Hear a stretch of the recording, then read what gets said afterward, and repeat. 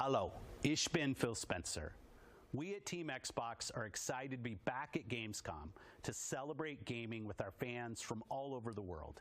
Whether attending the show or watching from home, fans in Germany, Europe, and around the world can expect a little more insight into some of our previously announced games coming to Xbox in the next 12 months. We're excited to continue building a community together and bringing the joy of gaming to everyone on the planet. From all of us at Xbox, Dankeschön, and welcome to Gamescom 2022.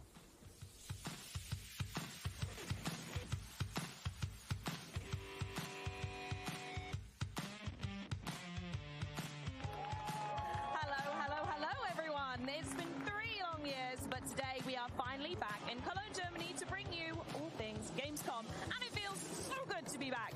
For the next 6 hours, we'll be bringing you in-depth discussions with the creators of some of this year's most anticipated games, and I think these guys are excited! That's right, Charlie. Today we'll be talking with the brilliant minds responsible for A Plague Tale Requiem, Age of Empires, Sea of Thieves, Minecraft Legends, Microsoft Flight Simulator, Pentiment, High on Life, Lies of P, Grounded, Under the Waves, Planet of Lana, and Gunfire Reborn. And listen, I cannot tell you how good it feels to be back here, surrounded by fans and developers, and not just talking through a computer screen after all of these years. Am I right, everyone? Yeah. That's right. It feels so great to be back and to be bringing such brilliant games along to Gamescom with us. If you're watching at home, we want to hear what you're excited about. So as we go through the show, use the hashtag #XboxGamescom to join the conversation. Now let's get into the content, and I'm going to ask my colleagues to clear the runway so we can welcome the creators of Flight Simulator to the stage. But before we sit down with the team, what a better way to celebrate Gamescom than with an entrance to the city from the Flight Simulator directly. Enjoy and viel Spaß!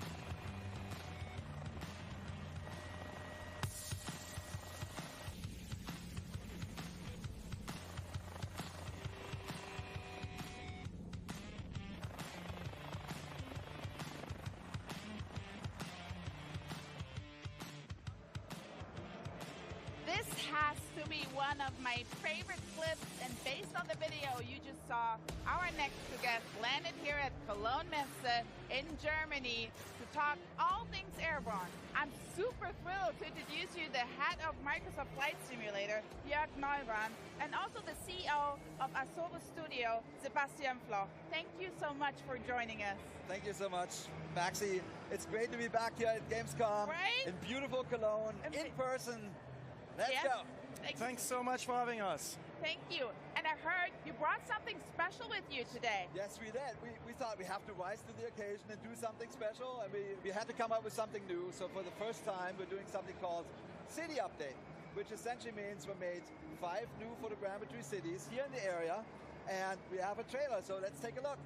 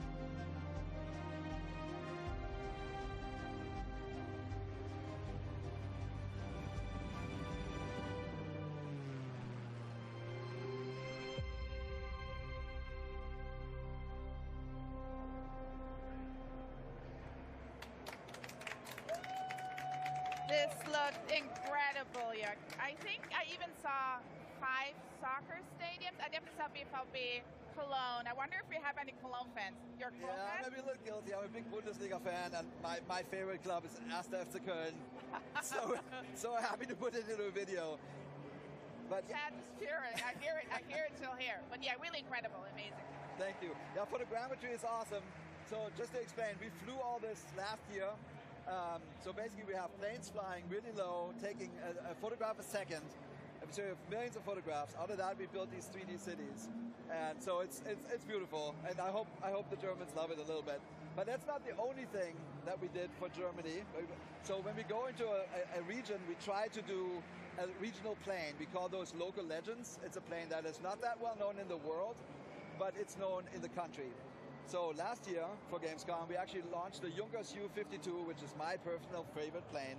And for this year, we said, what are we going to do to top this? And we are taking the sort of the father of the Junkers U-52. It's the Junkers F-13, which was the first metal transport plane in the world. So it actually started airlines, that one. And yeah, so we actually have a trailer. So let's take a look.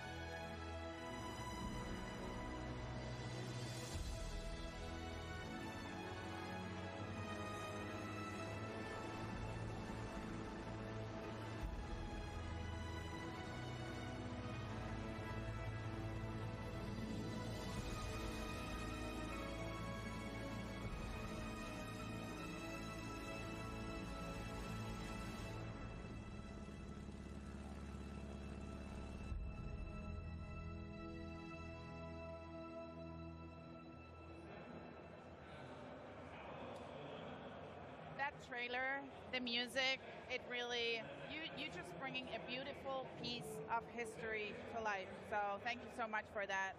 And I'm wondering, when you are choosing a plane like the Junkers F-13, like, what is the process like to make it as authentic as possible? I'm assuming you can't just like travel back in time and talk to the German engineer Hugo Juncker himself. Time travel, Seb. It's a new feature. We need to put that in the flight sim. No, seriously. So it's a ton of research. The first thing we do is, are there any surviving aircraft? So this plane is from 1922, and we looked, and there are pieces. So we first contact all the museums where the pieces are. And so in this case, the German museum, Deutsche Museum in Munich, has an original cockpit. They had it in storage. We told them what our plan were. They're like, we'll bring it out of storage. So we scanned that in down to the millimeter. And then they also had a replica, so we've scanned the exterior. And then there's a company, the Junkers company celebrated the 100-year anniversary of this plane just recently, and they built 3 replicas. So we talked to that team as well, and they let us scan all the new instruments, and they had people who fly that. So they gave us feedback on the flight model and everything to make sure that it's perfect. So it takes a ton of people, but it's great fun. So does that mean when you, for example, decide on a new plane to bring back, you have a dedicated internal team that will look after it, or do you bring some outside people in as well? We bring outside people in. So this particular plane is actually made by a German engineer, a software engineer. His name is Oliver Moser. And he works with the German Museum and a whole bunch of other people to really get it right. And the curators of those museums, they live those planes. That's what they do in their life, right? So they know everything about everything. We can ask them any questions. So that's the process with old aircraft. And with new aircraft, Seb is actually oftentimes traveling. Yeah.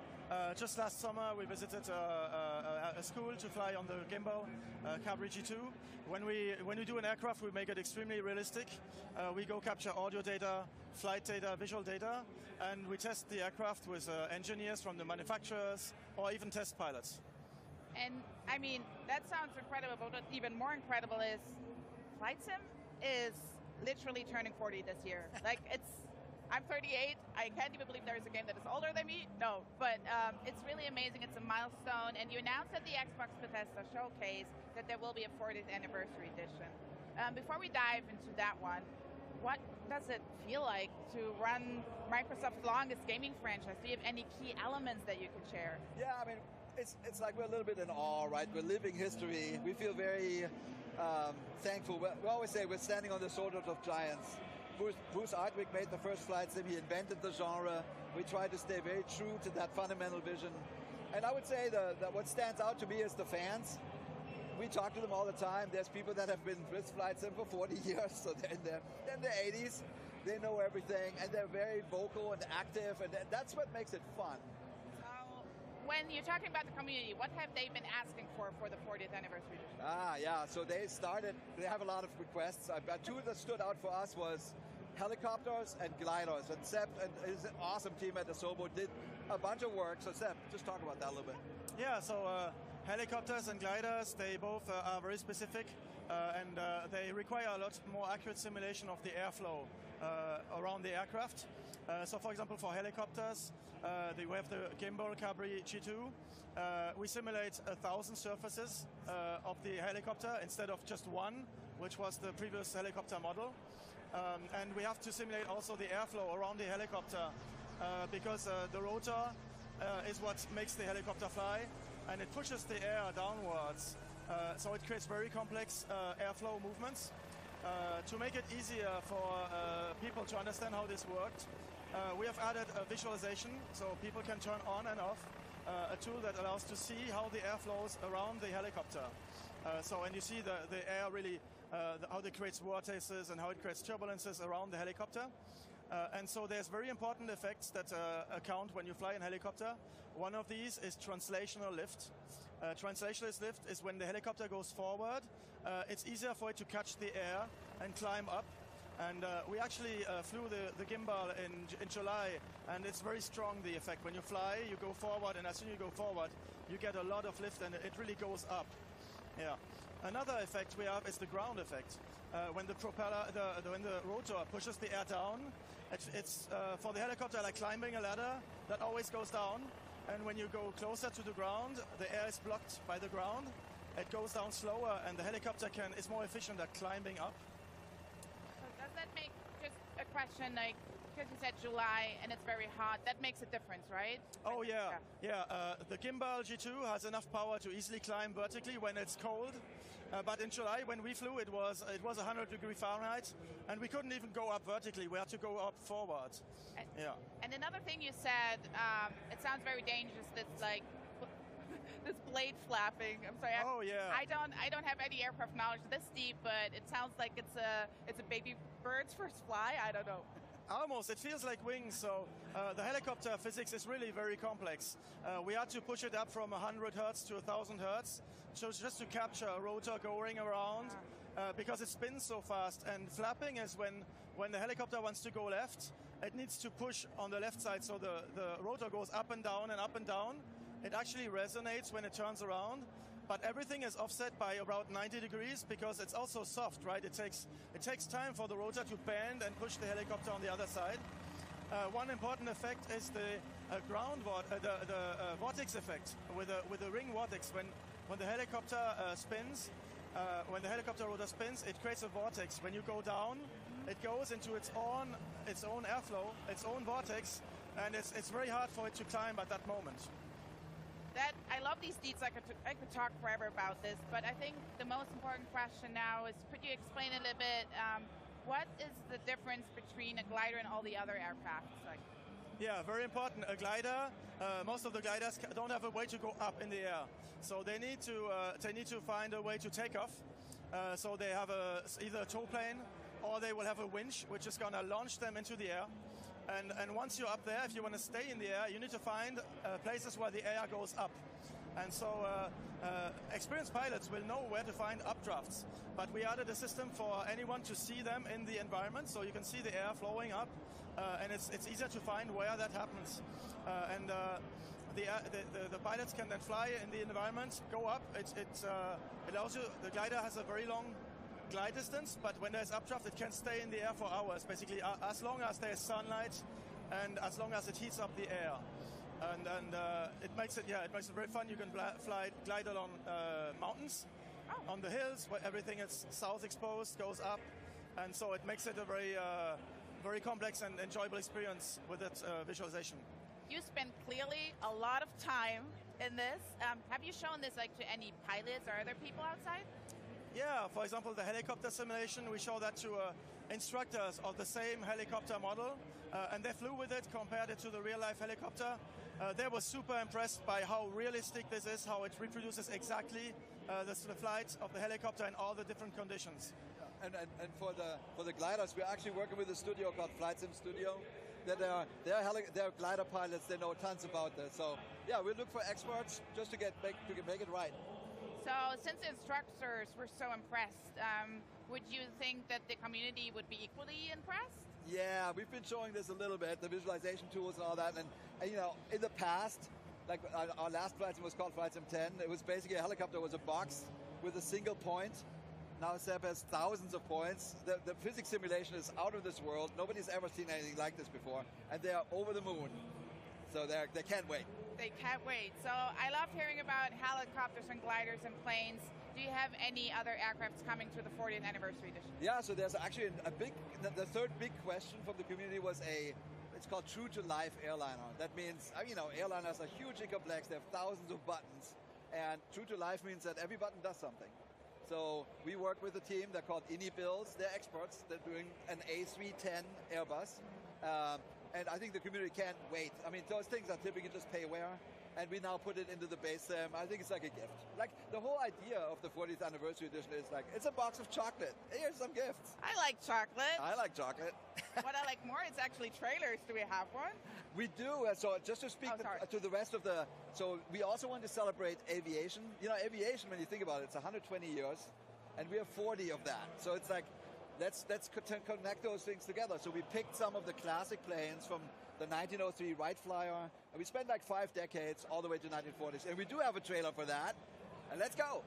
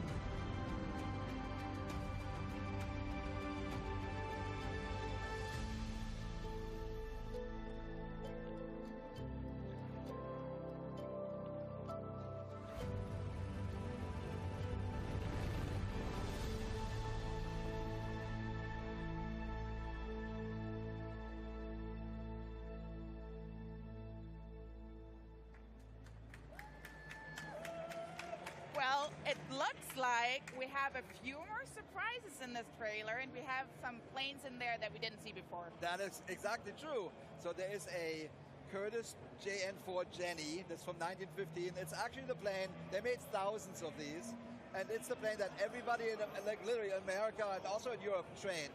So that's when airplanes really took off, around that time, and that plane is at the center of all that. Then the next plane we added was the Grumman Goose 21A. Beautiful plane. It's famous because it shuffled Hollywood famous people to Catalina Island and places like that with waterplanes. So it's lots of luminaries. And a lot of them are left because, you know, honestly, wealthy people had those planes. And then at the very end, I don't know if you saw that huge plane, that's the Hughes H-4 Hercules. It's better known as the Spruce Goose. So that's Howard Hughes's, you know, he was a big, ambitious guy. So he said, I'm going to build the biggest plane ever made. And forever and ever, this was the biggest plane in the world. And it only flew once for 20 seconds.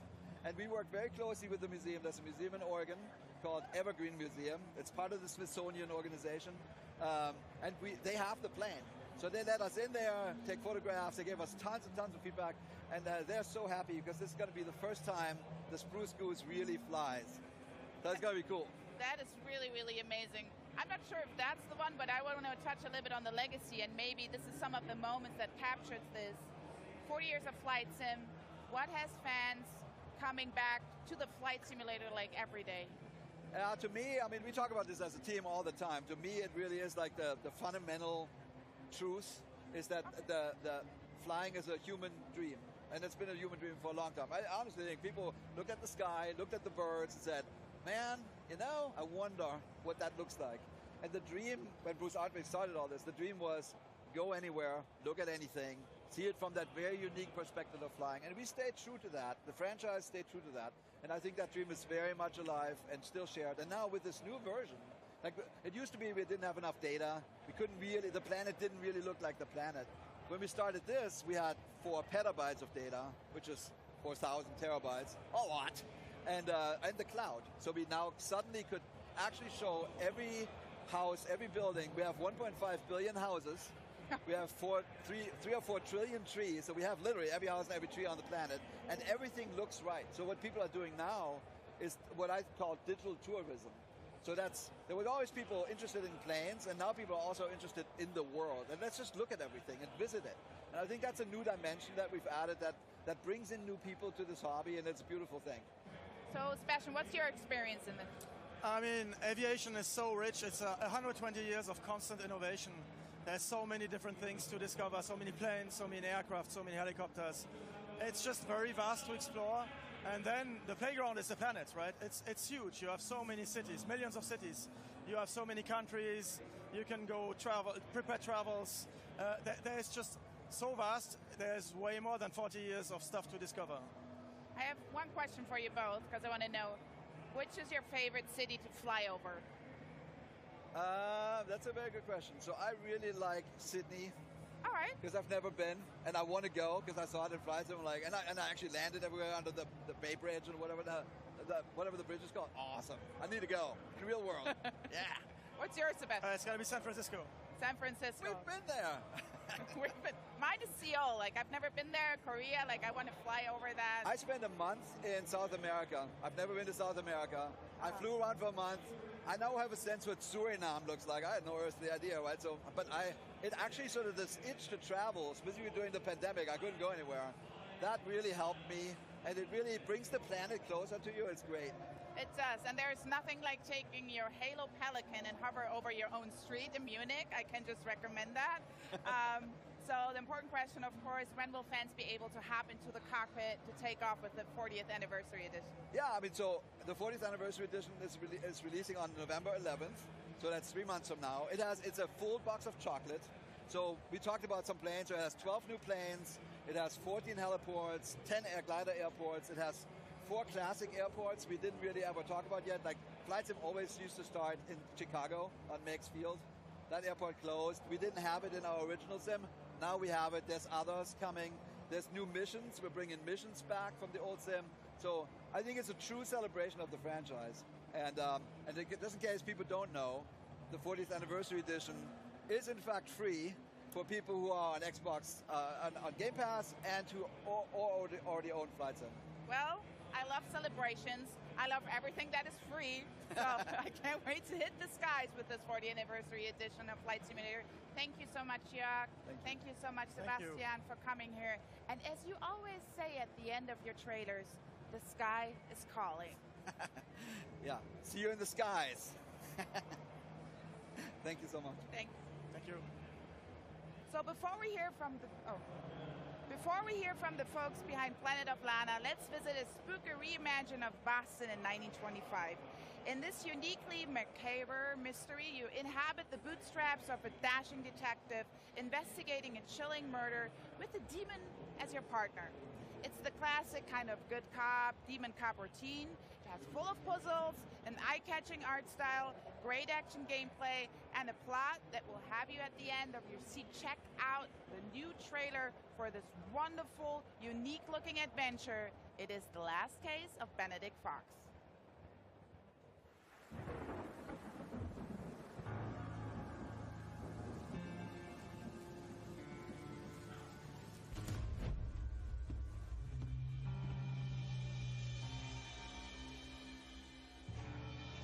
That's him.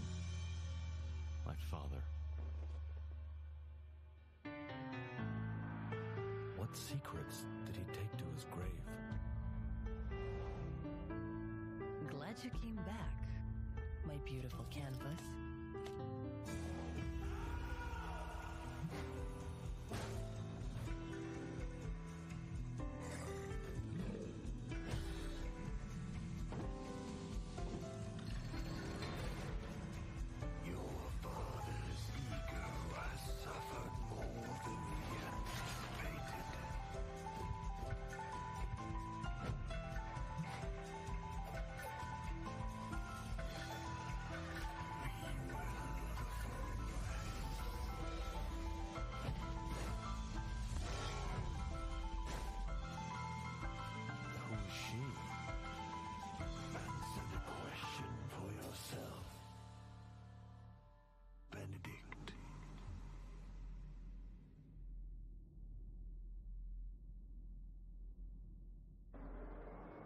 Coming up next is Plague Tale Requiem, but first, Charlie is standing by with our very own Aaron Greenberg, and I have a very special question for Aaron.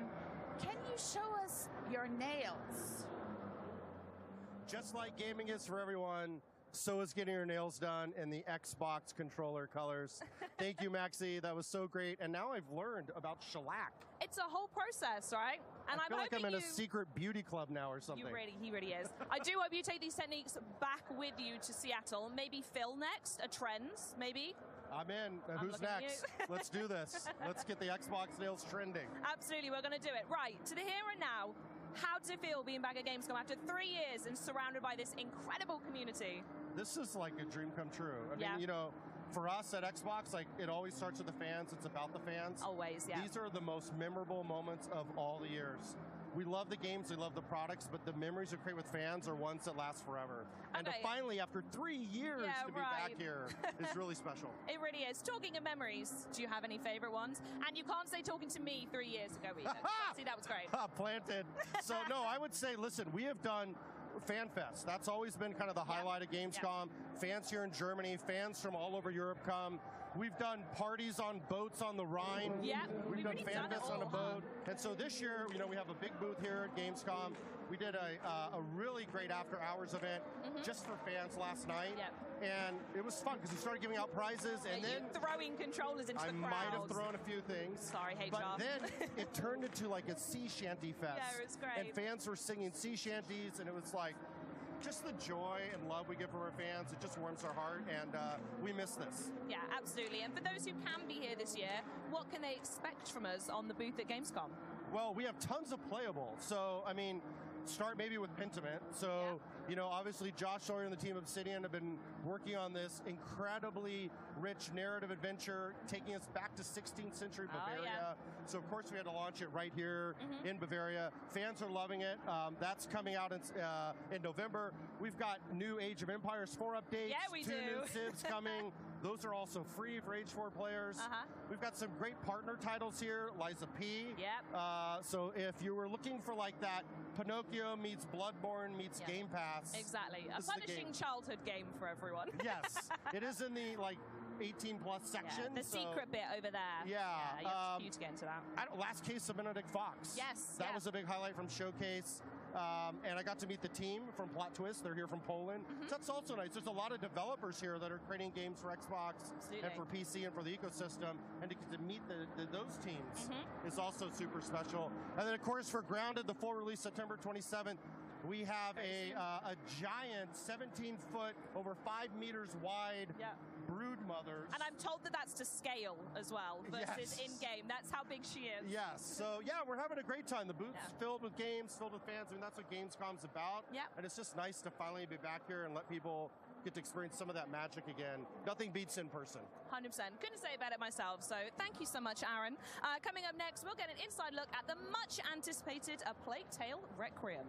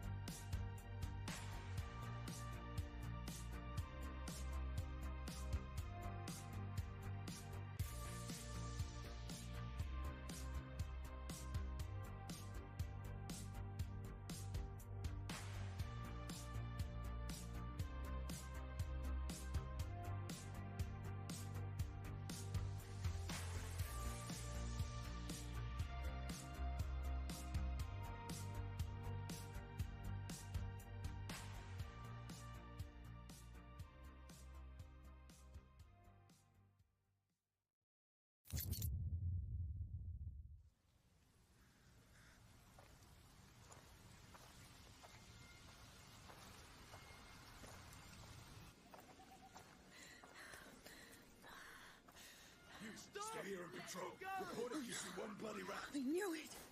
I knew it. All right. Move, quick.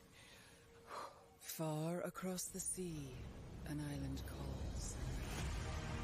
Nothing ever stays nice. It always turns bad.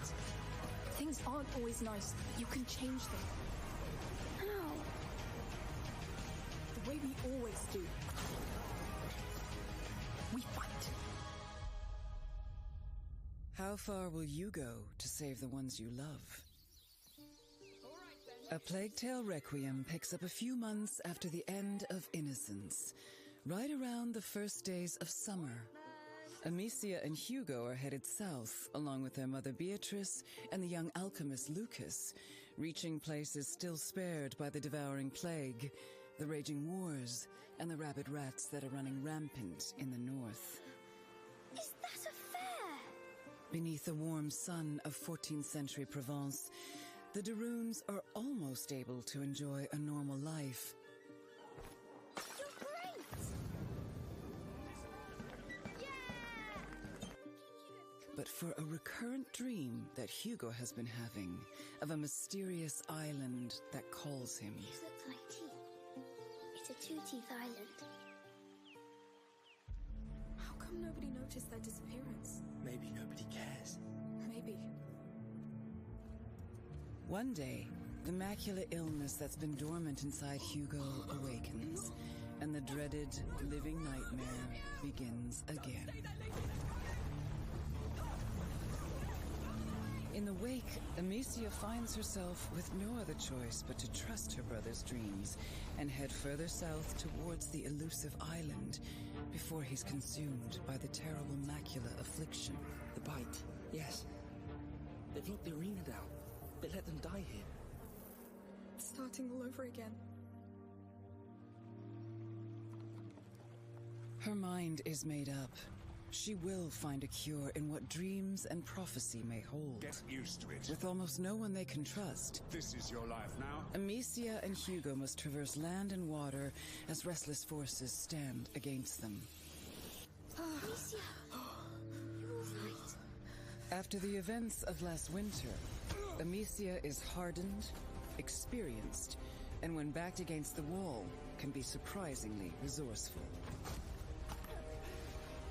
Yes!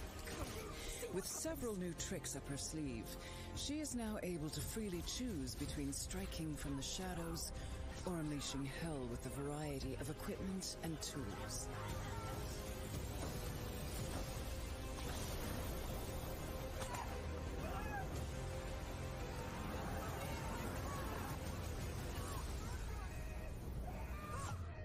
Hugo wants more than ever to help his big sister and not hinder their progress. We need to leave or we'll doom everything. The macula within him is a double-edged sword that has deepened his connection with the rats. The rats. They can feel people's blood. Now I can too. This powerful ability can decimate entire squads of soldiers, but takes a severe toll on Hugo every time he uses it. What's wrong? What's wrong?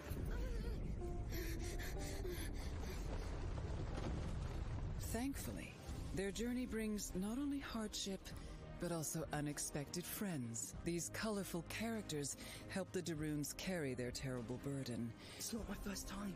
While offering unique skills and resources to bring them closer to their elusive goal. Move as soon as he's gone. It never lost. Got it. For Amicia and Hugo, the road ahead will test the limits of what they can endure on all levels, and just how far they're willing to go. Reaching the island is only the first step to truly understanding the terrible affliction that's stricken their family. As the lines between reality, fantasy, and fate dissolve, keeping it together and finding the cure to save Hugo will be nothing short of a miracle. But Amicia has hope, and hope is the last thing lost. Others are burned in it. If you kill, be ready to be killed. No!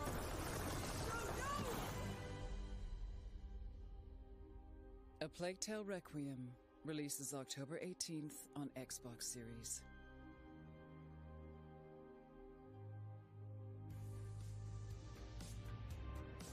Wow, what a journey. I don't know about you, but I've been eager to get back to the rat-infested France of the 14th century, which is a sentence I never thought I'd say, and it's in part thanks to this guy over here, Kevin Chateau, game director for A Plague Tale Requiem, releasing this fall. Kevin, thank you so much for joining us today. Thanks for having me. I'm super happy to be here. It's such a good day. So we're going to dive right into that trailer. As it mentioned, this is the follow-up to the smash hit Innocence. So I was wondering if you can catch us up to where Amicia and Hugo are up to now. So the game takes place in the 14th century southwest France. They came from the southwest, but they had to flee because of the event of the first one.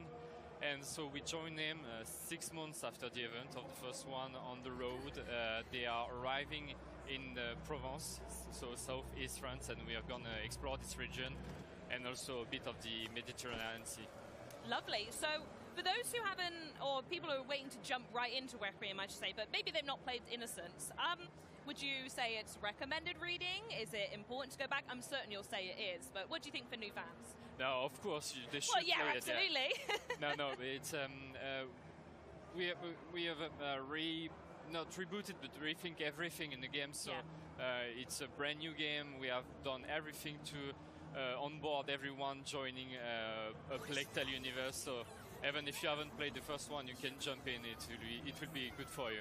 Absolutely. So I was actually wondering if you could talk a little bit about the sort of accessibility and the onboarding that you've done and what you had in mind during development. What are some of the key changes coming to Requiem, especially for those who loved the original as well? So there's a lot of new things. Of course, you've seen it in a trailer. In terms of gameplay, it's much more wider, bigger, much more open than the first one was. Yeah, I picked up on that actually, yeah. Yeah, it was quite narrow, the first one, so we were able to open it even further and offer new tools to Amicia, like the deadly crossbow she has now, or the knife she can use. Quite the arsenal she's got with her now, yeah. Yeah, and it's quite different for her because now she's using war weapon. It was not something she was doing in the first one. So she's ready to deal with death much more than... Very ready. Deal with death and deal out death by the looks of the trailer. So you mentioned the word new a lot, and I think it's important to point out that this is a new console generation that we're working with at the moment. So what kind of shiny current gen features can we expect to see in Requiem? So there's many things. Again, the first one that come into my mind is we have pushed the facial expression, the mocap even further. It was a brand new thing for us. We had no mocap on the first one, so we built up our studio. We've learned new ways to work, so we've improved this aspect of the game, and visually it's much more stunning than the first one was. We wanted a larger game, as I was saying, but we needed then more light, because light is a key element of our gameplay. I love the way every new thing brings its own problems that you had to overcome, So we had a much more wider area, so it means more light. Light is very expensive in terms of performances for the game, so it was a big challenge. But also, of course, wider space, we need Got to more fill it bats. with something. So we jump up from 5,000 to 300,000 rats on the screen. That's a lot of rats to begin with. So sorry, say that one more time. That's 5,000 to 300,000 rats. Yeah, that's it. Are you lot okay? That's a lot of rats to put in the video game. Well, I was going to say, well, thanks to all of those rats, it does mean that when we say that Amicia and Hugo have been through quite a lot, I think it's a little bit of an understatement, especially now. And at the end of the day, they're actually still children, if there are anyone out there who didn't know that much background from the story. So how do you go about showing their relationship in an authentic way after everything that they've been through together? It's super hard to do that because they've been through a lot. They have experience. They were almost dead sometime, and a lot of people around them died. So they have to grow up, be much more mature than what they should be at their age. it's super hard to build up a story and convey convincing dialogue for children. Yeah. Fortunately, the team is quite old now, and age is but a number. But and we a lot of us have children, so we can be inspired by them and try to feel the best way to convey children emotion to the players. It must be a very difficult one to do, though. I mean, as a parent myself, I can only reasonably say that I hope I never see my children go through what happens in that game. So what's that sort of like to go, yeah, we're reflecting the childlike experience in the game, but also committing terrors to them? Yeah, it's this is something we have no inspiration from to take from, because again you don't want to be inspired by that too. No. Of course no. Yeah, well, fair enough. We're going to focus a little bit now specifically on Amicia. As in Innocence, we saw her wielding a crossbow. She's way more prepared, she's way more confident, dangerous, and all round, I think you'll agree, a bigger all-round hero to Hugo. So how do her tactics change in Requiem, and what does that mean for the people playing as her? So as the prepared is the right word. She's ready. She don't want just only to survive or to escape. She's ready to fight if she needs to. Absolutely. But she's not forced to. So the player can choose the way he will approach things. Oh, interesting. Okay. So he can go full stealth if you want. He can go full combat. Everything is still there from the first one. So, but right now you can choose to approach a situation the way you want. So it's not that only the space that is wider, but also the way you will approach things. Yeah, and by full combat, you mean? I mean, we saw some stuff from the trailer, like all-out combat, right? Yeah. You can burn people, you can use the crossbow to kill them instantaneously, or you can use the knife to silently kill them. It's all there. It's absolutely all there, and I think that all comes together in making the experience so much more cinematic, which I want to talk about now, because the other thing that's so fantastic about the title is the voice acting, and I think that becomes essential when you want to convey emotion. So I'd love for you to share a little bit of insight about the development process, working with the voice actors, and getting to the voices and the emotion that we hear in that trailer. So it's funny because it's something that people don't really know, but when we are working on the game for several years, we don't work with voice actor instantaneously. So for like 2 or 3 years, we work with a text-to-speech, so robot voices. And for an emotional game, it's a bit hard because... And it takes you out a little bit. Yeah, it's like when you use your smartphone, it's a flat voice with no emotion, no punctuation, nothing that makes really sense. So it's really hard to keep your focus on the story, on even sometimes to understand what is the purpose of sequence. It's, after 16 hours of playthrough, you're like, I think I don't get the story at all. Sure. Interesting that it changes that much. I will say, first of all, I would love to see that version one day. It does sound wonderful. So do you want to... What was the process like working with the voice actors? So when the voice actor arrives, it changed everything because we were able to work again with Charlotte McBurley and Logan Annan, which were the actor for Amicia and Hugo from the first one. And we were so in love with their acting. It was a game changer for us to have them back in the game. When they arrived, their voices arrived in the game changed. I was going to say, I imagine it's a little bit of a chicken and egg situation with voice acting. Who informs the character? Is it you guys designing the character, or does the voice actor come in and actually completely change a scene? Actually, it's both. We prepared everything, and they react to what we've wrote, and they say, no, I think Amicia should say it like that, or a bit more like that. So we change that on the fly with them, and adapt the game sometime to their feedback to make it even better and even more accurate. They are still children, and we are not anymore. So I love that they have their own feedback as well. It's their character, right? It's their character that they're conveying. So big love for them to feed him back as well. Right, well, lastly, for anyone who is watching this segment out there who can't wait to play Requiem in October, which, by the way, is day one on Xbox Game Pass, and maybe you're not here in Gamescom as well, I'd love to know what you would like to tell the folks at home about Requiem. So we're super glad to have it day one on Game Pass, because it means that a lot of players will be able to try the game and to give us feedback, because I really want to see their reaction. You know, I can't wait to see that.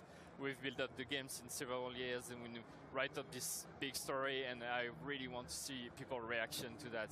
And the community have been really close since the first title as well. Yeah, and it's thanks to them that we were able to do the sequel, so yeah, we're super excited. It's a love letter to them. Yes. By the courier device of rats. 300,000 of them, to be precise. 300,000 rats of love. Absolutely fantastic. Well, thank you so much for joining me. I'm a massive fan of the series, and I cannot wait to get my hands on it. Thank you again. Yeah, thanks so much for joining us. But when it comes to self-care, you can't beat a rewatch of the Disney classics, right? I know I certainly can't. Yet in recent years, many of us have also sought comfort in virtual worlds. Millions of players have found solace in games that allow us to customize islands, build unique homes, and share virtual spaces with friends when we can't actually see them in person. Our next trailer builds on that idea and takes it to a whole new world, so to speak. Here's an all-new look at Disney Dreamlight Valley. Hello, everyone. I went on a wonderful adventure today in Dreamlight Valley, and I want to share it with you. It started with my favorite song on the radio. Don't you just love when that happens? It put me in the best mood ever. So, I picked out my look for the day. I was in the mood for something adventurous, and I had the perfect outfit. I was feeling a bit creative, so I added a little touch of magic to my look. And then, I was off. I made my way to Chez Remy for brunch. I love cooking with Remy. I was feeling some Mickey waffles with jam, but it turns out we were fresh out of fruit. Raspberry jam is my favorite, so I headed up to the Forest of Valor to pick some. And while I was there, I heard a sound from the Frosted Heights biome. But I just couldn't cross the bridge. I'll have to adventure back there to check it out. My stomach started to rumble, so I headed back over to the plaza. And we were ready to cook. I always learn something new with Remy. There are so many recipes to try to create the perfect Disney-themed meal. Ah, here we go. I even whipped up an extra and shared it with Kristoff. After brunch, the weather was just so perfect that I couldn't resist going for a walk and some shopping. While looking in the windows of Scrooge McDuck's general store, I ran into Scrooge himself. He asked for my help spreading the word around town about his shop. Of course, I said yes. So, I headed over to my crafting table, whipped up a few signs, and placed them around town. I was exhausted after so much excitement, and I just felt like relaxing a bit, so I decided to move my house over to Dazzle Beach to watch the sunset.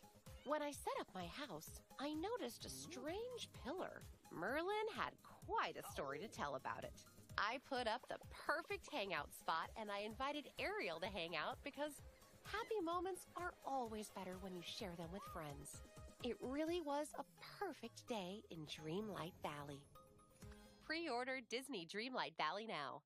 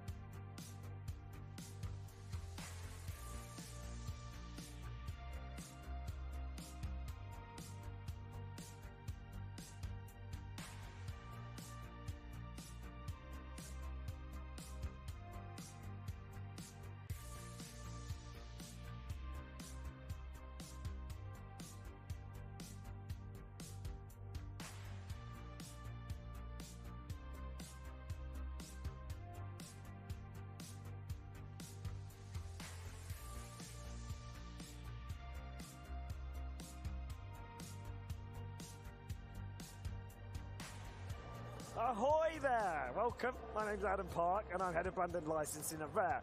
And I am joined today by 3 members of the Sea of 3 crew. Sea of 3 crew? Sea of Thieves, it's kind of work. So, I'll go along the row. So we've got Joe Neats, executive producer on Sea of Thieves. We've got Mike Chapman, who's our creative director. And then we've got Joe, who is our senior community manager. So how is everyone? Excited, tired, everything, all of the above. Like, that wonderful mix you get at events. Yeah. Feeling the buzz of the live show. Yeah. Chatting to fans, the energy. So, it's awesome. I mean, it is our first official show since 2019. Yeah. So how is it actually being... I mean, I'm sure everyone's asking the same question. How is it back at a show with people? Right. Overwhelming, but in the best way, right? Yeah. Like, it really is. Like, it's just... The passion, the excitement, the buzz, I think that we all have coming to a show like this, right? And kind of meeting the fans, but then giving back to us from everybody that we see. It's just like, it's incredible. Like, we've brought so many of the team here. We've got about 13, I think, with us. Like, and because it's just so valuable bringing people to shows, getting that buzz, getting that energy that you just take back to the studio to kind of just pour into more Sea of Thieves, basically, right? Yeah, absolutely. Like 2019, but it feels so much longer. Yeah. Like the first live show for us since 2019, so exactly what Joe said, feeling the buzz from the fans, and we get to take that energy back to the studio to keep making this easy. And so, Joe, this is your first official Sea of Thieves event. Yes, first official Sea of Thieves event and first Gamescom in general. And? It's amazing. Like, obviously we had a little taste of this end of July with Sotfest. Yep. And that was wonderful to see the fans in person after so long, and for the first time for, I think, a lot of us. And now we've brought it to Gamescom, and some of them are here, and you're seeing them again and recognising them, and you get that real sense of what it means to them to be a part of this community. And we've got all sorts going on the stand, so go on, show off. So we've got tattoo stands, we've got Gold Hunters Live, which people can tune into. You can come and win things, photo ops, meet the team, so it's great being back. But, so obviously it's been 3 years since we've done anything like this. What's gone on generally, Mike? I'm going to ask you to start with. Sure. Sea of Thieves, has anything happened in the last 3 years? What haven't we done? Honestly, I think like, our passion has always been to keep building out this pirate world. And over the last 3 years, you think back to the things that we've added the emissary system. In fact, that players can go and role play as their trading companies for extra rewards. We've added new quest types. We brought in our seasonal progression systems. We brought in our adventures. We brought in our mysteries. We brought in like all these new ways to play. And one of the key ones, of course, was our collaboration with Disney on Pirate's Life. And, since 2019... Yeah. Thank you, sir. Just keep going. Yeah. And one of the big ones was what happened with the Pirate's Life. So working with Disney, we built all of that during the pandemic. Being at home, working with this team, we've worked together for so long. All of this incredible bonds and relationships that we built allowed us to get through what was a very hard time, but come through it stronger as a team, and we're more passionate than ever. And obviously, Joe, you joined Sea of Thieves during the pandemic. How has it been, like, that dynamic of actually coming into the studio? It's the best thing. Like, you get a real sense since day one of how closely the team works together and how approachable everyone is. There's no one that you can't just drop a message to. But that translates over to the studio, where we've got such a wonderful, creative, nurturing environment. But you can go and knock on the door of anyone or bump into them into the corridor, and conversations spark from that. It's such a wonderful thing to now have that. Everyone's not just behind a screen anymore. And how do you feel, Joe? I mean, again, it's been a long 3 years. We've achieved a lot in that time. How does it feel being back somewhere like this with what we've done? Well, honestly, like, I think we were talking about this kind of earlier, right? Like you were talking about during the pandemic, the team's all separated, but being back in the studio, you just get that energy that you feed off each other, you feed off kind of the team and the people around you. And coming to a show like this, you kind of get that same thing. Like I said, just you feed off the energy. Like, and even though we're exhausted and we've all got sore throats and I've got a cough sweet in my mouth at all times, like water on hand, like, but it is water, I promise. It's just...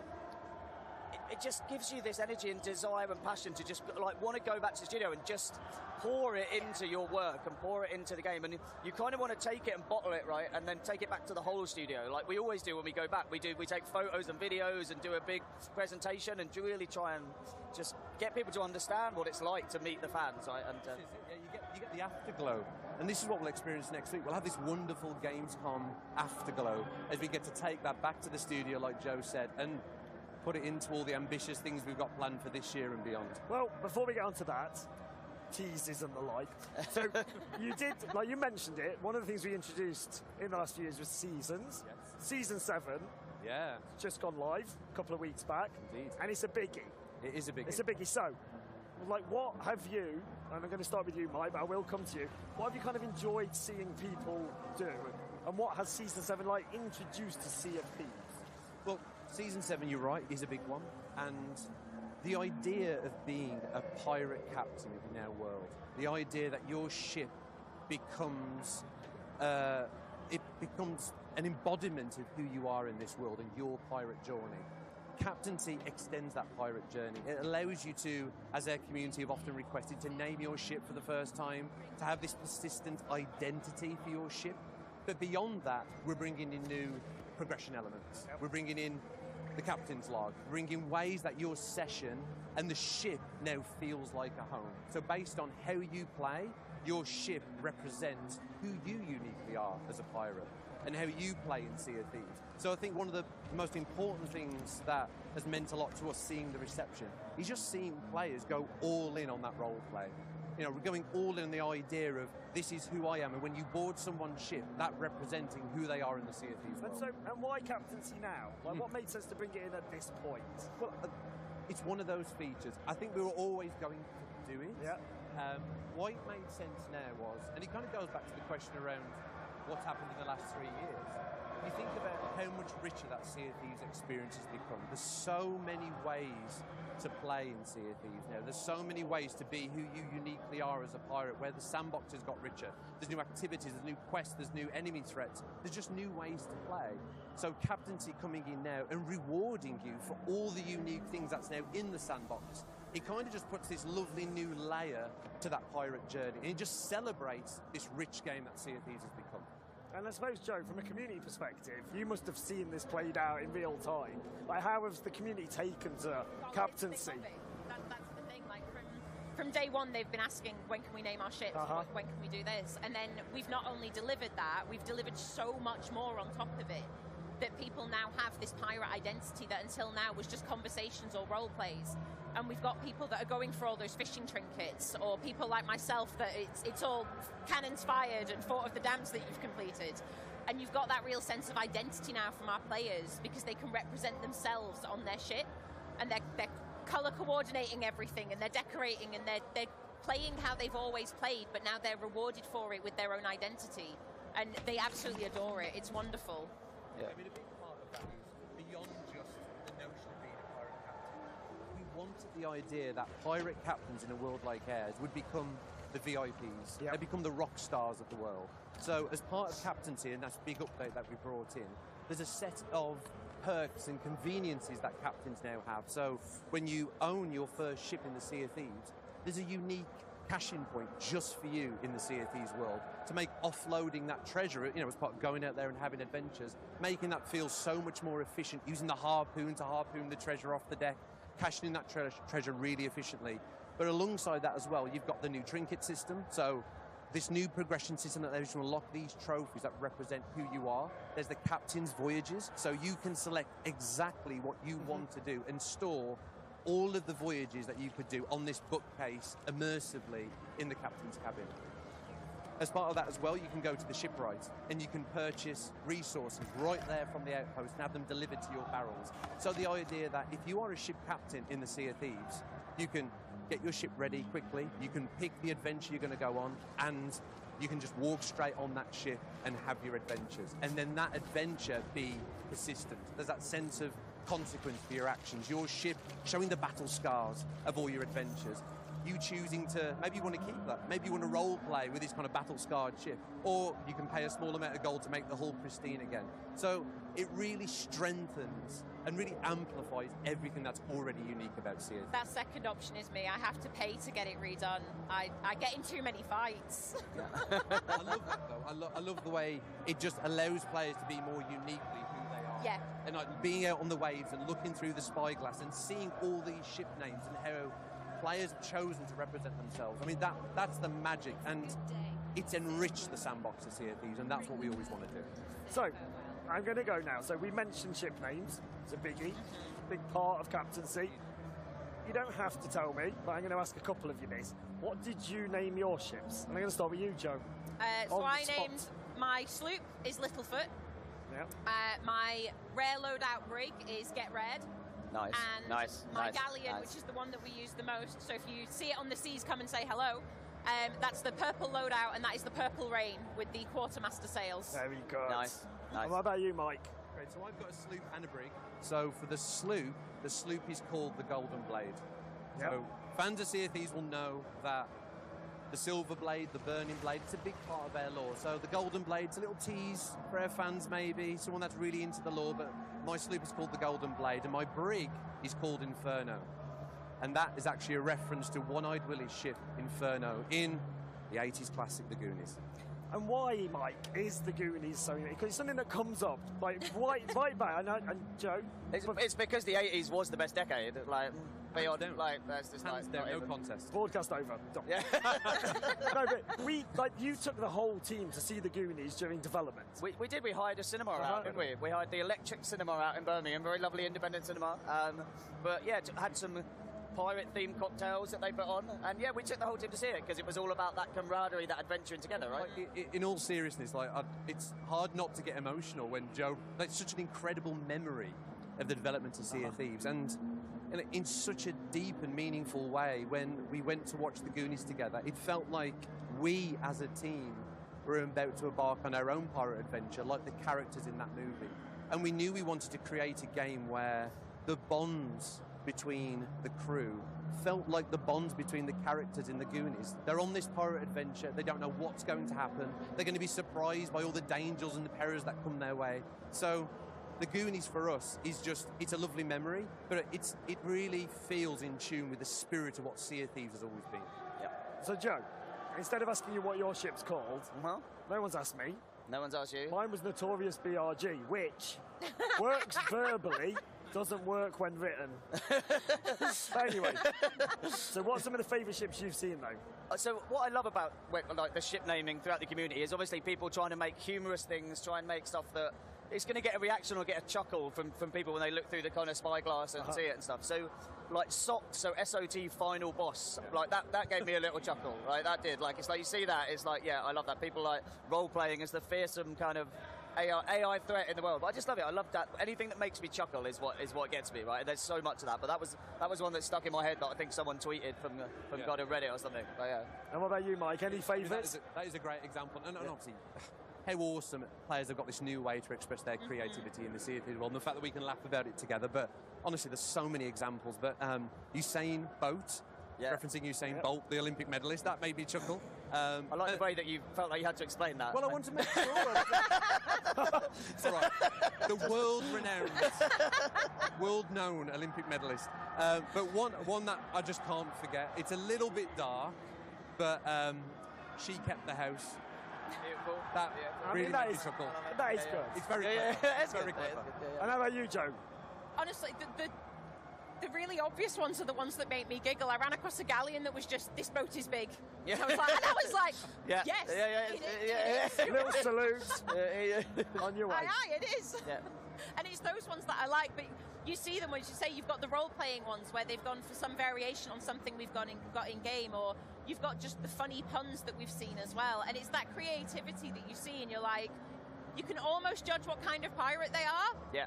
But not all the time, and I love that. Yeah. No, you're right, actually, because if someone's got a humorous, like, this boat is big thing, you can imagine approaching them maybe and, like, having a laugh with them, right, and speak to them over, using the speaker jumpy or something. Yeah. Yeah. So, yeah, you're right, actually. It really adds a kind of different sort of feeling, doesn't it, to encountering other ships. So I do actually have the top 10 boat names. Oh, okay. Right. This is where we would have Top of the Pops music. Okay. For people of a certain vintage. Go on. Right. Did you prep them to, like... No. Okay. Well, actually, does anyone want to guess? See if anyone can guess what number one is. I just flashed it at the camera. Like a a Tory. Like a Tory. That would happen. We knew you'd do that. I am a conservative MP. Yeah.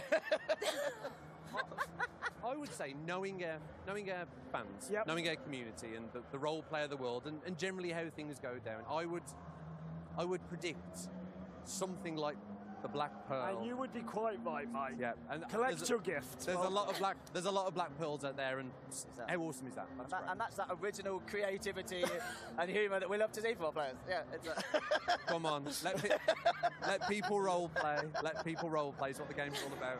And go on, Joe. If Black Pearl's in there, then Yes. there's got to be a Flying Dutchman. You would be quite right. Top 3? No, actually, he's number 7. Oh. Joe? Sorry? Usain Bolt. Correct. There you go, that's in there. So others in the top 10. I'm not going to do an exhaustive list, but we have Sloop Dog. Sloop Dog, that's very good. We have Y. Why? The letter Y. I don't want an existential crisis while I'm sailing. Why? Why? Why? Is this just like everybody's just like, why? Don't come at me with those difficult don't questions. Don't look at on the that. You looked really troubled by that, mate. I am troubled. I don't understand that one. No. And then, so, If your ship's named Y, get in touch. yeah, actually, yes, let us know why. Please. And we hope it's not rude. Yeah. So we've also got Unsinkable 2. Yeah. Okay. Oh, I Titanic thought there'd be reference. Titanic in there. Okay, yeah. Jackdaw. Jackdaw? Yes. Real Thousand Sunny. Oh, yeah, Right, okay, yeah. Going Merry and Queen Anne's Revenge are all in there course. as well. one Right. and only. So Very there we good. go. Right, so moving on then. Were any of those Sea of Teasers? No. We're just getting to that section now. Yeah. Yeah. Everyone just like, "Ugh." So, No. Adventure 6 then. Adventure 6. So it's live right now. People are playing it as we speak. So can you, Mike, probably best, give us an overview of where this fits within the lore and the story? Where are we? Yeah, so we're in a really interesting time in the Sea of Thieves now in our storytelling where it's set against the backdrop of these emerging factions in the Sea of Thieves. And our players will know that last year, as part of the Pirates' life, the Dark Brethren emerged, working with Davy Jones. And of course, Davy Jones got defeated because of the valiant efforts of our players. But the Dark Brethren are still around, with Amaranta, their new member, who's an ex-Sea Dog, and we've got everybody's favourite, Duke. So there's the Dark Brethren. There's, of course, the one and only Pirate Lord and his pirate legends.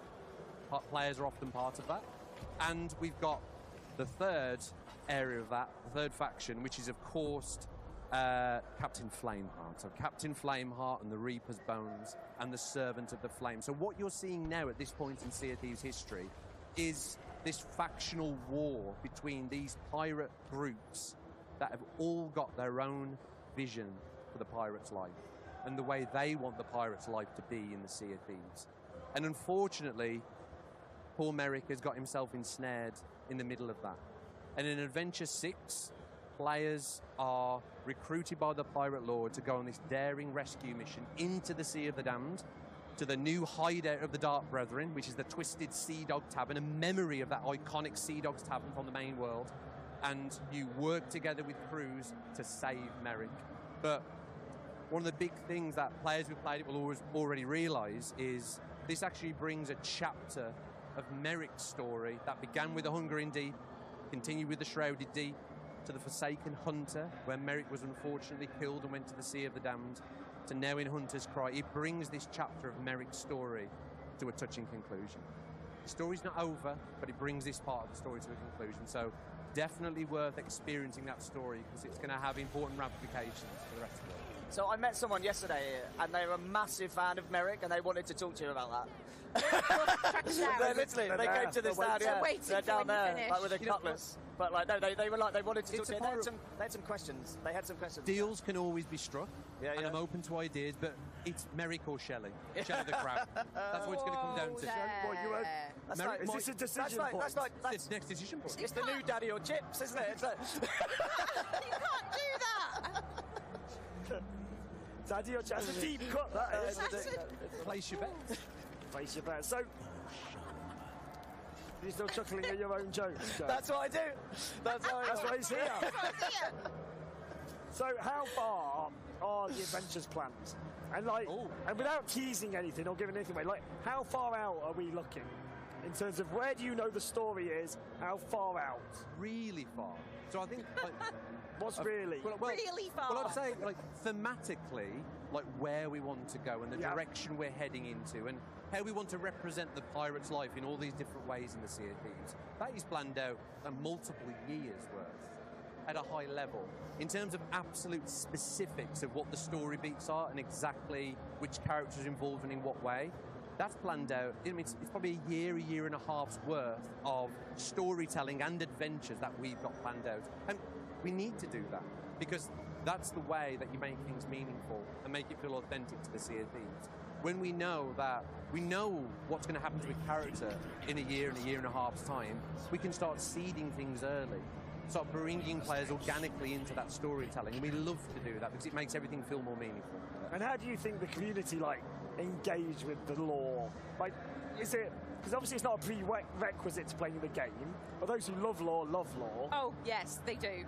I was going to say, you have to get those specifics right, because if one thread is out of place, if one character isn't in the right look, they're going to notice, and they're going to tag Mike on Twitter until he answers for his lore crimes. Yeah. they know their stuff, that's the thing, because they've been so invested since day one, and we've now stepped it up with the amount of lore we're delivering. And I know across our social channels and on Discord, we've got separate channels, and we had to separate out the lore section, because we've got mysteries and adventures and then general lore, and they're all over it, and they're sharing theories, and they're swapping stories, and they thoroughly embrace that side of the storytelling that we've got now. No, I love that. I love that. I mean, that to me shows that a lot of our community are invested in the world and they care about our world. And you're right. Of course it's not a prerequisite to play Sea of Thieves. Sea of Thieves is this wonderful sandbox adventure game where you get to choose your own adventures. But we've always believed that the more meaning and purpose we can put into the world, the deeper we can make that world feel. The easier it is to immerse yourself in those adventures and that role play. So it's there, waiting, full of surprises for players that want it, but it's not a prerequisite for Sea of Thieves. And how do we bring in, like, expanded universe into this? Like, you know, again, with the planning, we need to know what's coming, but, like, you know, say the most recent novel. Like, we planned that, was it 2 years ago? We had the first Tracy. Quite a long time ago, wasn't it? Yeah, so how do you kind of keep all of this? Is there a big board with lots of... We do have a lore Bible, which is quite high level. If it was too detailed, it would get hundreds, thousands of pages probably. But it's a lot of meetings, it's a lot of discussion, it's a lot of building up that knowledge together as a team. I mean, you're right, everything in the EU is canon to our story. So what players have seen before with the Tales of the Sea of Thieves lore book, the 2 novels that we've now got out, the RPGs and the expansion, all of those stories are canon to our world. And there's a huge responsibility that comes with that. Experiencing any of those materials should be just another window into the Sea of Thieves world, and when you play the game, it should strengthen and vice versa, both of those elements. So we have to get it right. Every time. That's the pressure. That's the pressure. Yeah, that's the pressure.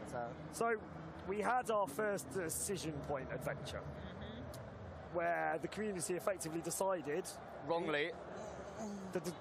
Come now. Can we edit this out? It's sassy today. So the community were able to decide the fate of the world. So we're going to start by asking, what side were you all on? So I was Ruin Golden Sands. Golden Sands. And you even have that.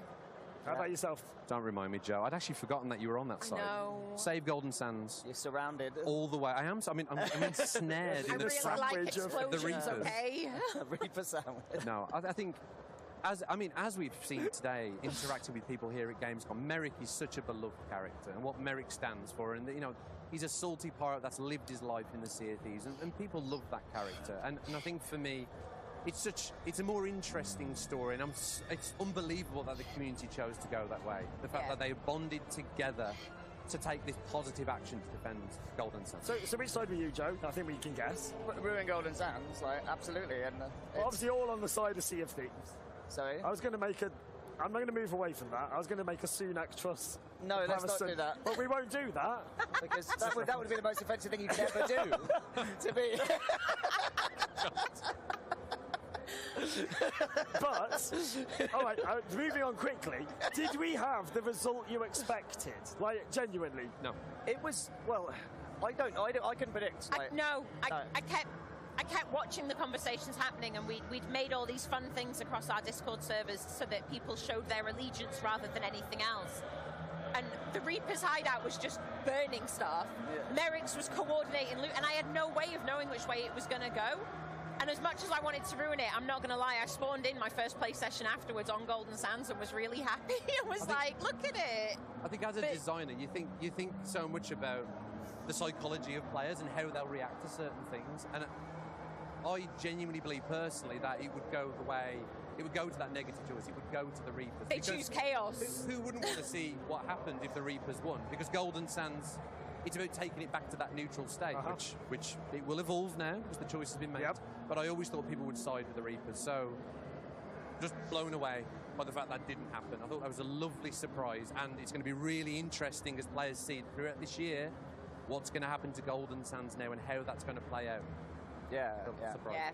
And honestly, and I love knowing kind of what the next decision point is and where where we're leading to.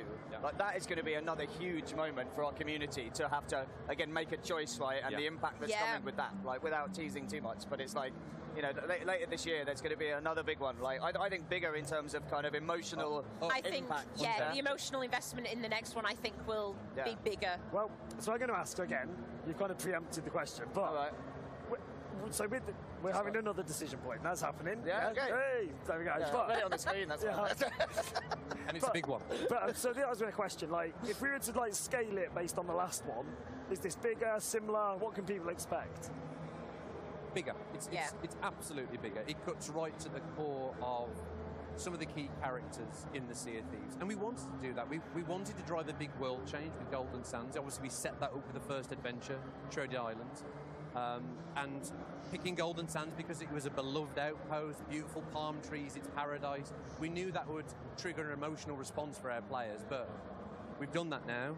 We've seen how players interact with it. We've learned some lessons about how to set up these type of live storytelling events, and now we're going to go even further. We're going to be even more ambitious with this second choice this year, so look out for that.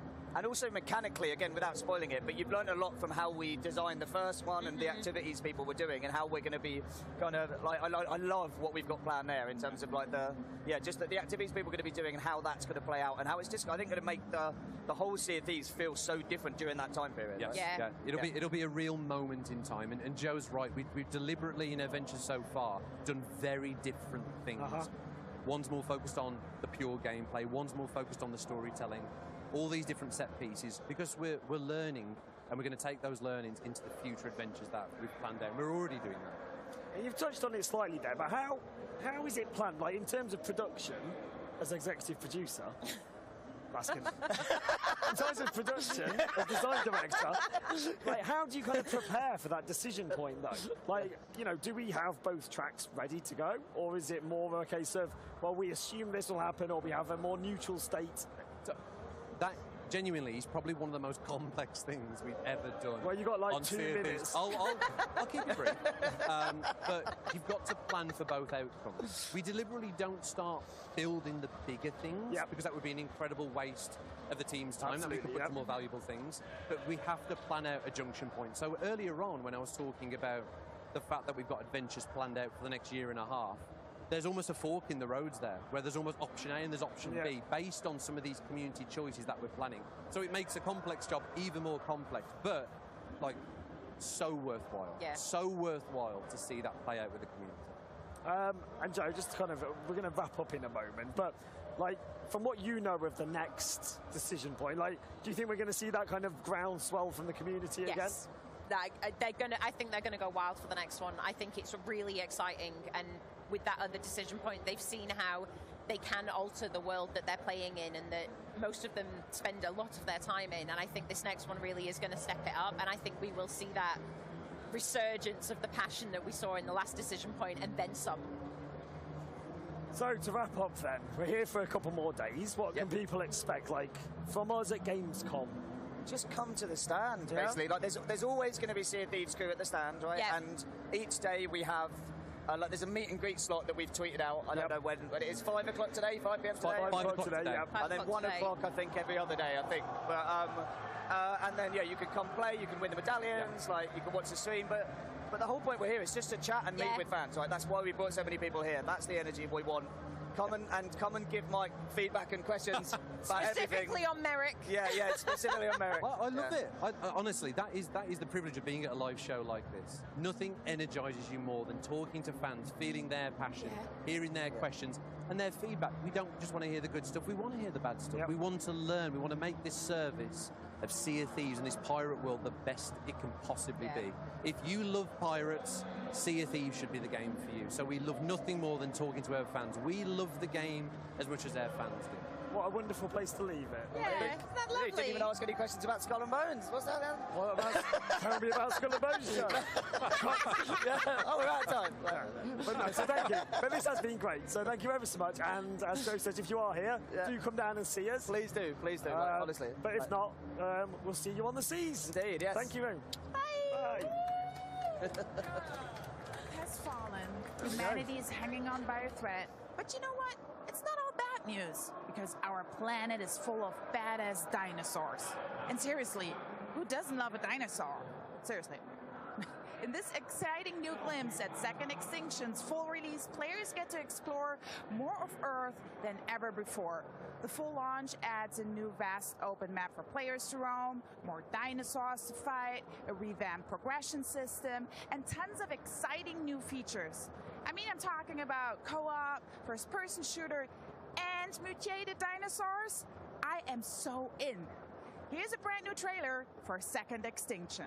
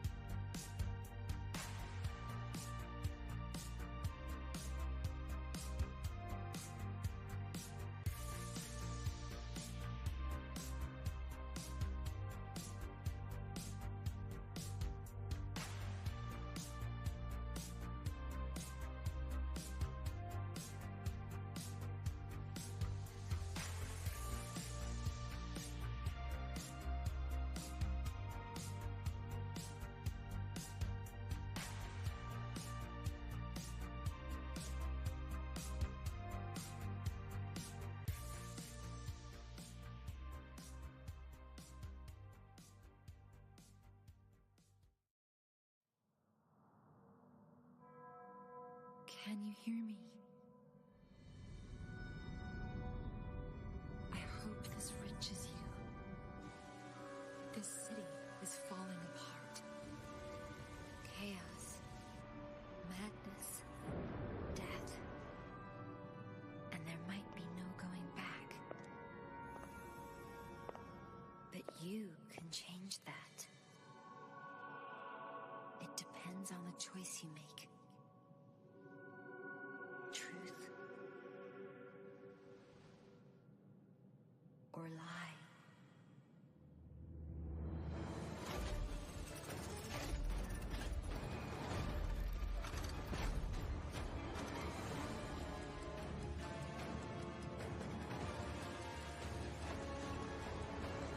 I might be asking too much of you. But I don't have a choice.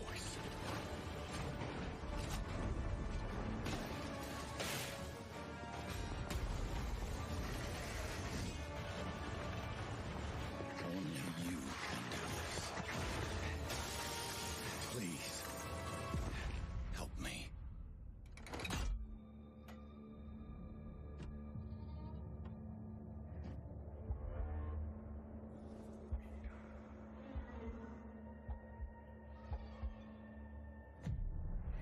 Finally, we meet, son. The stage is set. The light shines brightest in the darkest of times. All right, buddy, I'm here for you. Don't worry.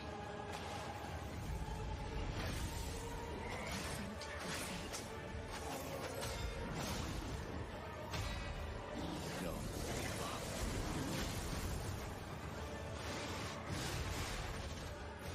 Keep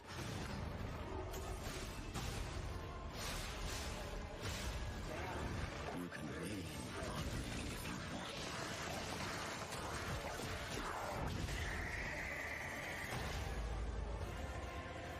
protect. Fulfill.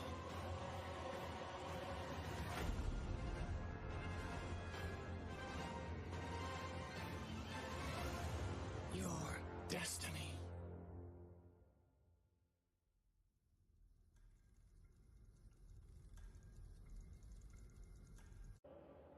Hello, Charlie here with two of the brilliant and twisted minds from NeoWiz who created a game that's reimagined Pinocchio as a ruthless killing machine to cleanse a plague-infested world.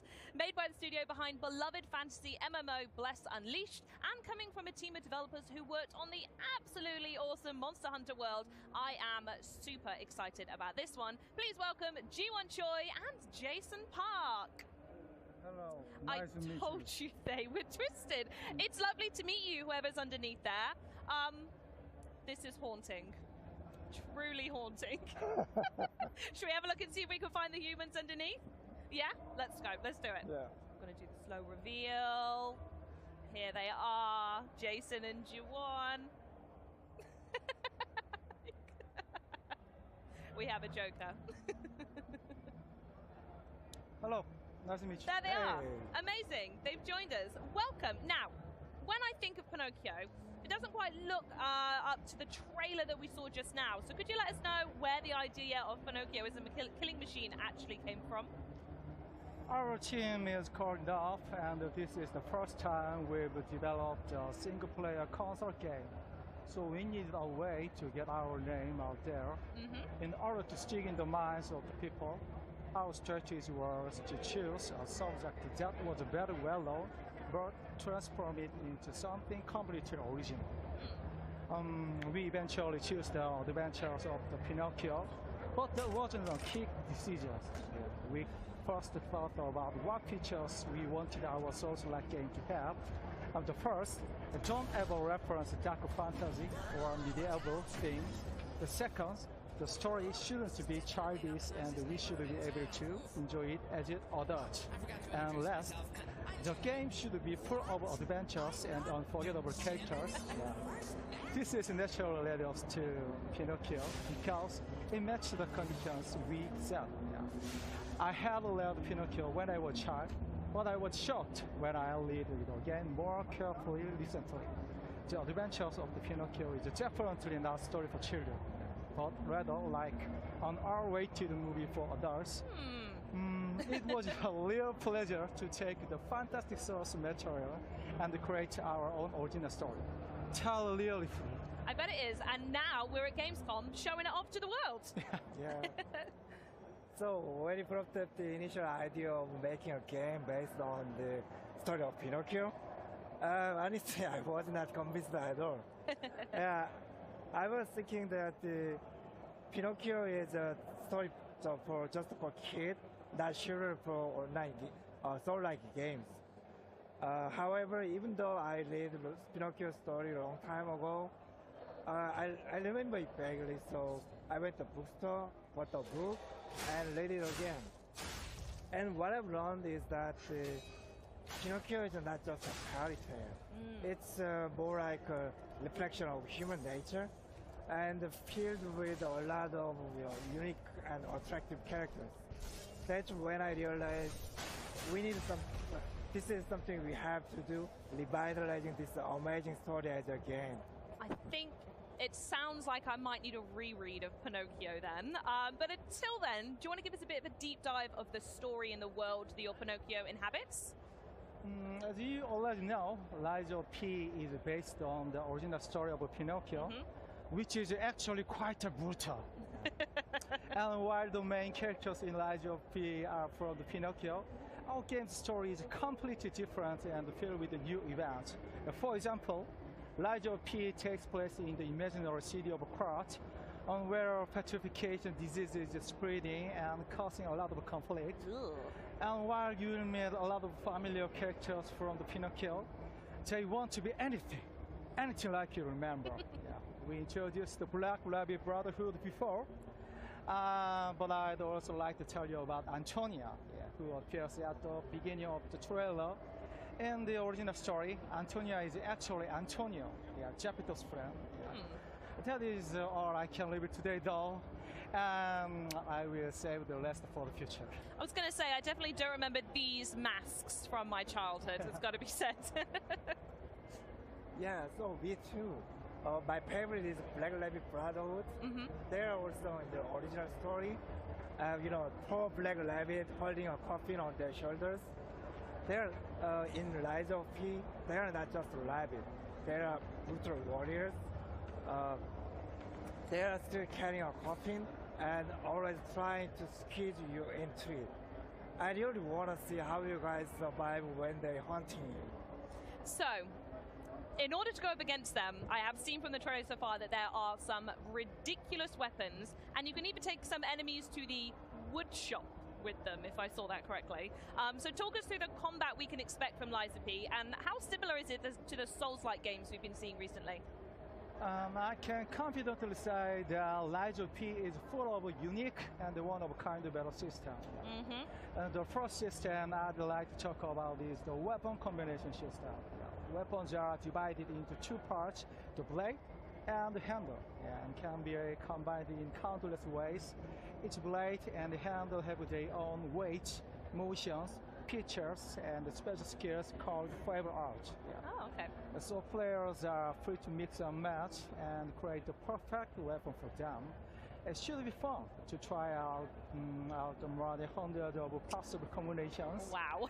And another unique system in Lies of P is the Legion Arm system, which you probably already saw on the main character's left arm. Yep. He has actually body of perfect, so it's possible to modify it with the parts and use special skills. They are particularly flashy and dynamic and can also be strengthened.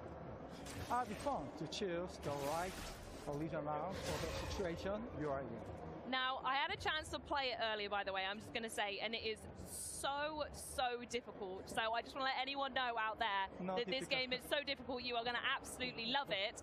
But to answer the elephant in the room, obviously the original Pinocchio game had a big emphasis on his nose growing with every single lie. So I have to ask, does this element of the Pinocchio story play into Lies of P at all? Yeah. First of all, I think that lying is the most important aspect of the original story. Yeah. Agree. And when you really think about it, humans are capable of lying, and that can also be proof of their humanity. Yeah. This also means that we approach the concept of lying in a completely different way than the original. Think about it. Is there any more human than using lies to achieve something? Yeah.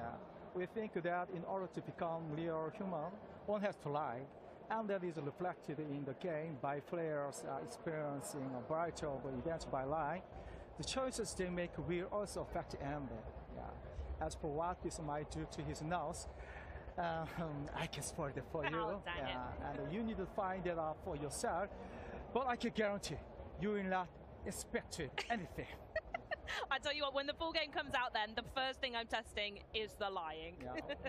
Yeah, in the game you can lie if you be a human, but always remember, the Black Rabbit Brotherhood is always looking for a chance to put all liars into the coffin. Right, okay, moving swiftly onwards from that then. There had to be a ton of people putting a lot of time into Liza P to pull the strings, pun intended, to get a game like this off the ground. So can you talk about the development process, and were there any difficulties actually getting people to buy into this reimagining? Actually, in Korea, the majority of games are online pieces and mobile games. So there aren't many developers with expertise in single-player games for console. Oh, okay. Yeah. So we did a lot of trial and error and made a lot of mistakes, but this was unavoidable. Yeah.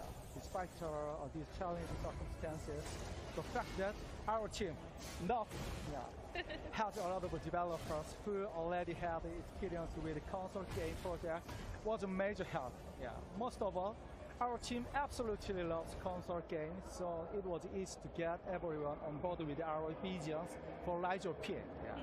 I would like to give all the credit to our team members, and they are the reason why Liza P could come this far. Yeah, and I'm really proud of our team.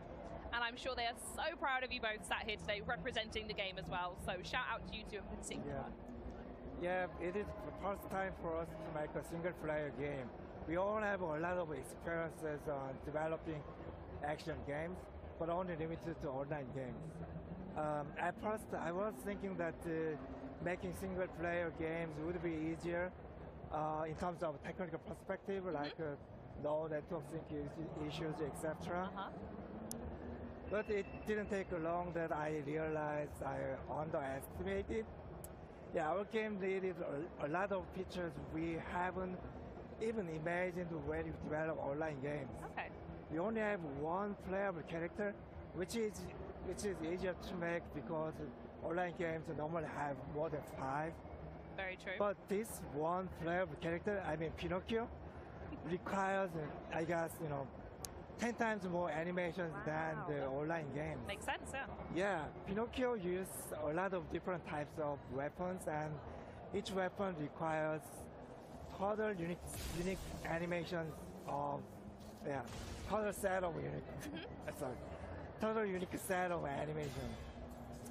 So I have to admit, our initial plan was off in terms of estimating the cost of the animations. Yeah. So if you look at our studio, and probably you can see our animated artists and combat designers yelling at each other and arguing all the time. We are still in this chaos, but anyway, we are enjoying it, and definitely we'll be better at planning it next time. Well, I really appreciate that you brought the chaos to us here in Germany, but before we run out of time, I do want to give you the floor to share anything you want with everyone out there about Liza P's before its release. Actually, we didn't expect Liza P to get this much interest and love from gamers. We really want to thank you all for the tremendous level of support. We'll do our absolute best, and are sure that you'll be mesmerized by the city of crowds.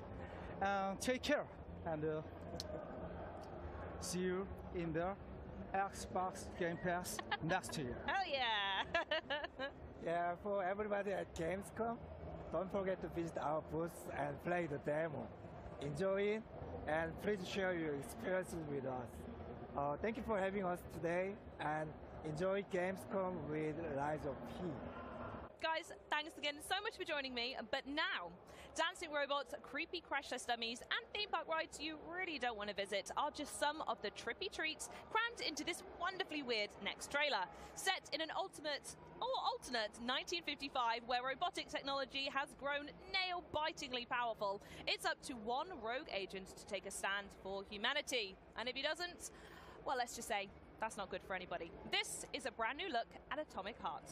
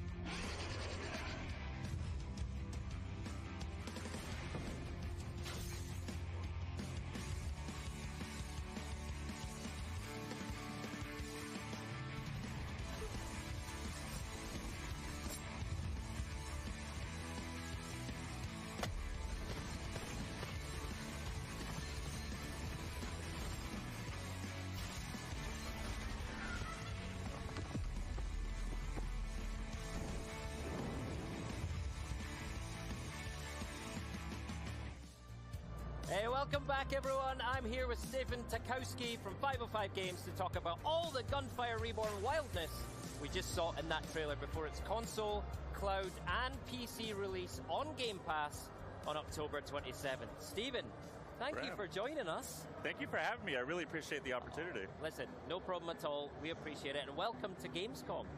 Thank you. I mean, I'm having a great time. Good to be back, right? Absolutely. Good. Okay, so Gunfire Reborn's been around for a little while now, right? Yeah. But it's coming to Xbox, console, and cloud for the very first time, which is great news.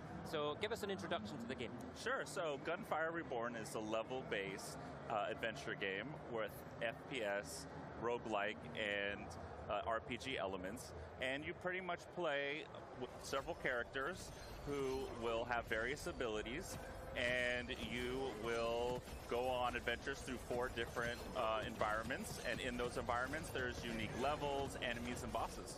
Great, and we could see from the footage there, it's super bright, super colorful, super fast. Now, it's a roguelite as well, right? So correct. I'm right in thinking that every time you start a new run, it's going to be a different experience, yeah? Sure, yeah, it's a true roguelike. Each route is going to be different each time you play, so it'll always be different from one gameplay to the next. You don't know what drops you're getting, so you have to adjust to your environment because you really don't know what you're going to have. And but you know, along the way, you're going to find different weapons. You're going to find weapon inscriptions, which are different rarities of weapons. And you don't know what to expect, but you just got to be prepared. And you'll know there's going to be a boss at the end of each level, which is your typical roguelike experience. But yeah, that's pretty much it. Excellent. And we saw from the trailer as well, you can play it solo, and you can play co-op, multiplayer, which is awesome. But let's talk about solo first, right? Sure. What is that roguelite, Gunfire Reborn experience if you're just playing on your own? Well, the solo experience is great. A lot of games, you want to play roguelike with friends. This one plays solo. It's the best way to level up your character, unlock new characters, and upgrade your character. So solo experience is more like an RPG, and there's 4 environments that you have to go through. It can be challenging because you only get 1 revive for the entire experience. Right. And so in solo play, you're essentially, as you say, you're leveling up, you're unlocking new characters, you're working on your profile basically to then take it into multiplayer, is that right? That's correct. And multiplayer is super fun with Gunfire Reborn. You can play 4-player co-op, and it's just a great experience. It's such clean combat. It's really exciting to see it on Xbox Game Pass because you play with your friends on Xbox, and it's just a really smooth combat. And you really learn to play with your friends. You have to have unique strategies with your friends. And everyone picks a hero based on how you want to go into it, but you don't know what you're going to get. You don't know what weapons you're going to have, and so you do have to adjust on the fly, even with a group of friends. Excellent, I love that. Let's talk about those heroes then. I think we got a sense of them from the trailer, right? Sure. We've got a really colorful cast of animal heroes. Yeah. Talk us through them and pick out your favorite for us as well. Sure. So we have a cat, we have a dog, we have a bird, we have a snow leopard, nice. We have a rabbit, and we have a turtle. They all have their unique abilities and perks. Some of them are optimal for elemental damage. Some of them are great for delivering melee damage or crits. So you do have to spend some time. I mean, the game has a lot there. So if you want to spend the time and drill down and learn the game, you will be rewarded. It's an excellent game that you can really spend hundreds of hours on, and we have a massive community online who really appreciate it. You see guides everywhere on optimal builds. You'll see tier lists for everything, and it's just a really popular game, and you have to decide which hero is best for you. Nice. For me, I would say getting started, the Crown Prince is a very well-balanced character. Definitely recommend it. Any weapon he can use, and he does corrosive damage with his bomb, which is really important.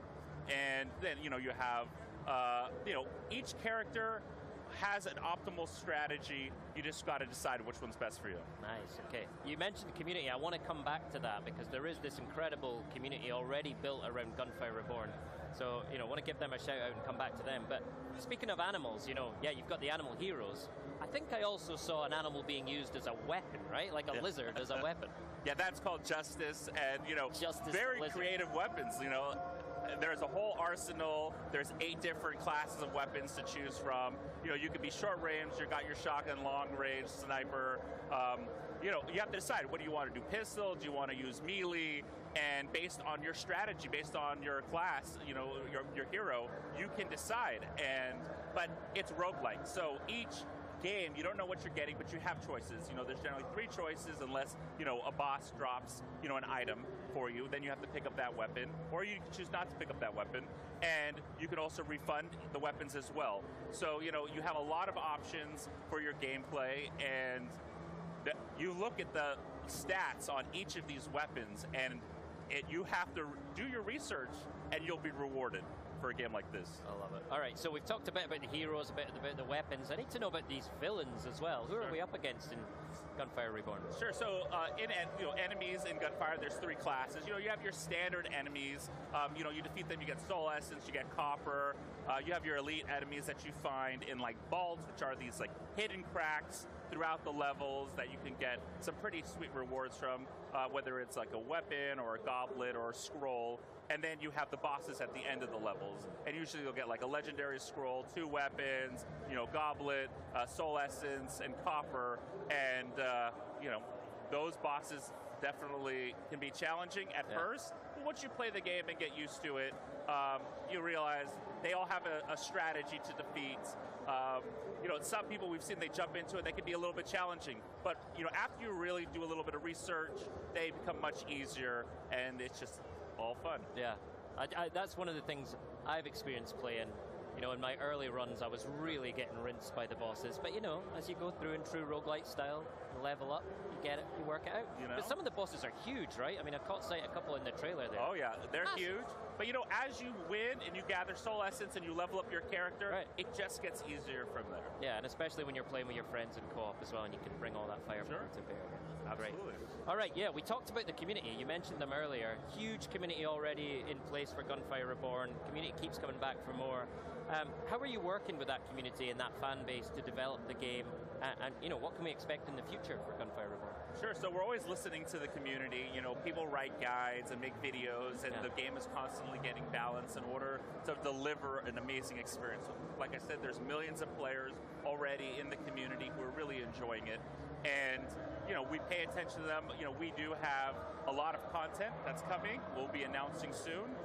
But, you know, we take in community feedback in order to create an optimal experience, because we want them to keep playing. Love it, love it. So I guess the Gunfire Reborn community is going to be a great place for Xbox players to start when they start playing. But given that, you know, this whole new Xbox community is coming to the game, both on console and cloud and PC through Game Pass, you know, what do you, how would you sort of say to them, why should they jump into Gunfire Reborn? Sure, so it definitely has amazing replayability. It's very accessible. You know, if you're a roguelike fan or you're brand new to roguelites, it's great experience. Very, very clean combat.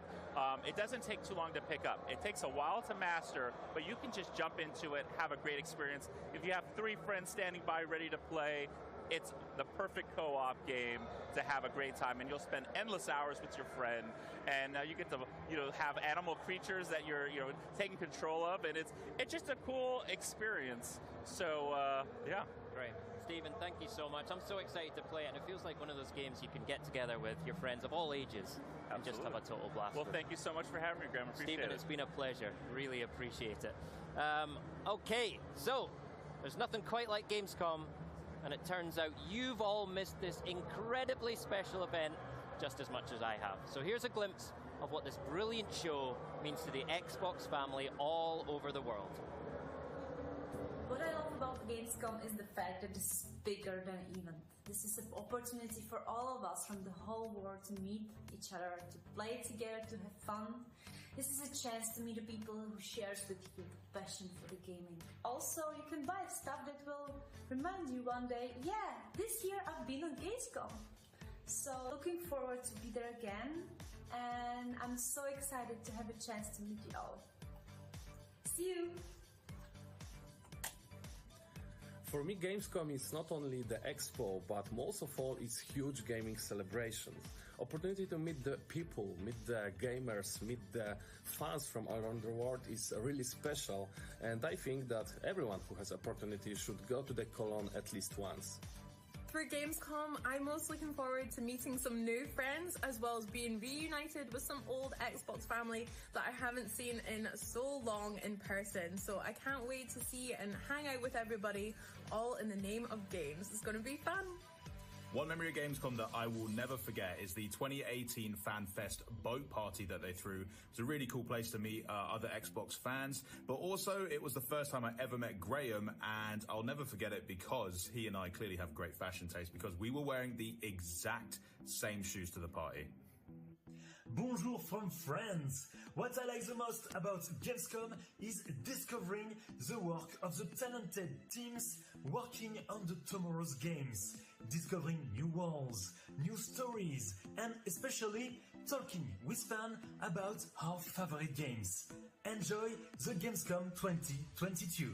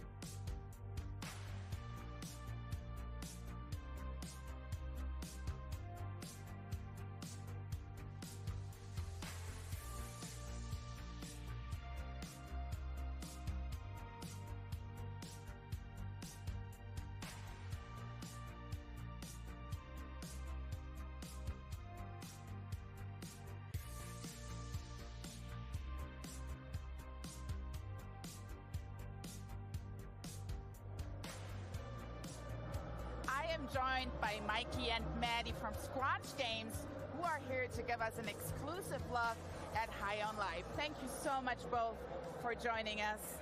Yeah, thank you for having us. Great to be here. And I'm sure the fans are going to be super excited about this segment because you have tons of gameplay to show us, and I want to see it definitely. But before we jump into that, could you give us like a quick overview of what High on Life means? Yeah, so High on Life is the new game from Justin Roiland's studio, Squanch Games. It takes place, starts out on Earth. You're kind of an aimless teenager. You don't really know where you're going with your life. Aliens show up. They discover that humans are the best drugs in the universe, and you pair up with a talking gun that you find to sort of stop them from ending your species, basically. Yeah, you're going to be seeing a bit of content from the intro tutorial level to start. You know, some fast forward sort of through here, but it's just because we can only fit so much in this segment. So is that like the typical game from Squanch Games you would have? Yeah, so we kind of have weird games. Like, we kind of found each other. We like making weird stuff. We all love comedy. We all love weird sci-fi. So it really is right in our wheelhouse. It's just a leveled up version of things we've done in the past. Amazing. So I would say let's just jump right into the gameplay, right? Because it's what people want to see. Sounds great. Nice house you got. Real ritzy. Way better than my bench. Oh, wow, you really made yourself at home, huh? Oh, there you are. Who's this weirdo, and why is he setting up a huge alien computer in our living room? Okay, first of all, that alien computer is a very expensive and surprisingly operational Bounty 5000. So, you're welcome. A what 5,000? I've got just the thing. A small-time local gangster by the name of Nine Torg. She took my favorite knife. She's got an operation out in the slums. Maybe you kill her and get my knife back. Then we'll talk. Maybe take you out to Glumpy's to celebrate. All right, so we just head out to the slums? No, moron. You gotta use the Bounty 5000 to initiate a bounty. That's what I went through all the trouble of setting it up for.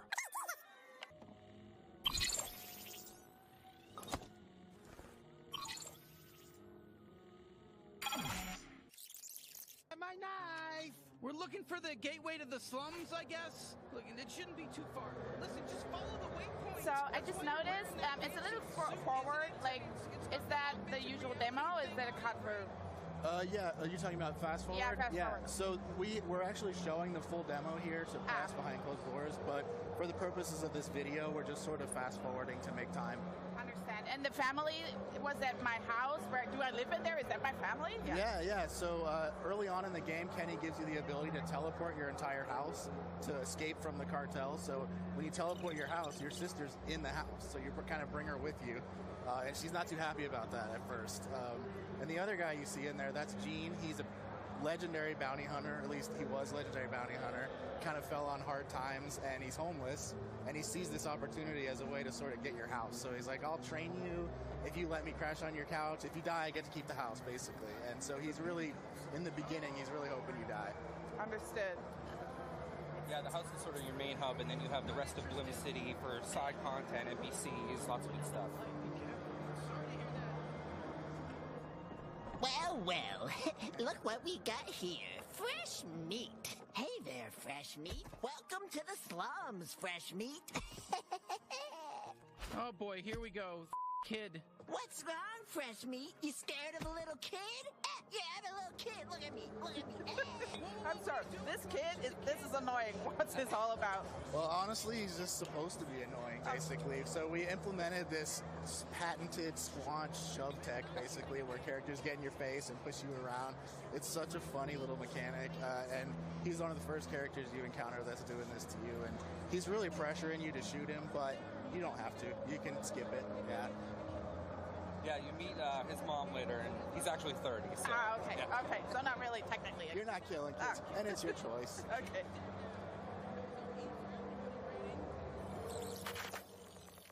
Hey, you can't pass through here. It's Nine Torg's turn. Jesus, enough with everyone getting in our way. We just want to kill Nine Torg. Yeah, right. You kill Nine Torg, get lost, heel. so this is exciting. We're in our first combat. Yeah, who are we fighting? And this Kenny's primary ability? Yeah, so this is the first time you're really getting to use Kenny. And these aren't the main enemies you're fighting. These are sort of a lower level set of goons. And they actually think they're the strongest enemies in the game, but they find out by the end of this mission that they're really not, and they're just the ones in the first level. It's really funny. It's a really funny sequence. And for Kenny, you're seeing basically his primary fire right now. This is early in the game, so you're learning how to use him. But throughout the game, he'll get alternate abilities. Each gun kind of has 3 modes. One of them is always going to affect traversal. And then on top of that, there's mods for each gun.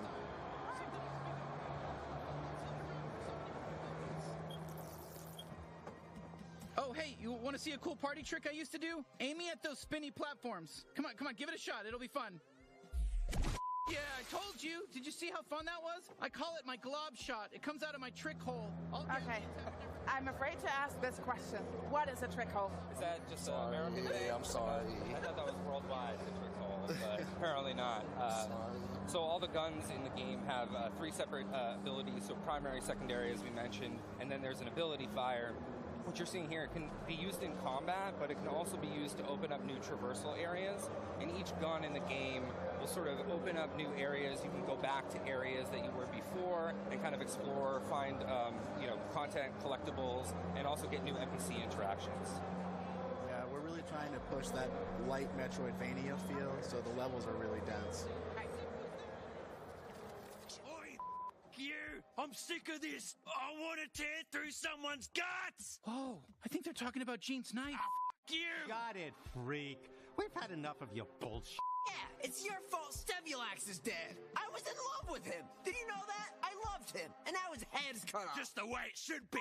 F*** him. Hey, guess what? I have another secret trick you can use. The power of negotiation. Let's try reasoning with these guys. Knock on the door. Tell me how you want to play this. You insufferable when I'm loose. Oh. Who's there? Who are you? Hey. Hello there, friends. Oh, I think it's the buyer. Hey, are you the buyer? No, I'm just here to do my laundry. It's even clean. I'm a laundry head. Can't stop washing stuff over here. Hey, this room's off limits. Everything you need is in the front. Get out of here. Good luck with your laundry. I mean, I have a ton of laundry at home, especially after Gamescom, but I've noticed there's a lot of dialogue in this. Like, can you tell us a little bit about that? Yeah, so we actually started out kind of writing out a big dialogue tree. Our head writer, Alec Robbins, amazing writer, and kind of makes twine games in his spare time, so we had it down. And then once people got in the booth, we kind of encouraged a little bit of improv to keep things fresh and funny. And then all of that amounts to basically a huge selection of dialogue choices. And so you just heard him talking about his ex-lover, Stemulax. If you knock on the door before that, you don't even have a chance to give that answer because you don't know that information. So there's a lot of stuff like that throughout the game that you're kind of opting into without even knowing. Job. They told us this buyer was a real prankster. Oh, you. Come on. That was pretty up. That joke is gonna me up. You got him good. Okay, though, but enough of that. Let's show them the product. All right, here's the product. A genuine talking knife. I gotta be honest with you. He's a real piece of He's extremely violent. He basically only talks about wanting to kill people in very disturbing ways. You, I'm gonna carve out your cavity. Gonna make it 3 times as big. Your it's just gonna drop right out of there. See what I'm talking about? Oh, perfect. That's exactly what we're looking for. Yeah, great. Go ahead. Feel free to inspect it. Try him out. See how he feels in your hand. Yeah, free me. Let's go. Let's go psycho on these f***ers. Actually, you want to just swing out the air a bit? Like, far away from us? Yeah, thanks. Come on, what are you... Oh, fuck yes, thank you. Pleased to meet you. I'm Knifey. Now use me. Let me up these fucking ends. Oh, just a reminder, don't do anything crazy when you're holding the knife. Just, like, look at it, see if you like it, put it back. Yeah, thank you. Oh, fuck yes, fire. Yes, more, I need more stabbing. Definitely 9 Torg, but let's put a pin in the whole Gene thing. How do we get out of here? With my tether ability. I'm more than just a knife, you racist. I can tether too. Look up and latch on.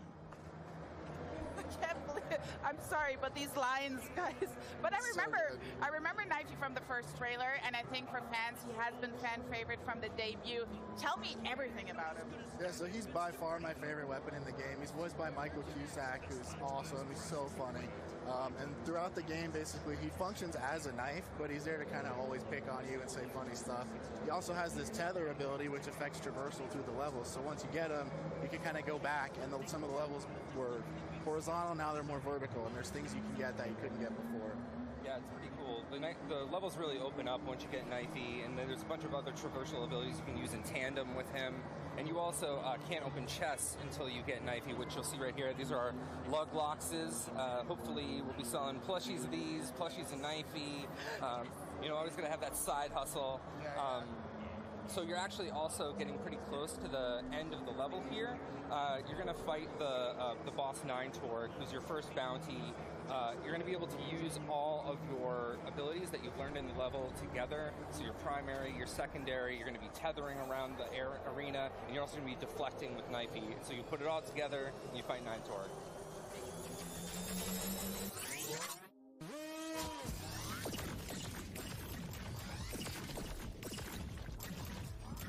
Come on, admit it. We're hurting you. No. Fuck you. That was cool.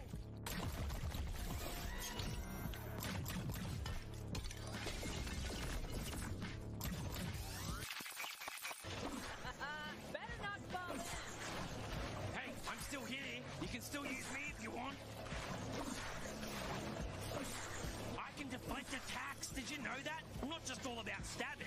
Well, I'm mostly all about stabbing and tethering, but I can also deflect attacks.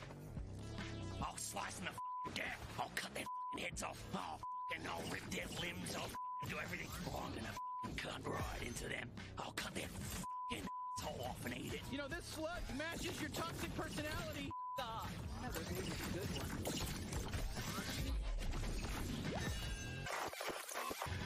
Hey, it's me, Foxtrot! Kill my clone! I'm rooting for you! Ooh, incoming laser. Laser just for you. I'm taking you with me! Stay alive! I think she's basically done for. No, how does it end? I want to see more. Is that it? Is that it? Are you Yeah, sharing that's anything? the whole game. That's Are you it. sharing anything else at Gamescom? Yeah, so actually we're showing this full playthrough of what is essentially the first bounty you get. So we're showing that behind closed doors to press. There should be full videos online of the whole playthrough for people to check out. And we're just so excited to finally get it in people's hands and see their reactions. And it's been a real labor of love for us and the team. Amazing. Well, I can say this is a gloopy globby blast, right? But when can people get their hands on the game? So December 13th, it's going to come out. We're really excited for everybody to check it out. We're working really hard on it. Yeah, seriously, please check it out. Like, this is really, really a special game to us, and we really hope you guys like it. Well, Mike and Maddie, I have to say, first of all, thank you so much for us letting us bleeping your game. I really appreciate it. And yeah, thanks for having us at the show, and enjoy the rest of Gamescom. Thank you so much for having us. And now we are going to take a look at a game set in the Warhammer 40k universe. So just a little change of pace here. I don't know about you, but nothing signals the end of summer like a good co-op shooter. And just as the darkness starts creeping in, we have the perfect slice of shooty socializing for you. Set in the city of Tertium, play as one of 4 types of recently released prisoners as a last resort to protect the city. It's time for the rejects to rise. This is Darktide.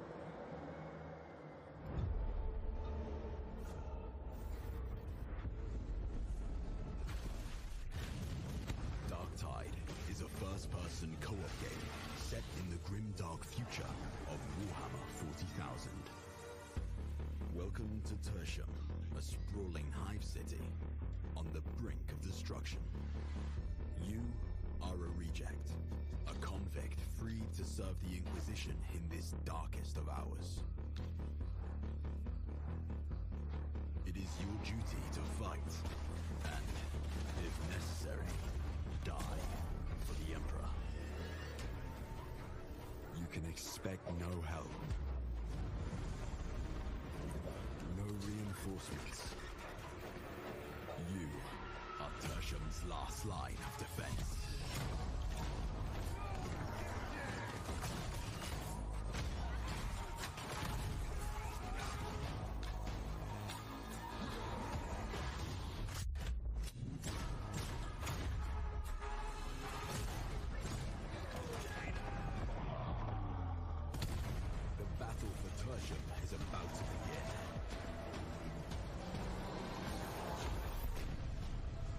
rejects will rise.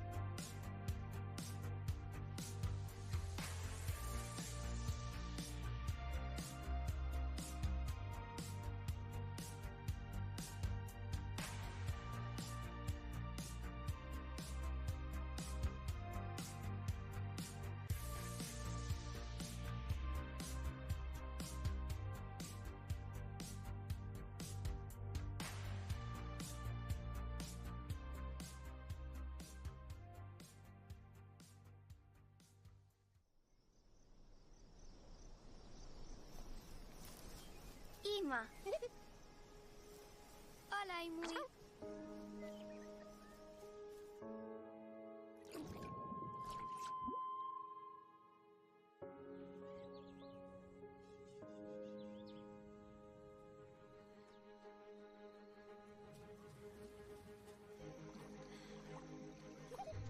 Toma aqui, Muy. Hello.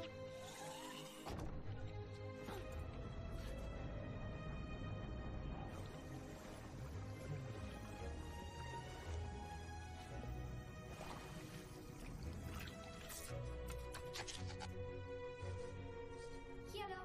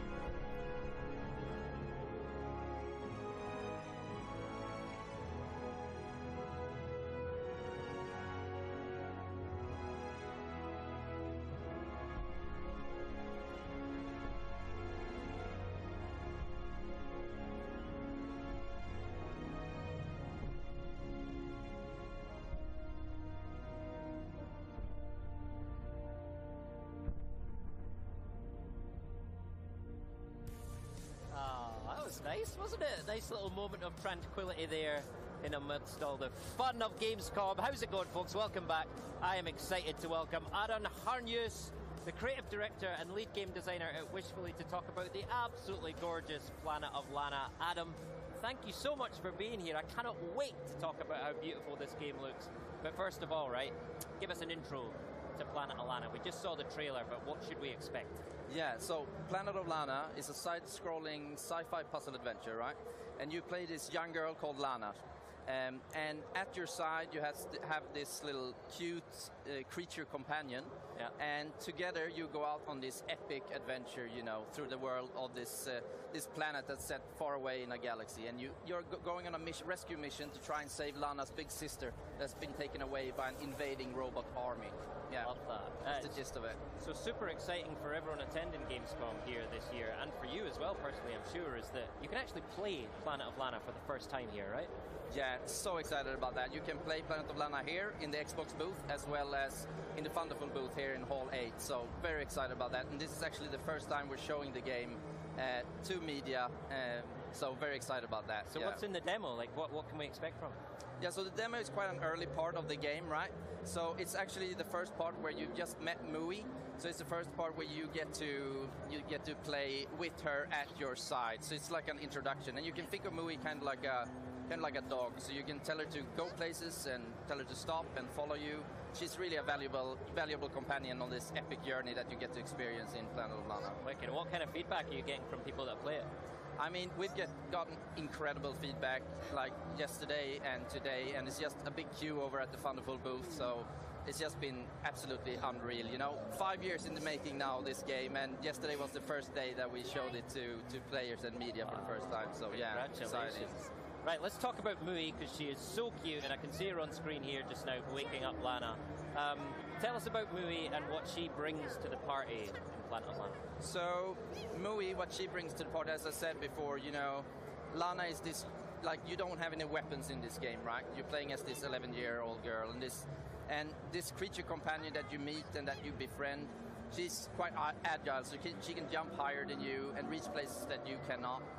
But she can also like bite off cables and do things like that, push down things for you to reach. And then she also has this hypnotic ability that you might have seen in our like in the gameplay trailer intro we had just there.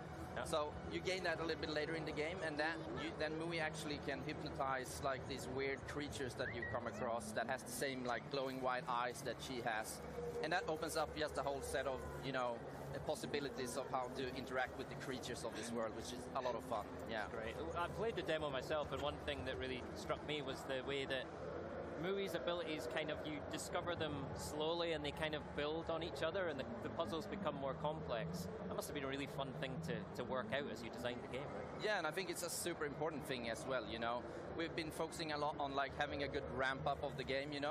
We want this game to like reach a really broad audience, but it's also important, in this kind of games where you have logical puzzles, because everyone is at a different level and have different abilities of solving these kind of puzzles. So, it can't be too easy, because that will get really boring. It can't be it can't be frustrating either. You just have to, balance that challenge of just right, I think. So, yeah, and that is a challenge in itself, but I think we've done a really good job.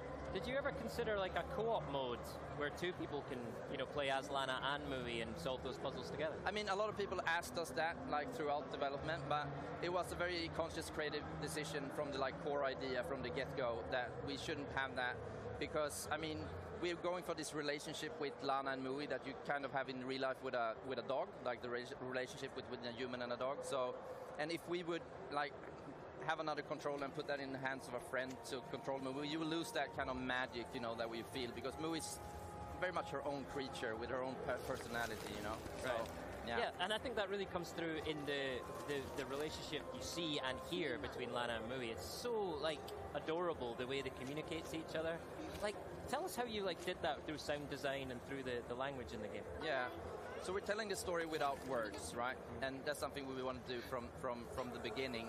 But then my co-director and also the scriptwriter for the game, Claes Eriksson, he invented this language for the inhabitants of this planet, of Novo. And it just adds so much. It adds that extra layer of like a way for the characters to be able to express emotions, And also since Lana and Mui is constantly communicating with each other, so it's just it's details that I think really makes world building so fun, and that's something that we really focused on in this game. I love it. For sure. Yeah, I mean it's a new language, but you totally get what's happening. Like the way they talk to each other, communicate, the little chirps. It's exactly. So it's a mix of the body language and the language and everything. Yeah. All right. So we talked about Lana and our faithful companion Mui. But tell us about the overall story here, because one of the things I've noticed, in the trailers, you've got these really beautiful contemplative moments, but then some moments with real like drama and speed and these big robots as well. So what's the overall kind of story you're telling? Yeah, so what you can expect playing our game is really an epic story that would unfold over like 5-6 hours when playing the game, and we're really going for, that's what I think sets us apart a little bit in the genre. Like we're bringing these companion-based mechanics, but also we're really focusing on telling quite a classical saga, this story of this unlikely hero, this 11-year-old girl, and Mui going through this incredible journey through the planet on this rescue mission to try and save her sister. And you come across so many environments. We have like this old shipwrecks that's been buried in this swamp for several hundred years that you get to explore, and you get like pieces of information that like the players that have more attention to detail will get more out of the rich like backstory that we've created for this world and the lore of the world. So that's really exciting. And then also all players will get an answer to why humans are living on this planet and why the robots have come and why they've invaded the planet and so forth. So yeah, it's really a classic like epic adventure that you get to experience with a lot of twists and turns as well that I won't spoil right now. Love that. And we've got to talk about the art style. It just looks so special. Tell me about your inspirations and how that art style has evolved over the 5 years you've been working on the game. I mean, there's just so much inspirations. I mean, I grew up with games like Another World and Flashback and Oddworld as well. And there's definitely a bit of Another World in the game, as you can see. And then just, Studio Ghibli films, especially Miyazaki's film like Spirited Away and Ponyo on those, and like modern games like Inside. But really, it's just like going for, like, at the start, the game actually started like with these concept images of the game that was like beautifully hand-painted.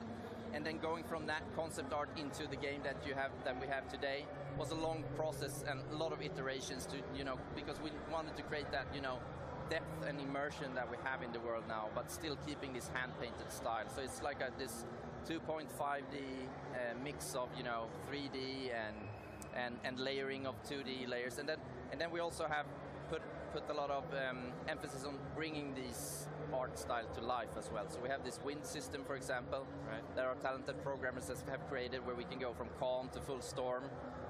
It's just it's really, we have such a talented team, and it's so fun going to work every day and get to work with these talented people, and everyone is just pouring in a lot of love into this project and that's what's created the atmosphere that you can see in the trailers and in the demo that you can play. Right. Well, it really shows, and part of that atmosphere is the music. And you've got someone very special working on the music, scoring the music for the game. Can you tell us more about that? Yeah, so we have Takeshi Furukawa that's writing the music for the game. And he's known for creating the music for The Last Guardian, among other things. Excellent. And he's just a prolific composer, and it's just been unreal to have him on the project. I mean, it was very unreal from the beginning, but we just get along so good creatively. And I mean, it's also, from the get-go, we've decided, that we also want the sound of this planet to speak its own language, and then have music come in to emphasize special scenes to emphasize emotions, and music also plays a pivotal part, actually, both in the gameplay and in the story. So it's just been so great having him on board, and he's just doing an amazing job, I think. Wicked. Now, you've also announced that Planet of Lana is coming to Game Pass, which is amazing news for all of us Game Pass subscribers. What does that mean for you as an indie developer, especially with this being your first title as an indie? Yeah, I mean, I can't emphasize how much that means to us, honestly. I mean, having the game on Game Pass day one, it will just we're making this game, we want as much players as possible to experience the game. And having it on Game Pass just lowers that barrier of entry of people to experience it. So it's just amazing. And also, I just have to say that Xbox has actually played a pivotal role in the success that Planet of Lana has gotten up until this point. I mean, we got so much support from Xbox, and it's just been really, really amazing. So very happy to have that collaboration with you guys. That's amazing to hear. Listen, we're happy that you're here. This is absolutely incredible. It's great to talk about it. Going to hit Game Pass day one in spring 2023, right? Yes. Why do we have to wait so long, Adam? I want to play now. Yeah, so, I mean, it was a week ago we announced that we're delaying the game. We were planning originally to have it released in this year, 2022. But I mean, it's both, I think it's, this game that we're making, it just needs to be at a very high level of polish to really create the vision and experience that we want to create. So it's just the right decision, I think the players will be happy in the end that we made the decision not release the game prematurely. Yeah, I think that's always a good decision. Yeah, no, you're quite right. Something special deserves all the time it takes. So that's great. Right, before you go, is there anything else you would like to share with our audience? Any highlights from Gamescom? Or? I mean, it's just unreal being here, really, just experiencing all the love and support that we have gotten from the game over the years and here at Gamescom. And yeah, just thanks for everyone's support. Yeah, and very happy to be here. Adam, absolute pleasure. Okay, everyone, that's the gorgeous Planet of Lana coming to Xbox Game Pass in spring of 2023, day one. Thank you, Adam, for joining us today and bringing such a beautiful game. Enjoy the rest of the week. Thank you so much. Thanks for being here. All right, coming up, my co-host and pal, Charlie, will be speaking with Shyla Schofield from Obsidian Entertainment about the much-anticipated release of Grounded 1.0. But before that, we've got even more Grounded 1.0 content to share. We're going to hear from Phil Spencer himself and the creative director of Grounded, Adam Brennicke, about what we can expect from the upcoming release of everyone's favorite backyard adventure. So what I like most about Gamescom is that I come together with different people from around the world that I usually don't really see very often because we don't live in the same city or country. And Gamescom is the perfect opportunity for me to finally meet them and to enjoy video games to its fullest.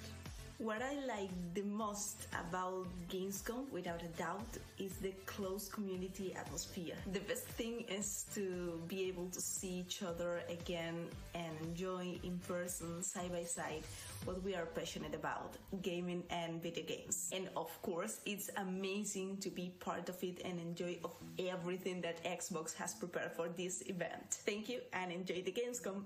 Hi everyone. I have been at Gamescom twice, one as a journalist about 10 years ago and one with the Xbox team in 2019, and it has always been very special for me. I had so much fun there, and I think it's really great to have in Europe a big gaming moment like Gamescom, where gamers can meet and enjoy video games together, as well as discover new titles or even make new friends. This year I will not be able to attend, but I cannot wait to see what's announced at Gamescom and hope everybody enjoy it. My favorite thing to do at Gamescom is to be just outside of the booth right when the gates open on Saturday morning, and you have this crush of people. You really start to feel how big Gamescom is, because it is like the running of the bulls, but like with more gamers and less injuries. But it just shows the dedication and the commitment of gamers in Germany and throughout Europe, and I'm definitely missing that this year. I miss Gamescom. I'm not there this year. I miss walking around the show floor. The show floor is just massive, and there's thousands of people, and just seeing what's new in the games industry. Certainly I work in it, but seeing it with other fans is a ton of fun. I miss that. I miss Xbox Fan Fest, and of course, I miss the Currywurst.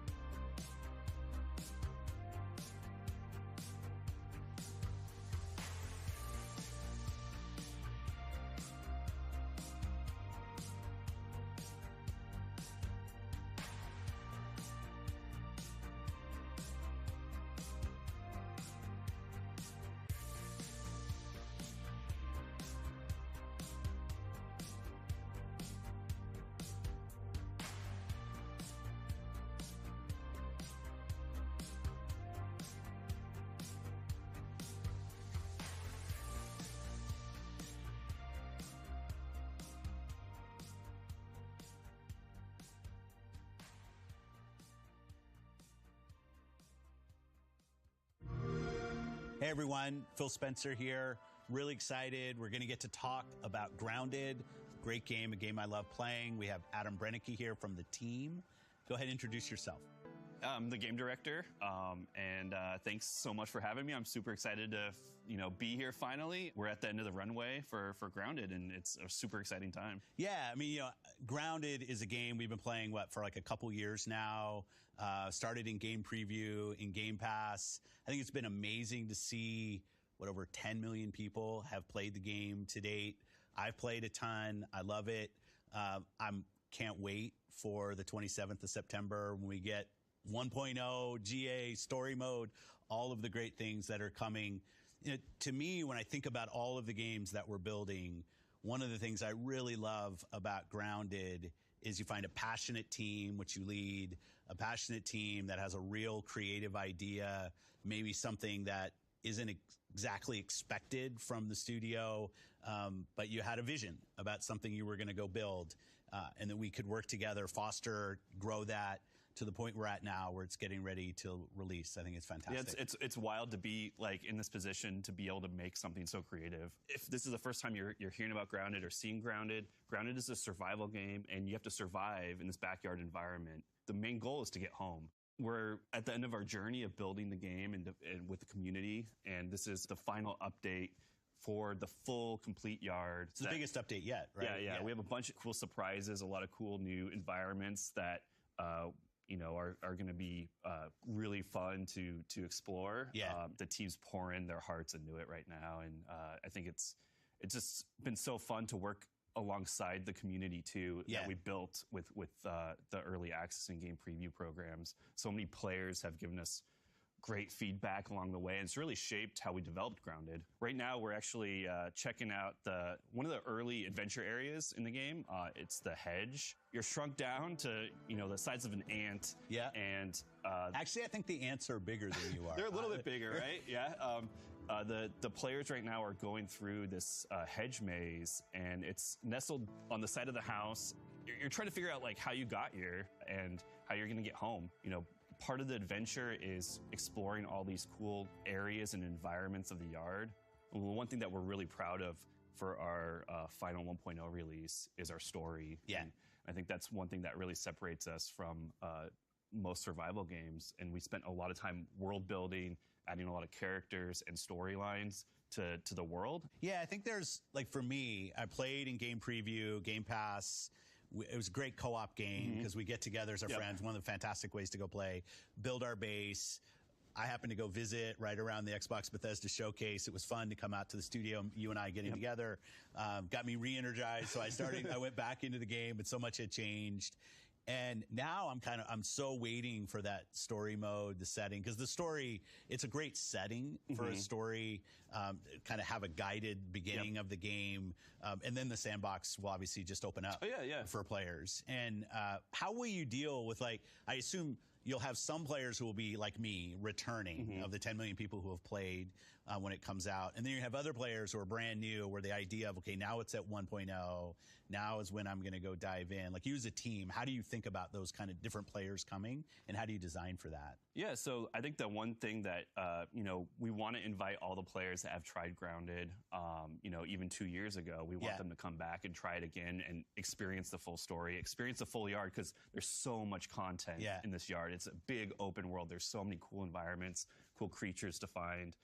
But I also, for the brand new player, it's a survival game first and foremost, but it's definitely a different twist on a survival game. There's one thing that we're really proud of is the accessibility and approachability. So even just right now, we're looking at the Broodmother fight. So this is one of our boss fights in the game, where you fight this giant spider in her spider den. It looks kind of funny, because we have a arachnophobia mode. And that's one thing that's really important to us, is making the game accessible for all different types of players. We have tons of game options. So even if survival seems, that might be a hardcore genre of game, we're trying to bring in a huge audience with a lot of options to play the game how you want to play. I think that's really important to us. And we saw that in the community. Like, certain people just focused on the base building and building, I mean, frankly, almost levels or bases that took over the whole size of the lake, which was awesome. I think you're going to get a lot of people who want story. I think the boss battles and the kind of the circle of collecting items, building up your crew so you can go in and take down different parts of the game. Awesome. People built huge fortresses and spent an enormous amount of time building these crazy, huge forts. And then that gave us ideas of adding more. So we added mushroom bricks, and we want to add more building materials in the future. Well, and that loop that you're commenting on now, I don't think that it's not always recognized how important that is. Is like a team has a vision. That vision meets reality through Game Pass and preview, 10 million people play and continue to play, and then they're going to give you feedback, and that will actually change your production schedule, right? Because you're going to listen and watch what people do. Yeah, even as simple as like sitting in chairs. I know that was a fun one that we put in like a year ago. Yeah. That was a huge ask. Just like people just want to lounge around in their base, right? They built this huge Now it's something, it's to chill, right? One thing for our 1.0 release, there's a couple more surprise boss fights that we're really excited about. Any hints or no? Well, we did show off the Mantis. Yeah. So that's something that I know a lot of players have been asking for a long time, to fight a praying mantis in Grounded. So we are delivering that experience, and we got a couple more surprises. That's awesome. Well, congrats to the team on getting to this point. We're not quite there yet. 27th September. Thank you. I think for everybody who's played, myself included, I just love the craftsmanship and passion that clearly the team has in putting together such an amazing game. That's a great game to play either by yourself or with your friends. Can't wait to see it come out. And it's great to be here and get to show people more of the game. So thanks for all of that. Yeah, thank you.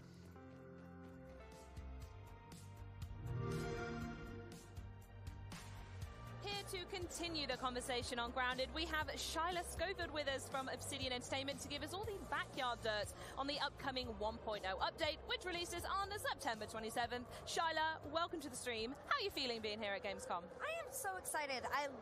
This is something that I've missed. Being in the show floor, watching players play the game, there's nothing better than being able to get something that's been worked on so long and getting players to watch it. So for me, this is thrilling. I am so There's a particular energy in the room today as well, is there not? Yeah. Oh, no, it's great. And I think everybody's just glad to be back and playing games out in public again, so it's fun. Totally agree. Right, let's move swiftly on to Grounded then, as that's what we're here for. So some folks out there might recognize it as Grounded has been around and available in game preview for like 2 years now, thanks to Game Pass. And Phil mentioned something very exciting in a deep dive then with Adam, and that is that the full story is on the way. So what exactly does this mean, and how is it going to be integrated into a game that players have grown, pun intended, to love so much over the years without one?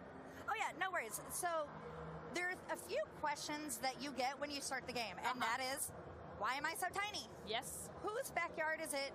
And how did I get here? So, all valid questions. Right? You wake up and you're tiny, you need to know. These are important. So with this story that's being integrated into the current gameplay, you are going to be able to uncover these answers, find out how you got there, and ultimately, hopefully, be able to go big and go home. I love that that's the thing you guys say. It's great. So perfect. It's the best one. So a reminder to fans that this is actually going to be the largest update that the game has had so far, right? Yes. It's going to be absolutely huge. So I would love for you to highlight some of both the big and the miniature, because it's Grounded, updates that games that players can expect are coming to the game. Perfect. So we do have some things. I know Adam mentioned the Mantis fight, and there was a picture of it. It is huge. It is something that the players have been asking for so long. One of the most requested insects. So the fact that we could put that in and players will finally get to experience that fight, that's perfect. I love that, like, of all the games that you could find in Germany this week, I do believe yours is the only one where people have begged to fight a praying mantis. You know what? And if that's the case, that's perfect. I love it.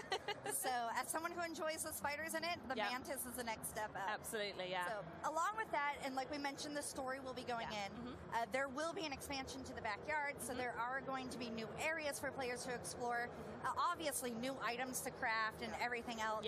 I wish I could go into specifics, but that's just something that we have a month away, so they could wait. Absolutely. But there have been so many updates along the way. You mentioned new locations, but it's not the first time you've done this over the last couple of years. No. So back when we launched in July of 2020, Grounded started, and it was basically an oak tree, and there were some areas that you can go explore, but all your stuff was around this tree. Yeah. Over the years, we've expanded to a koi pond, where we have a giant koi fish named Trudy the Second, who, if you look at her, has a scar over one of her eyes. Ah, okay. Yes. I don't know why. I asked someone once, and they just said, Trudy's seen some things. So we leave it at that. I was going to say, what happened to Trudy 1 as well? That's the only answer I've got. But she lives in the pond. Players can meet her. After that, we went and we expanded the hedge, which is where the brood mother lives. They can go explore that background, get some fun stuff from there. Yep. And then we went into the haze, which was originally part of the official launch. But when we wanted to go back and do it, like it was there, we were cool with it, but we had so many more other plans that the team was able to go through and redo the haze to make it something that they wanted. They added a sandbox, which has a very angry crab face that I love, because one of the first times you get into it, you're ziplining in and you just go right past this angry crab.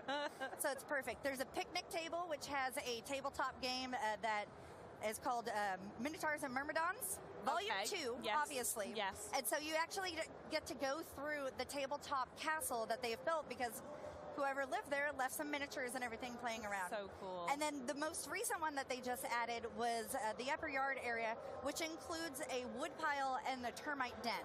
So not only do you get a knocked over barbecue pit and you get to go explore that, but now you get to go meet the termites, which are always a blast. Meet the termites. Lovely. So how many updates have you done now? For those who may not have been following, how many are we up to? I want to say 14, which will be, 14 will be coming. Yeah. As many of our fans know, we do push out our updates onto a public test before making them go live. And this is one of the beauties about being on Game Preview and working with our community. So the one that will be coming up hopefully soon, because it's available to test, will be 14. However, I believe I've done 18 vlogs. So we've been updating for a little while now. Absolutely. And it's been amazing to see both the community and the game itself grow so, for lack of a better word, momentously over the last couple of years. Yes. And as well as that, receive positive feedback along the side. So now we're only a month away from the game's full release, as Phil mentioned, on September 27th. Yes. I want to know what that journey's been like for you, personally. It's been amazing. 18 vlogs. You've been there. It's been great. So when we first announced Grounded at XO 19, it was a very exciting time. It was a very, good, anxious time and everything, because Grounded is not the type of game that you go, Obsidian, that's perfect. That's what I'm expecting. And so to bring it to XO and get a first-hand glimpse at not only the announcement, but players actually playing it for the first time, that was just great. And so to see it go from those few who were at that convention, grow to 1 million in the first 48 hours, 5 million in the first 3, and then recently we hit 10 million. To just watch this grow, and to watch the team work with the community to build this game, it's impressive. Like, it makes me happy every time I think about it. I'm just so proud of what this game has become to not just the team, but the community and players. Oh, absolutely. And talking about all 10 million of those players, I got to say, you must get a ton of feedback and a lot of requests. So, two-part question here. Number one, how on earth do you go through all of that and work through all the feedback? Yes, so our team is very dedicated to knowing what the community wants. And so when I say they read everything, they read everything. Oh, everything is read. Everything. Yes. They are on the Reddit constantly, seeing what players are posting, what kind of bases or information that they're sharing with others. They are on our Discord, seeing what's being talked about there. Twitter, Facebook, any place that people are talking about Grounded streams, they're there to see what ideas people are suggesting and what they can put into the game. And so in order to have that and have a way that we can parse through everything, we have an official Discord where we encourage players to go and join the Discord and join the suggestion channel. That's a great idea. It is, and it's very, what's nice is it's very a community-focused type of way of getting suggestions in, because they can go and suggest something, and then the community can vote. So if it's something people really want, they can vote it up. If it's not something that they really care about, they could just leave it alone. And once these suggestions reach a certain limitation, then they're put onto an Excel file, and then they're brought in front of the game director and the QA lead, and our community manager and player support specialist, bless their hearts, they go through everything with them, and they make sure that the community is being heard in front of the dev team. Fantastic. So my follow-up question on that then is, I'd love to know how the community has actually shaped Grounded over the years. Yes. And if you can give any in-game examples that actually only exist because people have shouted so loud about it. Yes, so one of the ones, like Adam mentioned, sitting. Well, yeah, we saw it just then in that clip. Who'd have thought sitting is what people want in their games? Right, but it makes sense because we introduced chairs and sofas, and so people were able to decorate their bases and decorate them. They did, but then it would just be like, "Come to my base," but we can't sit. Don't you dare sit down. No. So we went ahead and we were able to bring sitting to the game, and so now people can lounge around. That was one thing that without the community, without how often they requested it. Wouldn't probably be possible. Ladders are another one because people are building giant houses. They're building bases. We've seen bases take over the entire yard. And sometimes they build straight up. They don't want to spend their time climbing a spiral staircase, so they started suggesting ladders. Ladders straight up. And we did it. A lot of the suggestions that we take from them, which are great, are quality of life suggestions. Because they're playing the game. They know what they want in order to make the game more fun for everyone. And so a lot of the stuff that we've seen come from them that help are the ability to auto pick up arrows when, you're going to shoot. I miss stuff all the time. The arrows fly around the ground. Instead of having to go one by one and pick them up, you can actually go and just walk over them, and they're yours. Saved you a click. I would call that the definition of quality of life when it comes to a game as well. Love to hear it. So, perfect. Perfect. In fact, I am curious, though, what do you think is the most unexpected addition to the game that you've seen so far? So the most unexpected, and probably one of my favorites. So we're talking about quality of life, and I see this as a quality of life. Others may disagree, but one of the suggestions was an infected wolf spider. And people asked for that? Yes. Okay, sure. Back when we announced the haze and we revamped it and everything else, we reintroduced new creatures in the yard, such as the infected weevil. Everybody loves the weevil. This one's better because it explodes. And there's nothing more fun than that. Oh, absolutely not. And then we also have infected larvae, and their whole goal is just to ruin your day, and they're perfect. I relate strongly to that, I won't lie. They're perfect. They're my little babies. I love them. But we didn't have a spider in there at first, so they started asking for this infected wolf spider, and lo and behold, we have one now. There you go. I guess if you want that, then go for it. One last quality of life check I'm going to go before we move onwards. I'm sure many people out there like myself and watching the stream are incredibly proud of the builds that they've been making over the past couple of years. So I just want to double check with you. Can you put our minds to ease that when 1.0 finally releases, we don't need to say goodbye to all that hard work? So the team is very dedicated with every update that they do to make sure all the hard work all our players put into the game is safe. Amazing. Obviously, there are going to be some things that we may not be able to find because it is in game preview early access. But that is their number one goal. That's the intention, is to make sure that is yes. Yes. And so they are doing everything that they can to make sure that when this goes up, everything can go through, your base will still be there. That said, I would like to say that they would love to see people start a new save just to experience Grounded with the story from the beginning. So start over, learn about the tutorial. Maybe do a new save. Yes. Exactly, yes. Because you can keep your other one. Don't delete the other one. Keep it there. No. But start a new one, and that way you can experience it, and then you'll be able to experience it because there are a lot of players who've been playing from day one. The team has been able to make a lot of changes to the beginning of the game to where if they haven't started a game in a few months, it's completely different. And that's one of the things that I love about being here is that we're talking to players, and I'm finding some who haven't played in months. They were just like, I'm done. Picked it up a few months later, and they were like, oh my God, there's so many changes. This is... And they've just been hooked because now they find some ease in this tutorial. Well, that feeling of survival's come back again, right? I imagine, I don't want to put words in people's mouth, but for the people who are end-game building, they're in these massive mansions, they've got every material possible. When story mode comes along, they're going to be able to dive right in and they're fully prepared. So it's whether or not people want to really go back to those roots and that survival and get themselves from the ground, grounded up again, I suppose. And the thing about the story, too, is when this update does come out, the story is going to be integrated into the game. So it's not going to be a separate mode. Like, they're not going to go through and pick new game, story mode. It's just going to be in the game, like quests and everything else. So people who have been playing will also be able to join the story mode without having to do any fancy stuff to get it to work. Fantastic. And while we're talking about stories, you know I have to do this, so I'm so sorry, Shyla. Oh, Can you give us a little foreshadowing on the full story that players will unlock in version 1? You know what? I really wish I could, but I know Omnet Practicals Technology is watching, and we'll leave it at that. That's fine. You got to try.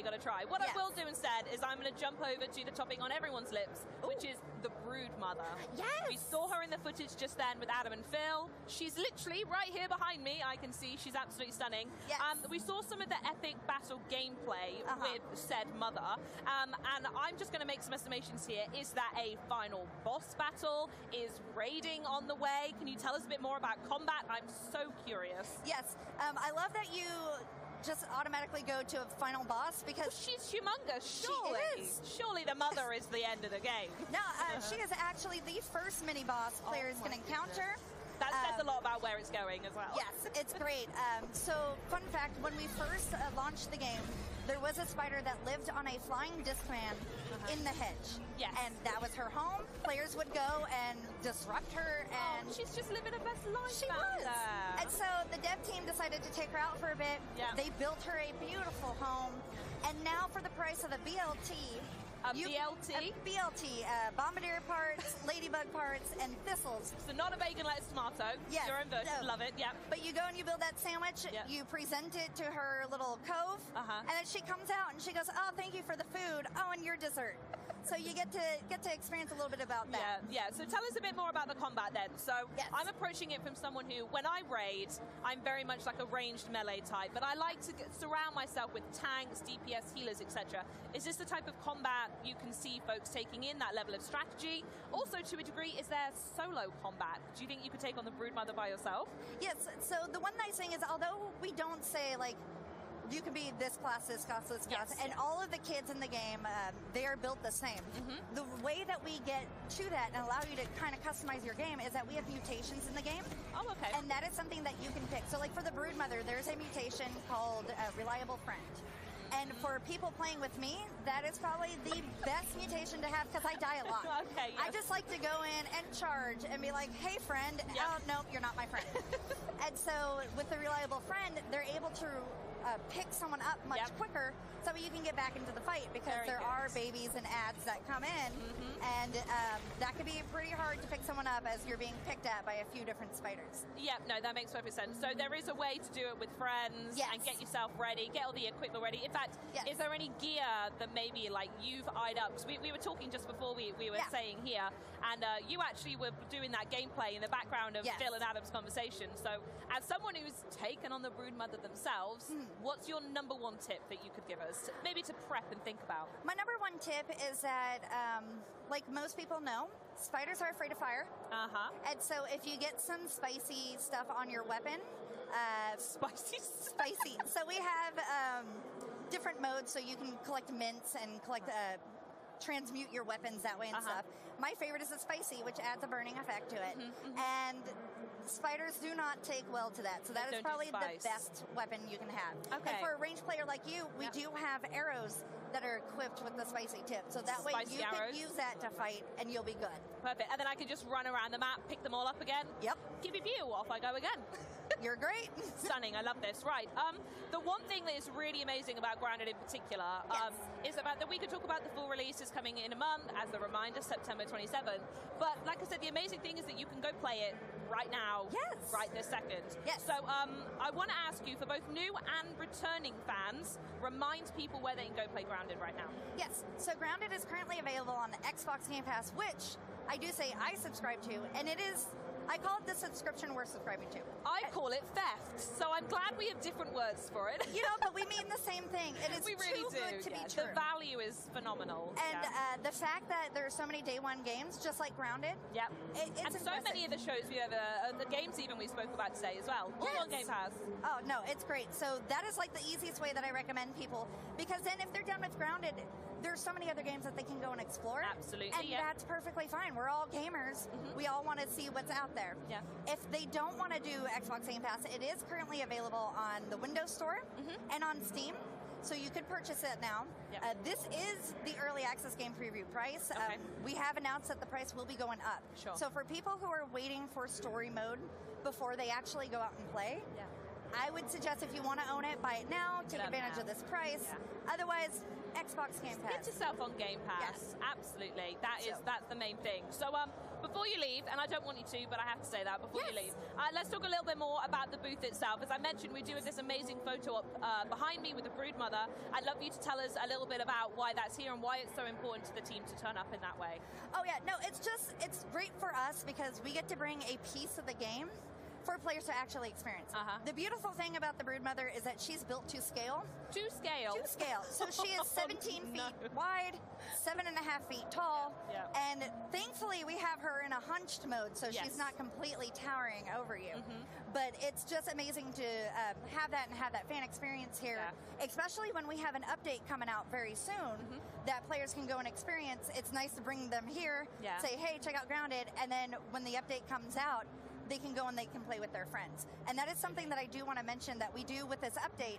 We have something else that players have been asking for. And although it's not out in the public, it's out on the test flight. And that is shared worlds. Okay, interesting. What's that? And that means, so if you and I want to play a game, woo!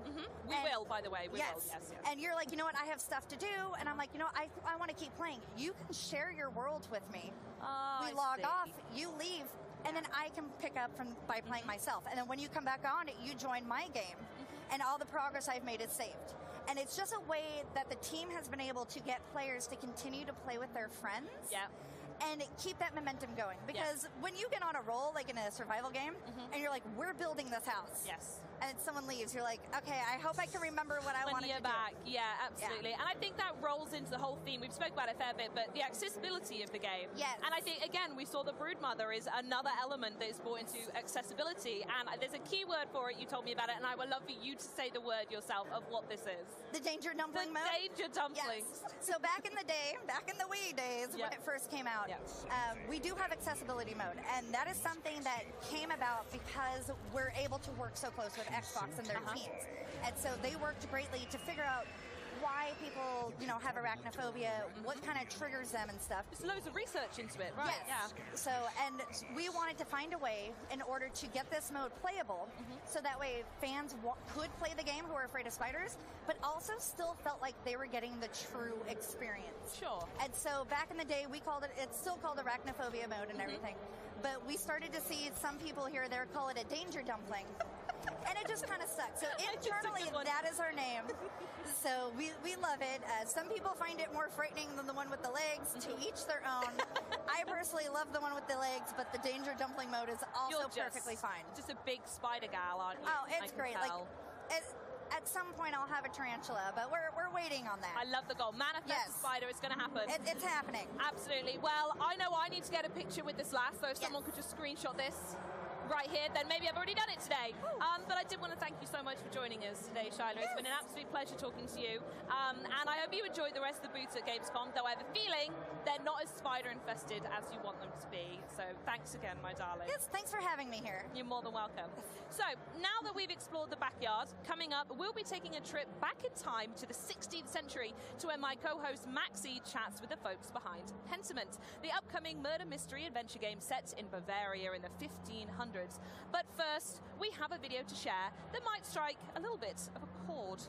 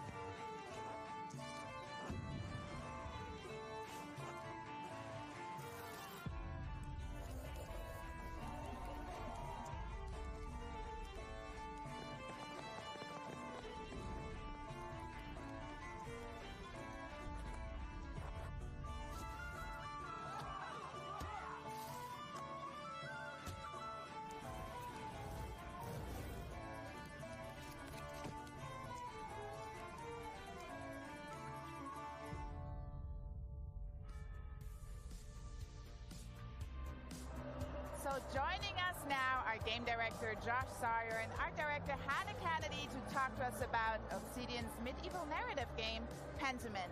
Because the game is set in Bavaria, I can finally bring out my inner Bavarian and say, Servus, nice to have you. Thank you so much for joining us here. Thank you for having us. Yeah, thank you.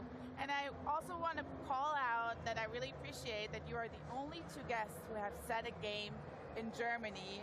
And Josh, du sprichst auch ein wenig Deutsch, oder? Ja, stimmt. Und wir freuen uns, hier zu sein.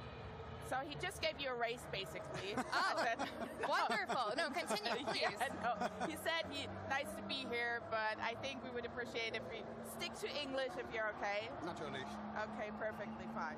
So now that the game is set in Bavaria, and I'm a little biased here because I live in Bavaria, I've had my share of Oktoberfest, but I think what's really interesting, why did you choose that region? I think my interest in Germany goes all the way back to my childhood. My grandmother was born in Kempten, in the southwest part of Bavaria, and I started learning about my family history and our genealogy. When I went on to college, I studied German music, later German history, German language, continued studying German after I graduated. And then so I just had this interest in German culture and history, and I had an interest kind of in maybe exploring that someday through games. So now that we know where the game is set, could you tell us a little bit more about the when, the who, and give us an overview of what Pentiment is about? Sure. Pentiment is a narrative adventure game, and it is set in 16th century Bavaria, specifically Oberbayern, in the fictional Kearsau Abbey and the nearby community of Tassing. Kearsau Abbey is a Benedictine double abbey, very rare for the time, and also very rare for the time it's still producing illuminated manuscripts, which by the 16th century had mostly been taken over by groups like the Guild of St. Luke.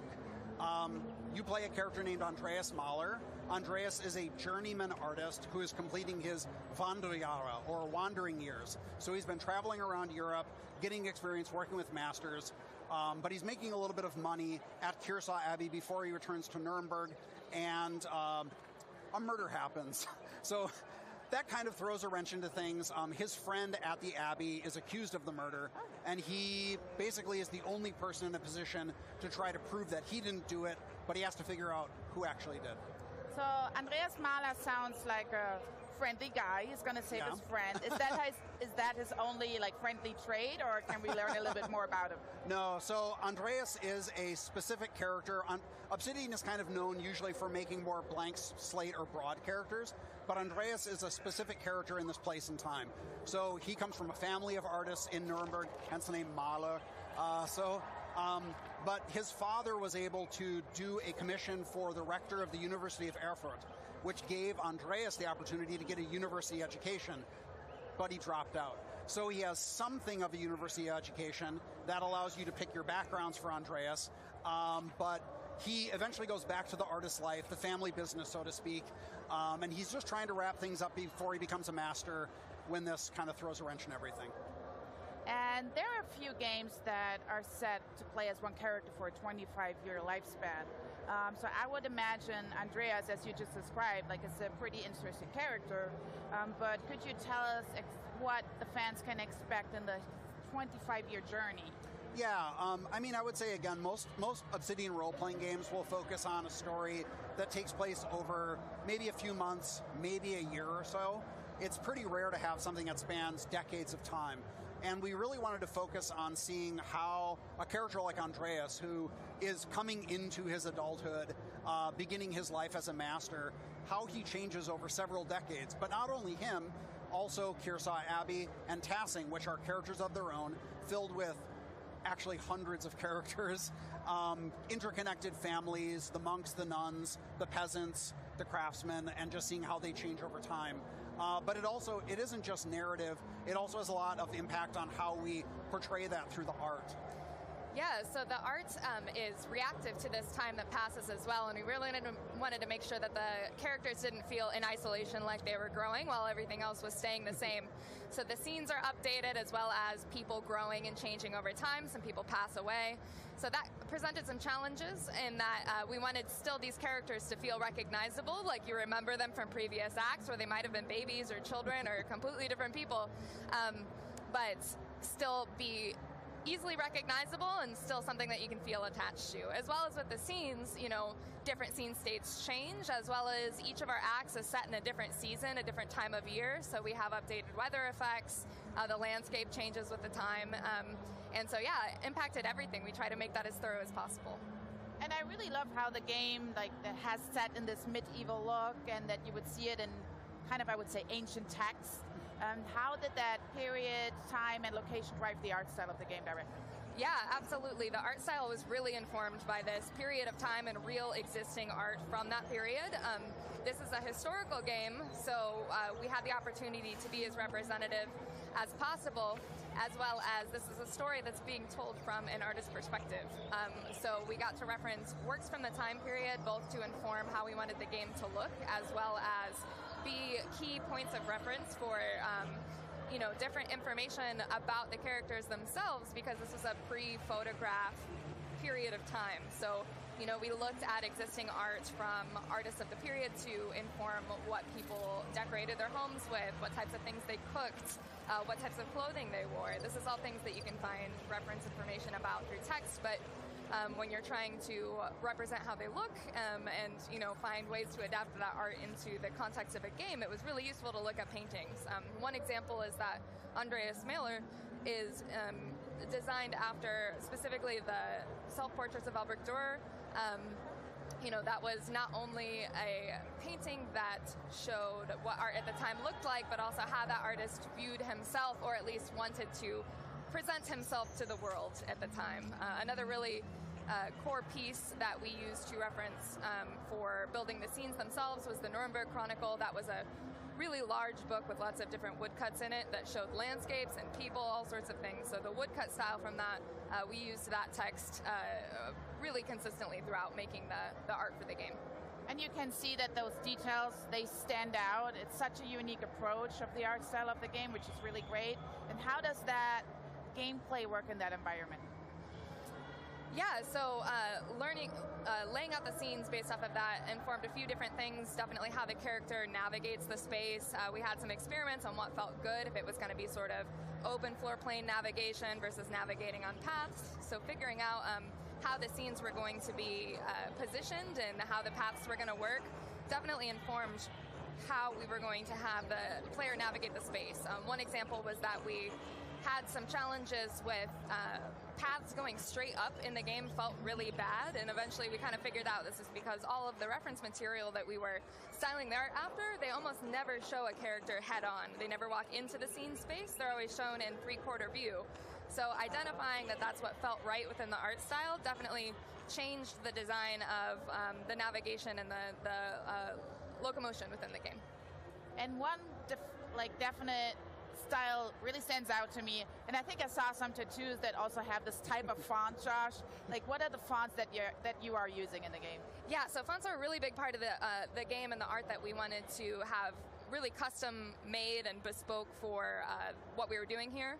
So we worked with a partner studio to design a number of different custom fonts for the game, and we wanted them to be different for different types of people, both in different social classes, different cultural backgrounds. We have a peasant script, we have a special font that's just for the monks, and that process was really important. I think it was Josh's kind of pet idea. He wanted to incorporate this to round out the characters within the game.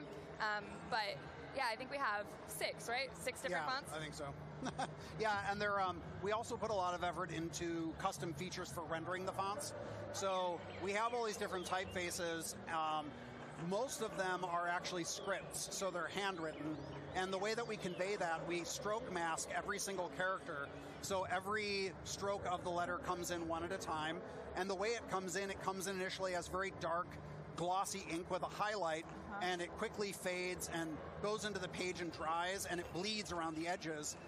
Additionally, people make mistakes, and they actually will make mistakes in real time, and you'll see them scratched out and redrawn. Also, even things like we use different special colors. This is found in a lot of illuminated manuscripts, for example. The word God you'll see a piece of dialogue written out, but God will be written last in red ink, which was the way that they would do it.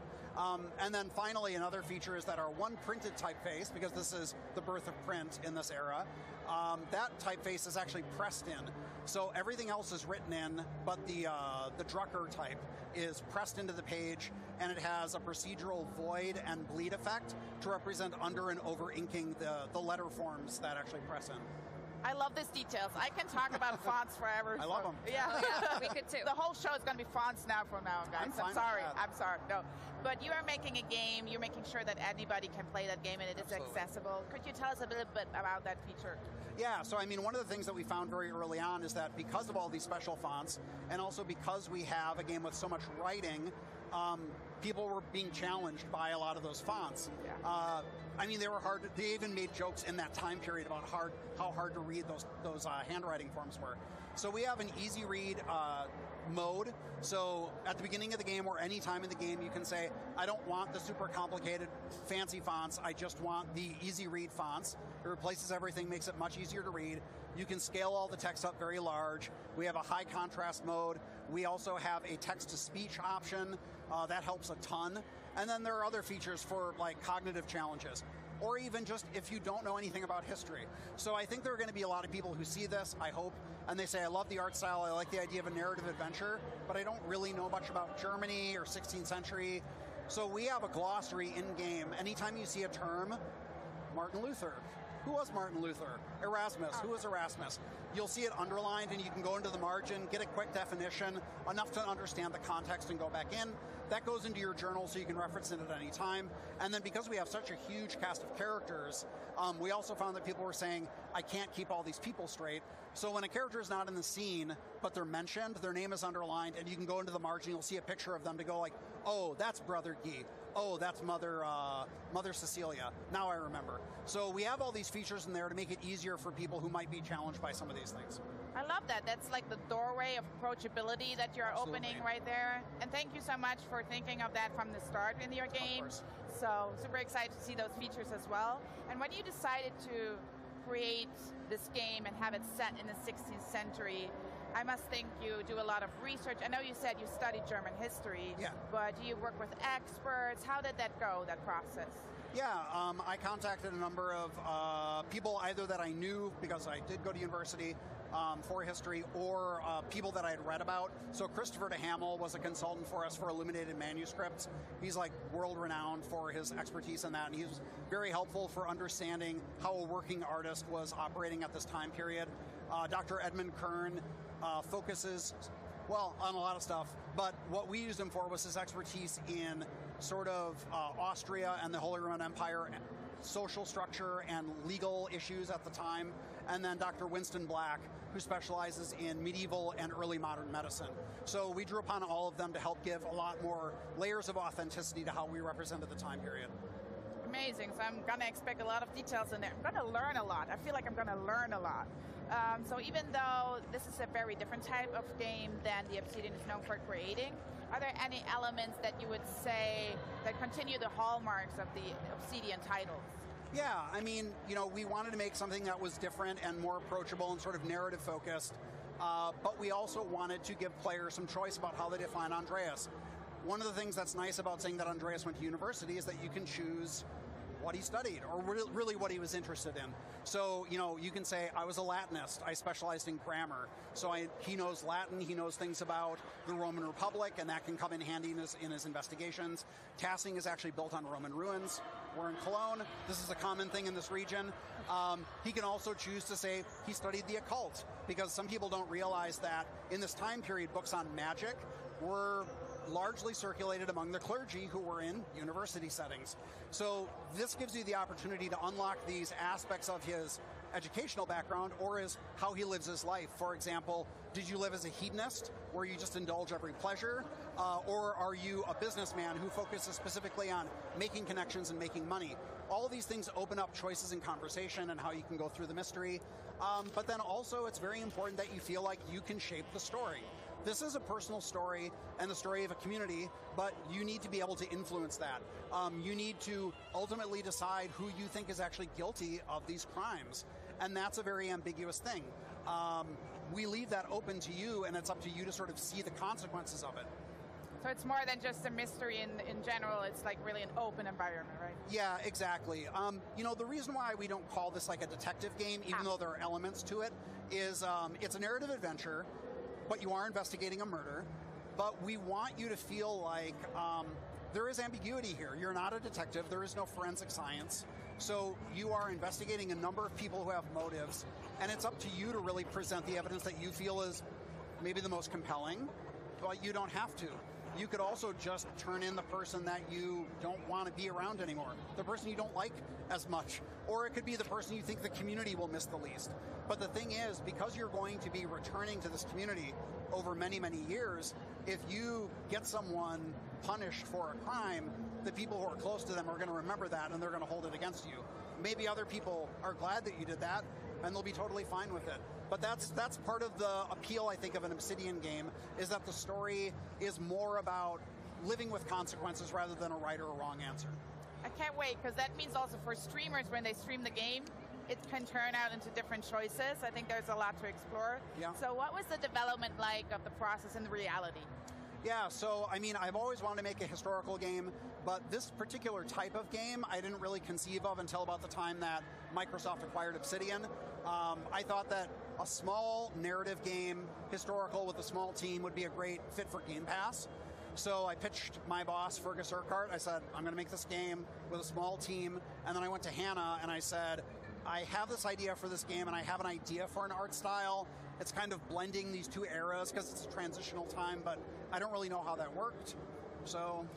Yeah, at that point I was really excited because this was a unique challenge, but I was coming from my concept artwork from an illustration background, so I loved the idea of this being like a living book, mixing what I love about animation, what I love about games, and what I love about books all together into this project where we had to kind of dance this dance between being true to history and being representative of art that we were looking at from this time period, with the art that would be eye-catching, be easy to understand, and work really well for the format. So yeah, I was thrilled at that point and fully on board with this idea. So it's super obvious, this game means a lot to you, it's very personal. So what are you two most excited about for fans to play Pentiment and discover for the first time? Yeah, one of the things that I'm most excited about is this game has been kind of difficult to clock for people to figure out like what the genre is and what it's all about, and I think that's really interesting. Like, I think that intrigue is exciting, and we have this potential to bring a bunch of different types of people to the table, people that either might not think that they already enjoy history or the idea of a historic game, or people that love history and maybe don't game at all. I think we have this potential to kind of have people learn something new in this context and maybe expand what they already know that they like. And for me, that's something that's really exciting about this project and games in particular. We're at this point now where there's so many games, so games that can do something new and a little bit unexpected or just kind of confuse people in a good way. I love that. How about you? Yeah, I think, you know, this story is a really personal story for Andreas and the people in this community. And we've put a lot of effort into all these like really funny and cute and tender moments that I found are, even in this format, which is you know, a very unconventional art style and it's all presented through text, has been really emotionally impactful for a lot of people that have played it. And so I'm really excited to see how it resonates with people, because I just think it's a very cool story, and it's also, it feels like a very personal story, not only for Andreas, but also the choices that the player makes, and there's a lot of really cool reactivity that I'm excited for people to see. Well, people can actually see it here at Gamescom for the very first time, and we're already a couple days in. Today is the first consumer day. What are the reaction of the fans? It's been really great. I mean, I think that when we announced the game, like Hannah said, some people were kind of like, this looks cool, I don't really know what it is, I'll check it out later. And so we had, but some people were really thrilled just by the subject matter and the art. So we had a lot of people coming in and playing it who were immediately like, yeah, I love this. But the other thing that I thought was cool is, even though this is a niche game, seeing people come in who admitted they were kind of skeptical or just kind of like, I don't know what this is. Yeah. They played through the whole demo and they walked out and they're like, I'm hooked. I want to find out more about this story. I love it. I love the presentation. And yeah, it's really exciting just seeing people play it and have a really positive response. So last but not least, when can we get our hands on this game? We're going to be able to play it on November 15th of this year. So my broadcast is almost finished. I'm going to go and play Pentiment right after that. I'm super excited to play. Thank you both so much for being here. I really appreciate it. Thank you for having us. We really appreciate it. Yeah, it's been a pleasure. So before we hear from the folks from the newly announced Under the Wave, let's look at a totally turbulent new collab featuring your favorite dodge brawlers and the heroes in a half shell. Dodgeball and turtles, that's a level of like 90s cool childhood me could only ever dream about. Grab a slice of pizza, sit back, feast your eyes on this upcoming crossover event in this shiny new trailer. Cowabunga, dudes!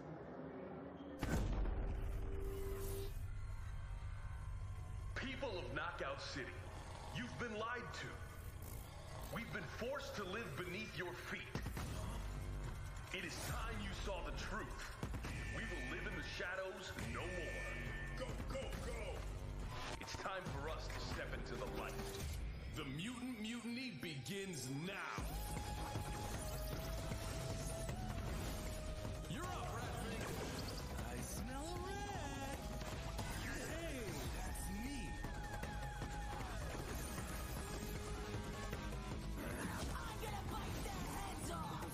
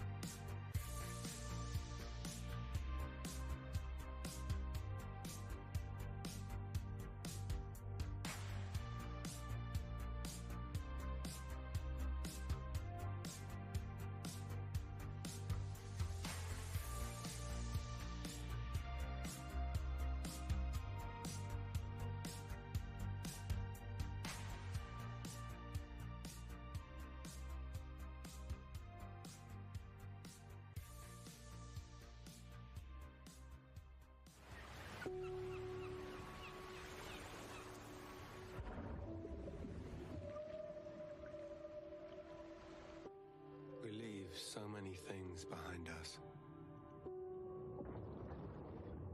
Objects, memories, mistakes.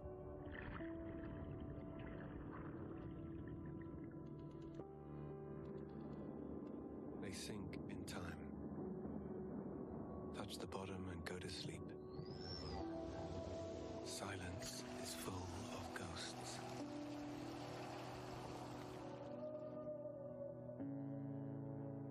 And here, voices can only come from the deep.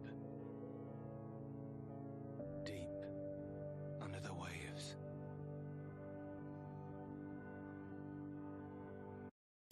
Hey, welcome back everyone, and whoa, I feel like I need a minute to gather myself after the trailer. That is beautiful and emotional stuff, and I'm so excited to be sitting here with Ronan Quafec, who is one of the lead developers for Under the Waves, brought to us by the minds behind Echo and Dark Days. This is one I am super excited about. And before any questions, Ronan, let me just say a massive congratulations on the reveal. Must feel amazing for you and the team to finally have Under the Waves out there. Hi Graham, thanks a lot for your feedbacks. We were really, really happy to announce yesterday the trailer of Under the Waves, as we work a lot on this trailer. So yeah, all the team is really happy today. And we have also a lot of really good feedbacks so far. So yeah, everyone is happy. Good. It was a real standout moment, that trailer in Open Night Live, just really shone in that show. And after seeing the trailer, I've got a ton of questions I want to dive into. But let's start on the surface, okay? You know, give us the overall pitch for Under the Waves. Yeah, sure. So firstly, Under the Waves is a single-player, narrative-driven and adventure game. It takes place mainly underwater in the North Bay area and in the late 70s settings. You play as Stan, a professional diver who works for an oil company. Yeah. Oh, excellent. Right. So I'm in, but let's dive a little deeper. My immediate reaction to the trailer there is that there's a real kind of emotional heart to the story here. Can you tell us more about that? Yeah, sure. So Stan keeps some grief from the surface. So firstly, he decided to walk underwater to find some rest from the surface, to think about his own life.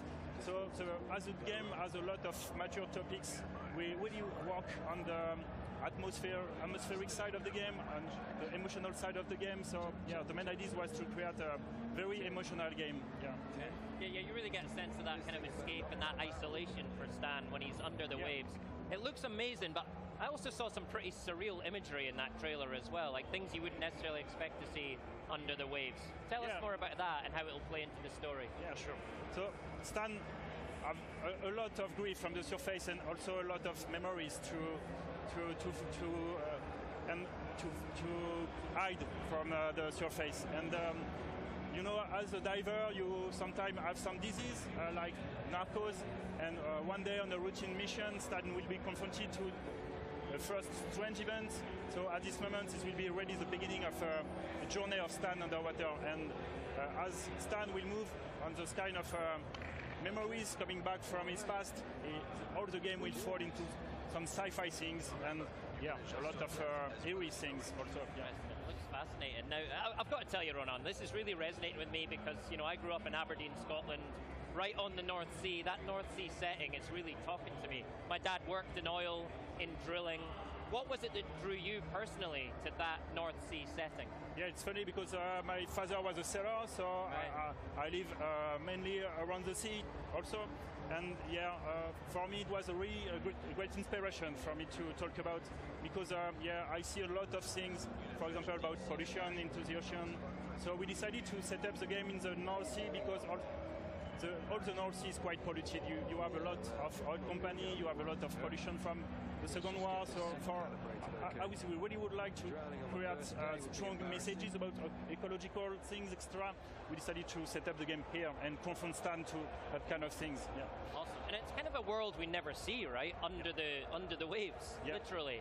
I guess it gives you so much freedom to create an environment for players to explore. So how much will players be able to kind of, in an open world style, explore? Yeah. So firstly, the game is really story-driven, so you have a main story to follow, but we really designed the game with very large area to explore. So basically, you live in underwater, but you are able really to swim under the sea. You will be able to drive a little submarine and in a very large area, so you can really move at your convenience in the world.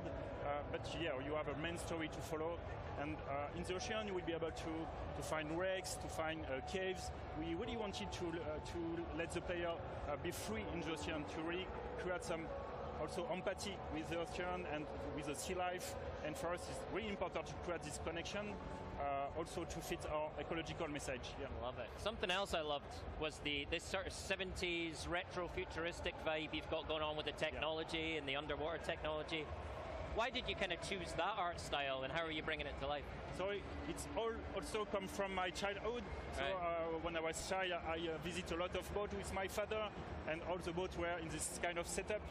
And also I was a big fan of Jacques Cousteau sea documentaries, and as also the stories about really nostalgia, memories, and some stuff like that, we decided to be really inspired by those kind of old sea documentaries. So we fit this kind of rendering. We add grain on the picture. We had vignetting. We had some strong contrast between yellow and blue. So we really would like to fit this kind of old memories, old vintage thing to be in a comfortable world. And for us, it's kind of Madeleine de Proust. Yeah. Cool. The music in the trailer is incredible too, and such a great way of bringing the atmosphere of the game to life. Who's working on the music for you, and how are you using it to kind of raise those emotional states? Yeah, so the music was composed by Nicolas Bredin, who is also a co-founder of the studio. So in general, in all of your game, we work closely with the composer, with the writer. So the idea was really to work on emotional music to follow the stand stories through the game. So we work with old synthetism. We work a lot on sound design too. And the idea was really to be minimalistic and emotional in the music, and with also vibes from 70s. So with all the old synths, etc. And our main reference were Sigur Rós or Radiohead, very nostalgic music too. Yeah. Cool. I really get the sense that there's a lot of personal connection to this game with you, but tell me more about the rest of the team. How is the process of creating Under the Waves been for you? So we are quite an indie team. We are a dozen of people, very talented people for all the team, and we come from a AAA company. So with Nicolas Bredin, the composer, and Sébastien Renard, the writer, we have created Parallel Studio to really craft strong narrative game, because we have a lot of idea. We had a lot of memories from our own past. So we decided to really create a game with many things from us. It's a really personal project from all the team, and we really would like to add this kind of thing in the game. Right. Now you've also mentioned there's kind of an ecological message at the heart of Under the Waves as well, clearly in the setting with drilling and industry. So how are you bringing that to life, and how are you adding that into the world of the game? Yeah, sure. So mainly the idea was to focus the story and about human impacts on the ocean, not to be just ecological, but to create a strong poetic message about life, the cycle of life. Right. Because to move into the life, we have to be confronted to the cycle of life itself. And when we take some breath from the life, we see nature, we see the life around us. So the idea was to create a poetic message around the story about the sea life, about the poetic sea life around you. And that's why we really decided to work on ecological strong messages in the game. So for example, you will be able to find some strong facts about plastic in the world. And of course, Stan will react about we'll have a lot of questions about his own impact as a worker in our company, and to enhance these messages, we decided to find a foundation, an association, non-governmental association. So we work now with Surfrider Foundation to really bring their messages also in the game and to fit this message very closely. And so you will be able to find a lot of things about Surfrider in the game. Yeah. Awesome. And the work that Surfrider Foundation is doing is so inspiring. And I know you've got a video to better introduce us to them. So let's take a look. Clean water. Inspired communities. This is what we fight for. On the ground. In the classroom. At the heart of the political debate. Every day we take action to battle plastic pollution, protect water quality, and reduce climate change. Powered by a dedicated grassroots community around Europe, we are driving change at every level to ensure that our ocean and beaches exist for future generations to enjoy. We protect what we love. Since 1990, we are Surfrider Europe.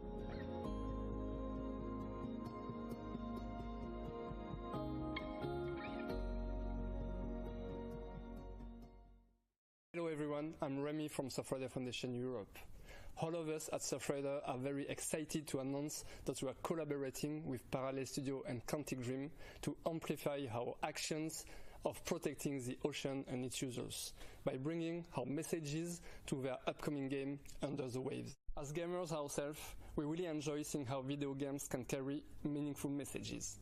It's crucial for us to raise awareness of the richness of the ocean and its vulnerability.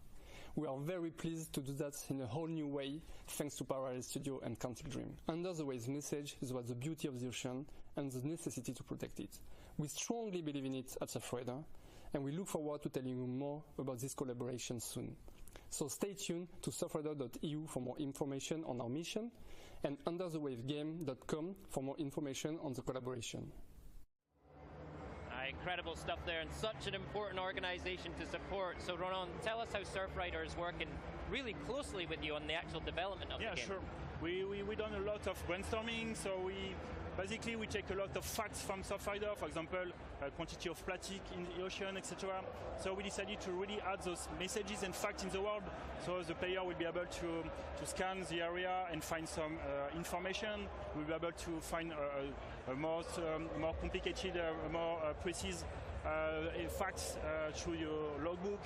And we have also done a really strong work on the backstory of the game. So one of the main characters is directly linked to the Surfrider. And we really decided to work closely with them, not to just have an ecological message, but really to fit the narrative side, the poetic side, and the real experience side is about ecology and the beauty of the ocean. Yeah. Right, and I think you've even got some Xbox achievements inspired by Surfrider, sure. Right? We have added a lot of achievements, for example, collecting a lot of plastic. So we think video games could be a really strong medium for that kind of messages, and for us it's really important to move with that idea. Yeah. Totally agree, Ronan. Okay, when can we play Under the Waves? Under the Waves is for next year in 2023. Excellent. Ronan, thank you so much. Amazing game, looks incredible, and a really important message as well. Thank you for your time. Thank you for joining us here at Gamescom. Thanks Appreciate a lot. it. Cheers, Ronan. Okay, up next, we're hearing about a new era of Xbox gameplay without a console. Yep, you heard that right. Maxi is standing by with Harrison Hoffman from the Xbox Cloud Gaming team. Throughout the show, we have been highlighting great games that you can get your hands on later this year into the next. But for this segment, we're going to change it up a little bit and welcome Harrison Hoffman, who will walk you through the future of Xbox gaming without having to have an Xbox console. Now, I know I just said what I just said, but could you explain to us what that really means? Yeah, for sure. So what we're showing here today is the brand new Xbox app for Samsung Smart TVs. So this is an app that comes pre-installed on all 2022 Samsung Smart TVs, and all you have to do is launch the app, sign in with your Microsoft account, pair a Bluetooth controller. We actually support both Xbox as well as PlayStation DualSense and DualShock 4 controllers, and you can just jump right into the game to play. Well, we're right here right now. Could you walk us through a little bit what that app looked like? Yeah, for sure. So right here, we're on the home screen of the app. So the first thing that you'll notice when you come in here is we've filled the top of the screen with your recently played games. So we know from our experience with the console that the most common thing that people do when they come back to play is just jump right back into something that they were playing before. So we made that really, really easy. Now, if you want to find something new to play, you can just kind of scroll down from here. So you may have heard recently we made Fortnite free to play on Xbox Cloud Gaming. So again, all you need is that Microsoft account, and you can just jump right in and play Fortnite.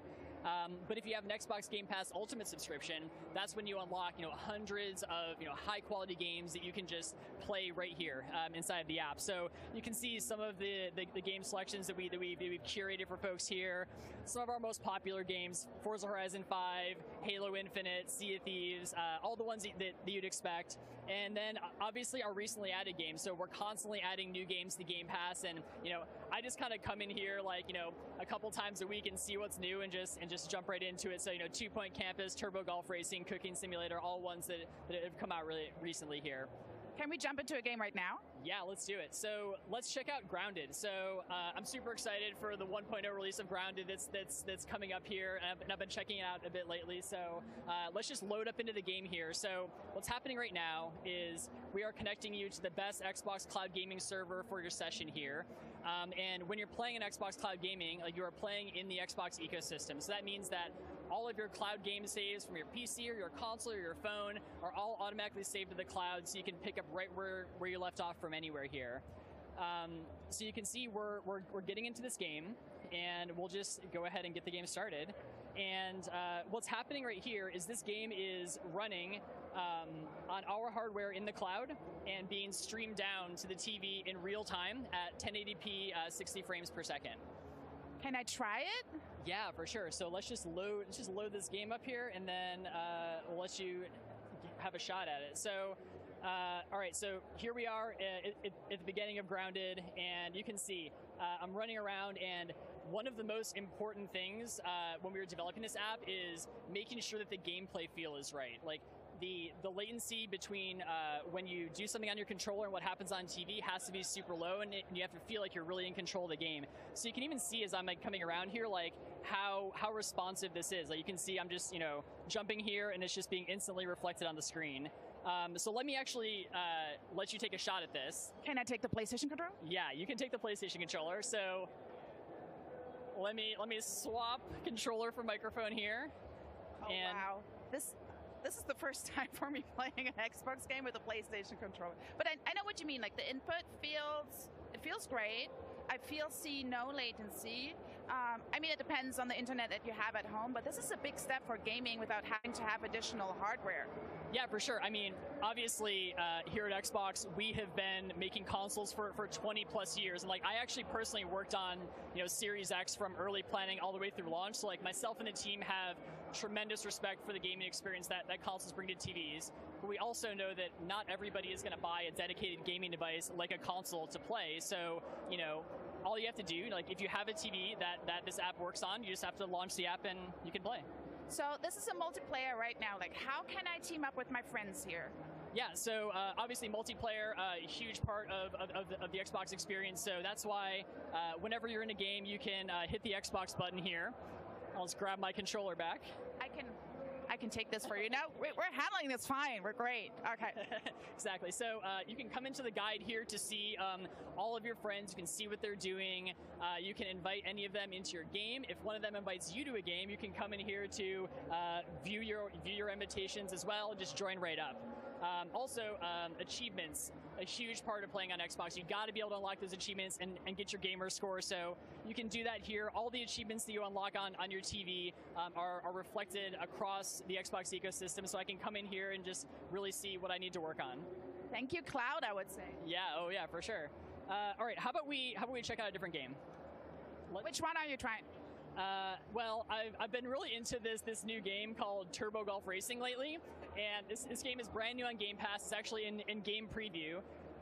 So let's just hop right into this. And this is one of those games that, you know, when I saw it come up on the recently added list, you know, I don't have to download it. I don't have to update this game, you know, so it's just super simple for me to just go and try it out. And it turns out that I really like it, and it's super fun. So are you a golfer yourself then? I used to be more of a golfer than I am now, but I do still enjoy it from time to time. And this is different. Well, I can drive, but I don't golf, so I got 50% chance that I'm good in this game. Okay. All right, let's just get right into a game here. So just pick a solo map here, and we'll see what we can do. So how often would you switch a game in one session, for example? I mean, it kind of really depends on the mood that I'm in. Like sometimes I want to go and just try out a bunch of different games. Sometimes, you know, I'm super invested in a game that I've been playing for hundreds of hours, and that's just kind of what I'm into. And that's just the sort of flexibility that you get with cloud gaming here, just being able to jump into any of these games without any hassle. And, you know, obviously, over the years, people have gotten, I bounced it off the tree there.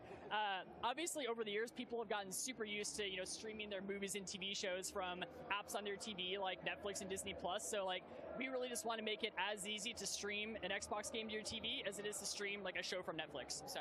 Well, it looked like you're already pro here, and you have been dedicated some sessions to it. Yeah, struggling a little bit right now, but I swear I'm better when I'm not on camera.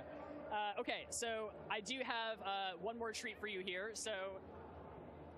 Follow me this way. I will follow. We will go to the next station. I'm thankful we're having 2 stations right here. Okay, let's do it. What are we having here? Flight Simulator. Okay, so what we have here, Microsoft Flight Simulator. So obviously this game has a huge history on the PC, and you kind of always need to have, like, you know, a high-end gaming PC to really be able to enjoy this. Well, recently, you know, we brought this game over to Series X as well, and it's now playable on the cloud. So there's no big downloads here. I don't have to have expensive hardware. I can just come in here and fly and explore. So I'm just kind of coming into beautiful Naples, Italy right here. Do you want to give it a shot? Yes, of course. I never say no to gaming. Yeah. Thank you so much. So, folks at home, if you never tried Flight Sim, just really, I would recommend take a volocopter, take a Hello Pelican, and hover over the cities, because these details are so beautiful. And I have to say, Asobo did a really amazing job. Yeah, I mean, this game is beautiful. It's just such a technical achievement, too. And, you know, all of these textures are just streaming down from the cloud in real time from our Azure data centers, and that's really what makes this whole game possible here. And when is this coming out? This is out right now, right? Yeah, it's actually already out. So if you have a 2022 Samsung Smart TV, this comes pre-installed. If you just go into the gaming hub on your TV, then you'll be good to go. Thank you so much, Harrison, for walking us through this. And I have to say, we've really come a long way from blowing in cartridges, wiping off our CDs, to get into gaming. But one thing never changed, and that's the importance of community. And I love to see how platform is evolving, lower down barriers, and brings everybody together. And there's one franchise that brings the community together like no other, and that is Minecraft. I'm handing it off to my co-host, Graham, who's going to talk about the upcoming Minecraft Legends.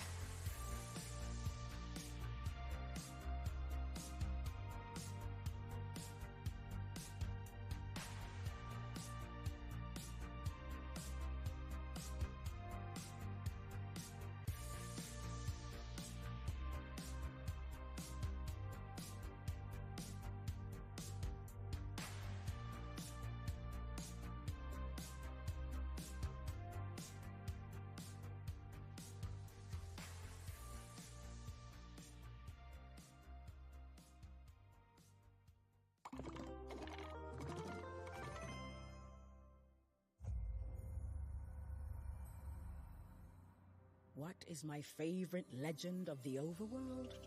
The one I like most tells of a peaceful land that did not know cruelty. Until it was attacked by invaders, spreading the scourge of greed and fire. It tells of a world on the brink of disaster, rising to answer the call of a hero.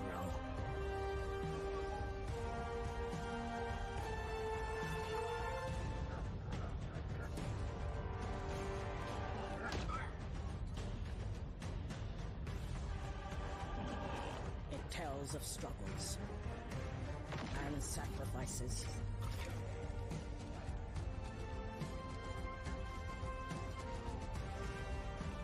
Most importantly, this legend reminds us that hope can win the day.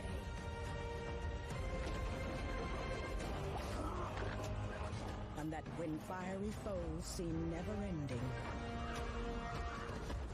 that is when the world needs legends the most.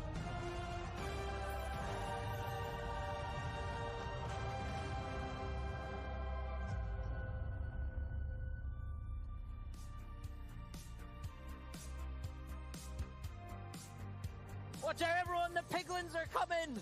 And we're going to talk a lot about those wee guys. But before we do, I should introduce not piglins, but a couple of the team members responsible for the highly anticipated Minecraft Legends. Welcome to the game's executive producer, Dennis Reese. Welcome, Dennis. Thank you.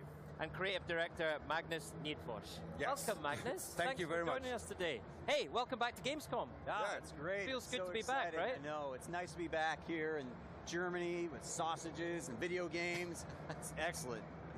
All the good things at once. Those are a few of my favorite things. Yeah, sausages exactly. and video games. Right, so you announced Minecraft Legends at our Xbox Showcase back in June, right? So give us a reminder of what we should expect from Legends. Well, Legends is an action strategy game based in the Minecraft universe that really encourages you to go out and explore the world and use all of these resources that you gather to help defend the overworld, which is being invaded by these horrible piglins. And yeah, it's a lot of fun. I think players are really going to enjoy getting out and playing the game. Yeah, well, it's a new game that we're developing at Mojang. We're doing it together with Blackbird Interactive. It is a little bit of a different game because the easiest way to describe it is action and strategy. So it's a kind of a unique combination of gameplay. Nice. So it's not the same Minecraft that we're used to, but clearly still set in the Minecraft universe, still got all the things we know and love about Minecraft. But it must be so exciting to take that universe in a different direction, right? So why did you choose to do that with Minecraft Legends? Well, with Minecraft, we really like to, at Mojang, we really like to create games that we love to play. And we're really passionate about strategy games. And years ago, people are sitting around talking about how they could bring a strategy game into the Minecraft universe. And, the more talk, and it turned into something that we really wanted to do. And it was it's passion, really, that drove us to this legend. Great. And it's kind of, within the Minecraft universe, you do kind of have this kind of blank slate, right? To create all these different experiences, right? Yeah, exactly. Must be fun to play with. Yeah. No, that's one of the great things, Minecraft is such a treat. It's like it's for everybody in so many ways. We do have, the original game that we usually call vanilla.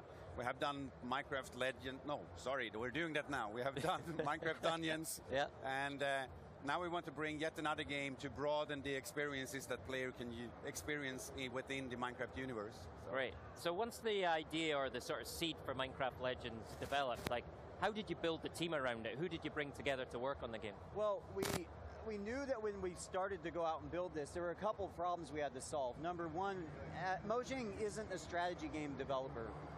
It's not something we do. And number two, as Magnus mentioned, a real Minecraft or original Minecraft is called vanilla to us. And for us, vanilla is really important, and the studio focuses mostly on vanilla. So we had to go find a partner, one who knew how to build strategy games, and one who really had a passion for Minecraft. And so we started looking around, and we uncovered Blackbird Interactive. Okay. They were known for making this strategy game called Deserts of Karak. And they were a pretty newly formed company at the time, but their experience ran deep with strategy games. And the more we looked at them, the more we realized how passionate they were also about the Minecraft universe. We really thought they could be a great partner for us. And so that's when we started moving forward. Right. Yeah. And when we started to work with them, they also, you said they were already passionate, but they were also eager to learn what's the secret behind making a Minecraft game. So it's been super interesting to work on that. Like their creative team, just, tossing ideas around. And could it be this? No. Could it be this? Yeah, great idea. And we are kind of just, throwing ideas back and forth, what's good for Minecraft and what's not good for Minecraft. Right. Yeah. It must be great to bring new people, new ideas into that kind of Minecraft melting pot. That must be a ton of fun, right? Oh, so much fun. And actually, the team started very small. Just a few of us kind of getting going. And then once we had a good idea as to how we wanted to progress, it slowly got larger and larger. And then, new people with a lot of new experience came on board. And I remember Magnus, actually. Magnus came on, 2-3 years ago? And when he came on, his experience with open world games completely changed how we wanted to think about Legends. And we were able to take a lot of his experience and apply it to Legends to really create a better experience. And that's the story across the board with lots of the folks from the team as it grew. And I really enjoy it. It's been a great experience. Wow, Magnus. Yeah. Nice work. Yeah. Well, thank you. It's a pleasure to work with them, and the whole team is fantastic to work with. And as Dennis said, I came aboard a couple of years ago, but I also saw the energy that already existed there. Like everybody was so excited, and it was great for me to learn a new environment and a new type of games. I come a little bit from a different background. Yes, I made open world games, so I can bring that experience.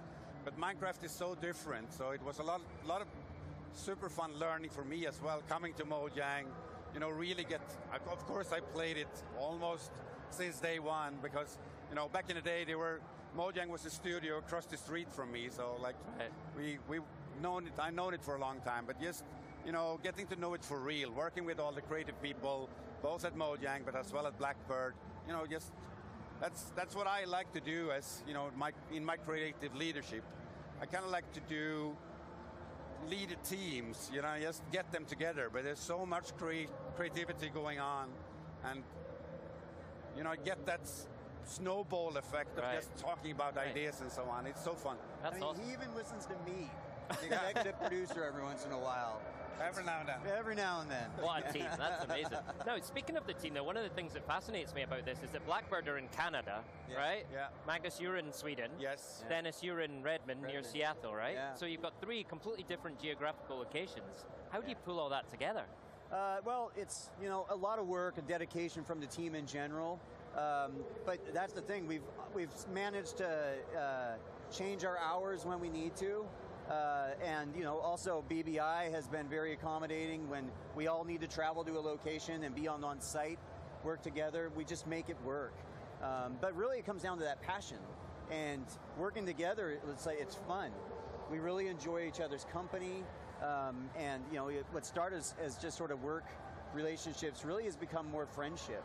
And so you're willing to endure some of that time zone change so that you can, enjoy spending time. I stare at Magnus on the screen so much.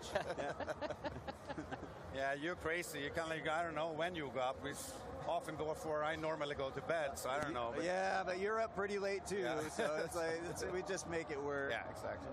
But making games is always a bit of a challenge. Like it's not easy to make these kind of games, but I think it's all that struggle that you, as Dennis said, you make friends in real life and so on, and just get along together and have a good time. Struggles makes people come together in a good way. Yeah, absolutely. So, you talked about Minecraft Legends as an action strategy game, right? Why did you choose that genre? And tell us what that means from a gameplay sense.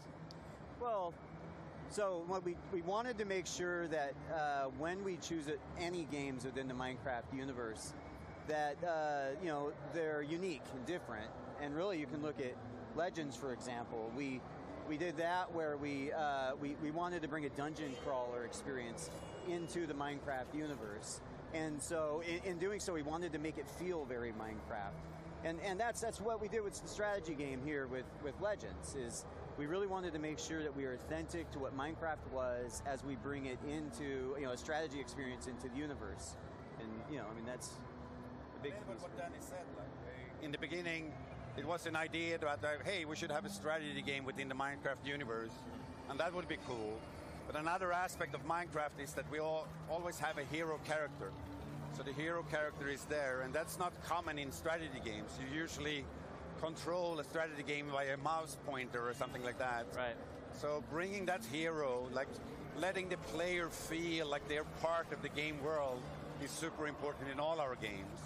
So that kind of founded, hey, how can we combine these two types of game where you're one part hero-centric, but one part controlling armies and so on. That's really been really interesting. And when we kind of started to realize that, it's, hey, this is quite new. And as a game maker, when you find something you feel, this isn't, like there's not 10 games like that out there, then you feel like you're something on to something special. So actually it was, the thing that brought me really into this project was kind of my first day. 2 of the team members just sat down directly, described the game to me, and I kind of like almost in that day felt like, wow, we have something great here, because I haven't heard anything like this before. And then we just kept rolling with that action strategy idea. Okay. So. This might sound like a silly question, but right, action strategy. Where do you find the balance, right? Because action is quite immediate, it's quite visceral. Strategy is a little bit more step back, assess the situation. So where's the balance in Legends? It's hard to balance games always, but I would say it's hard to draw a pie chart of you spend 73% in strategy mode and this percentage in another mode and so on. But it's like, I'm surprised how well it actually fits together now, like because they go into each other and they complement each other in a really good way. One thing that we wanted to do from the beginning is to make a strategy game that works well on console. Right. That's hard with the traditional, like, it's actually strange to think about it, but the pace of a strategy game is often higher than an action game, because you're so quick of scrolling around, maneuvering around with your cursor and so on, click, click, click, and you do very, very many actions in a very, very short time in a strategy game normally. So having a hero at the center that can't be there, actually, surprisingly enough, brings down the tempo of a strategy game, which is very well suited to make it play well on consoles by a controller. So like just adding those two types, it was kind of a surprise. I wish I could be smart and sit there and say, yeah, we thought about that from the beginning. But sometimes you need to be honest and say, this is something that we discovered as we prototyped and developed the game. A wonderful discovery. Yeah, exactly. And that's one of the things I find really interesting about this is, you know, you made the point, you're not controlling a cursor, you're actually controlling a character. You have to deliberately traverse the environment and, you know, physically move within the game, right? So how do you handle that within the game design, like actually getting around the world? Well, it was actually really great because it's easy to navigate as you go about and run through the world. You are on a horse within Minecraft. You know, that's possible in vanilla, but here you're always on your horse. Right. So you're able to navigate all types of terrain quickly, get to where you need to, execute your commands, and then also there's other areas in the game that as you're running through the world, you'll uncover new elements. Like, for example, we have Speed Wheat, which gives you an instant speed rush, or actually mushrooms within the world, which allows you to jump extra high. And then you can use those abilities to access other areas of the world in you know, quick or you know, strategic ways. Oh, and given that you've gone in a slightly different direction here, a different genre, you know, what inspirations did you pull from within, you know, other things you've done within Minecraft as well, but then maybe some external influence as well, other games? Yeah, well, for me, like, I really look not to external games to make this reference, but more internal. Like, you know, Minecraft Dungeons taught so much to the art organization onto how to bring a new game that is not your traditional Minecraft experience, a dungeon crawler, to the players. And like I personally think we learned so much just from that game alone that we're applying to Legends to make sure that we can bring another game in the right way. I would definitely say that's a great reference. Yeah. Well, inspiration on the creative side, obviously, as you mentioned, Minecraft in general, like all our games, we want to stay true to, creative people are so fluffy and it's hard to tell, but that Minecraft feel, it's like hard to describe in another way. Otherwise, but you know it immediately. Exactly, we know it immediately. But other than that, I don't want to point out the special game because, as we have been talking, it's kind of a unique combination. It's not like any other game out there. It's rare.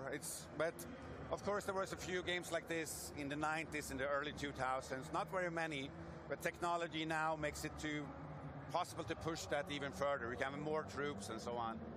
So I can't say there's a one game or several games, but just play a lot of games and enjoy them, and you will draw inspiration from so many things. One thing as a creative, I think it's unusual to hear that people, but I like to think about you should draw inspiration from things that you don't think is that good either. Mm-hmm. So when you play games that you feel like, I'm missing something here. What can I do to make this a better game as well? So it's kind of strange to be inspired by bad things, but that's actually true for myself. Yeah. That's a super constructive way to be inspired, right? Yeah. It's building on something. Yeah. That's awesome. So when you think about the player you're aiming for, is it more of the sort of classic Minecraft player, or is it more of a classic strategy fan? Yes, it's all of the above. Yeah, that's one thing, is that we really wanted to create an experience that if you're not a strategy game player, that you can enjoy. Right. And if you are a strategy game player, then we'll give you a great experience that you can enjoy as well. And I think that we're really nailing it. Like it's coming along. I was not a traditional hardcore strategy game player, but I found myself really, really enjoying what we're creating to the point where I've started experimenting and playing some other games now, and it's kind of broadened my exposure to the genre. And so I have a feeling there's going to be a lot of other players, similar to me. Right. Yeah. It has been important to obviously to get as a broad target audience as possible, but I think again with Minecraft, it's possible because we are already reaching out reaching so many players and so on. So obviously, all the players who knows Minecraft now get a new way of enjoying Minecraft. But at the same time, it's super important to remember that even though a lot of players play Minecraft or have played it in the past and so on, this game is also totally possible. You don't need to have played Minecraft. You don't need to know what Minecraft is to enjoy this game. You can come in, and this game will help you to understand what the Minecraft universe is and bring you into the wonderful, thing we have going on there. Excellent. I want to talk more about the hero. We touched on the hero earlier. Yeah. I just find it really fascinating. Like, how did you center the experience and this idea of action strategy around that hero character? The hero coming into the world and that element of exploring, it's very Minecrafty, right? So applying it here was just something that we wanted to make sure we did. And I don't know, Magnus, you could probably touch on a little better than I could. As you say, the hero is important, but it's kind of like because it's important in all our games. That's the center. We want that to be a extension of a player almost. Right.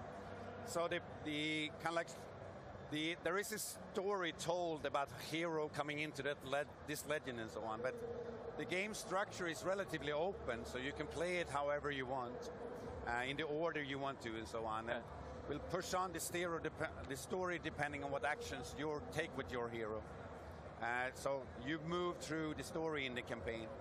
But at the same time, as we want that to be the core of the game, it's not in gameplay everything. It's so much more about that you are a character coming to this world and uniting everybody who is here against the threat that the piglins are. So you need to come here to make a lot of friends, and they will, together with you, help you to defeat the piglins. So it's not about getting stronger or getting a new arm or anything like that. Yeah. It's more or less make friends, you know, play around with them, have a good time, and defeat the piglins together. It's a great message, though, isn't it? It's like it's almost like you're building connections, you're building alliances, you're uniting people against a common enemy. I didn't think about this, but I said before, like, it's kind of like game dev. I said, like, struggles makes you come together and you're able to overcome obstacles. And that's kind of what you do in the game as well as the hero. There is a struggle, the piglins are attacking, we need to defend, so everybody comes together, and then we defeat the piglins. So. I love that. And it's with your team as well. Yeah, exactly. You know, you're bringing this team together from lots of different places. Yeah. It's very, very, very cool. All right. It's time to talk piglins. Ah, yes. We want to talk piglins. I mean, what's their deal? And why did you choose them as the bad guys? What's up with them? What's up with the piglins? You know, piglins exist in vanilla. And they were great for us to bring them out into Legends and expand on them. And so, you know, there's sort of different versions of what piglins exist in Legends compared to what they are in vanilla. But they're, you know, these horrible, mean, kind of ugly, cute characters that look like they really stink. But it's just, they sort of invade, and they're just causing nothing but problems. And, you know, here they are in the overworld, destroying it. And that's where you, the hero, comes to play to try to, you know, unite that overworld and take them back. And yeah, that's definitely a big piece. They, as you said, they're ugly cute, right? So they're so charming, and we felt that from the beginning, like, of all the mobs that we have. We like all our mobs in the Minecraft universe, but the pigling had such a potential to be kind of like the bad guys in a game, where it was easy to see, wow, we can make this version of a piglin, we could that, like, so we have expanded the range of piglins in many different ways. As you saw the trailer when we started up, many new types of piglins within the game and so on. So it's pretty cool. So tell me about some of those different types of piglins. I want to know what we're coming up against. Well, there's one of them we just debuted here in the trailer that you just saw. It's called the Pigmadillo. And it's the one that comes out of the portal and then kind of hunches up into like a cube and rolls at you. Very difficult to defeat, and one of the more fun ones. Another one is the Bruiser. It's another one you've seen in the trailer. It comes out and has like two kind of razor blades on its arms and does, you know, some really wicked moves as it comes and attacks you.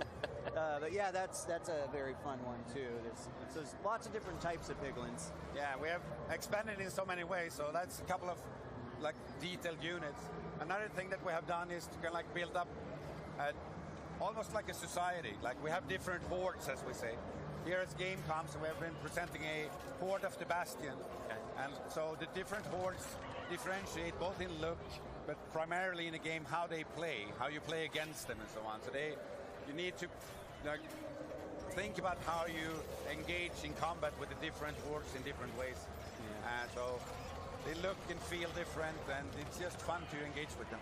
Right. So what kind of units do you, as the hero player, then bring to bear against the piglins? Well, I mean, for example, you know, Magnus referenced how the Horde of the Bastion has a lot of structures. So one of the units you're going to want to use on your side is one called the Cobblestone Golem. That's very good against structures. So you can take the Cobblestone Golems and attack and get a lot more results, a lot better results. Another one is the Plank Golem. You saw a horrible demise of a Plank Golem in the trailer, actually. But that's one of the ranged units. And that's very, very good as you attack to use those in tandem. I don't know, any others you can think of? Well, I'm thinking more about the way that you need to engage with them, because as I said, the hordes are playing differently. The Horde of the Bastion, for example, it's almost hear it at the name, right? They like to build forts, they entrench themselves and so on. So you need to like grind your way into their bases and to defeat the portals at the center of it. While others are more open and so on. So how you think about your unit composition, which friends you bring with you in each fight and so on. And also the way you lead them. Like you can lead your friends into battle in so many different ways. Yeah. We have been I love exploring the bases.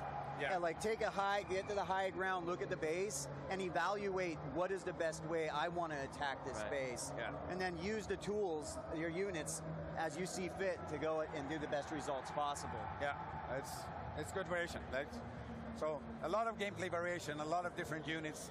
We will show more as we go along up until the launch of the game. So it's great. You know, as you're talking through there, it feels like, yes, you're taking the genre in a new direction, but it's also giving you a new direction to talk about the lore of Minecraft world and the mobs that we already know and maybe love, and finding out more about them. Is that right?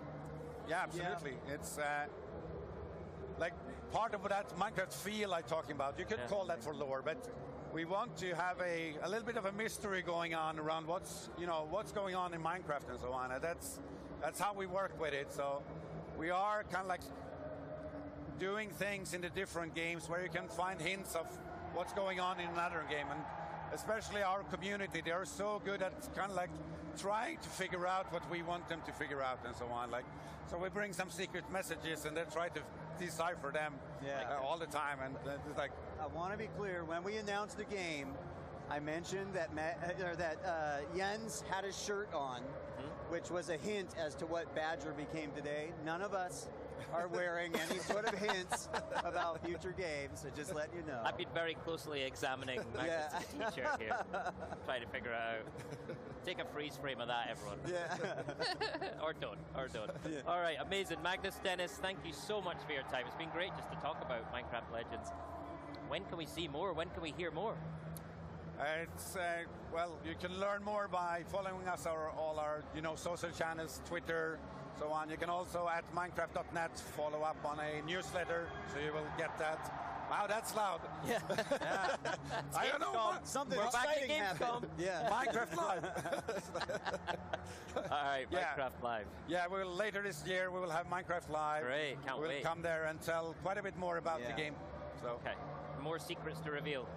More secrets to reveal. Oh, fantastic. Hey, brilliant seeing you both. Welcome back to Gamescom. Thanks. It's an absolute pleasure. It's a good one, gents. It's excellent. Thank you. Thank you. All right, before we close out the show with learning everything you want to know about Age of Empires, Maxie and I had a bit of fun walking around the booth earlier today. So let's take a look. It's so exciting to have a physical booth back. Graham, how do you feel? I love it. It's so good to be back. Well, 3 years away, but it's amazing. We're here. We're back at Gamescom. And the best thing is, the community's all getting back together again. We're playing some games. It's great. And we want to show you that booth. So let's start here. What do we have right here? Well, yeah, I mean, lots have changed in the last 3 years, but Sea of Thieves is still here. Season 7 just released. So much good new stuff in there. And, of course, you can play it on the show floor here at our booth. But there's more as well, right? There is more, and we're going to check it out right now. Let's take a look. You can't be a proper pirate without some pirate ink. So welcome to the Sea of Thieves Tattoo Studio here. Oliver, how you doing, mate? Tell us what you're doing. Yeah, I'm doing pretty fine. Basically, we're doing airbrush tattoos, so you can choose any of the game designs, achievements, thingies, and have them spray painted onto your arms, heads, legs, wherever, shirts. Keep up the good work. And Maxie, I think you got one done earlier, right? Finally, I can brag off. It's amazing. It has glitter on it. I really recommend glitter. I don't think it's going to get any better than this, but let's check out the other stuff. Yeah, let's do it, Maxie. This is really amazing. If you want to have a memory to take to your home, you can do photos, photo opportunities. You can do a short video, and this one is a Sea of Thieves version. Absolutely. So we better give it a go, right? Yeah, let's do it. Yeah. 3, 2, 1.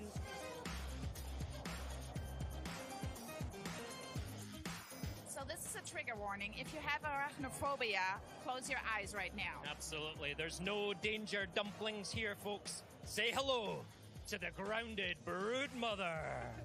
These guys don't look too scared, do they? Oh, it's totally fine. It's totally fine. So Grounded 1.0 is going to come out in full campaign mode with the first boss encounter, the brood mother, on the 27th of September. On Xbox Game Pass, right? Yeah, that's correct. Oh my God, it just touched me. Graham! Come on, let's get out of here. Let's go. I like it. Now, one of the most exciting games on the booth, especially for the German crowd, is Pentiment, right, Maxie? Yeah, especially for me because the region is set in Bavaria, and Bavaria is my home state. I live in Munich, and it's Obsidian medieval narrative game, and you play Andreas Mahler over a 25-year lifespan and just solve mysteries. Great. But listen, there's even more to play. Let's take a look. You see? Told you there was more to play. It is. I see you suck at parking, like the Frontier, Planet of Lana, Incolinati. Amazing. It's great, isn't it? And in the 18-plus area over the back, we've got a Plague Tale Requiem, We've got Benedict Fox, and then of course the game that everyone's talking about, Lies of P, and that's coming day one to Game Pass, right? But that's not it. We even got more to play, so if you're here, super excited, and let's go on with the stream. It's great to be back, everyone. We'll see you soon.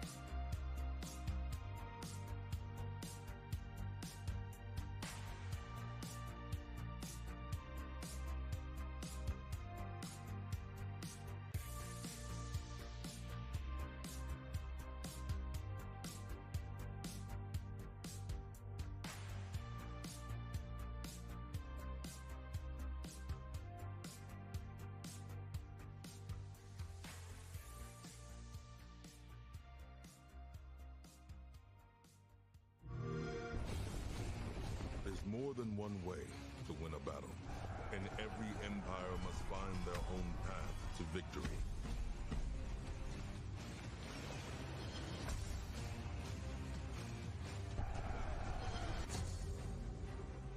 Whether you strike from afar or ambush up close, the Malians will use wit and strategy to outmaneuver their opponents and gain the advantage on the battlefield.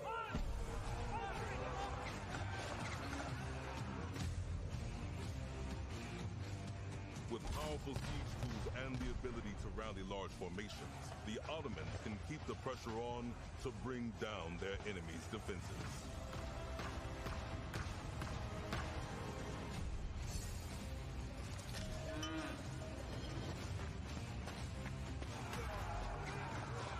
When the drums of war beat, how will you emerge victorious? History is in the making, and your place in it has just begun.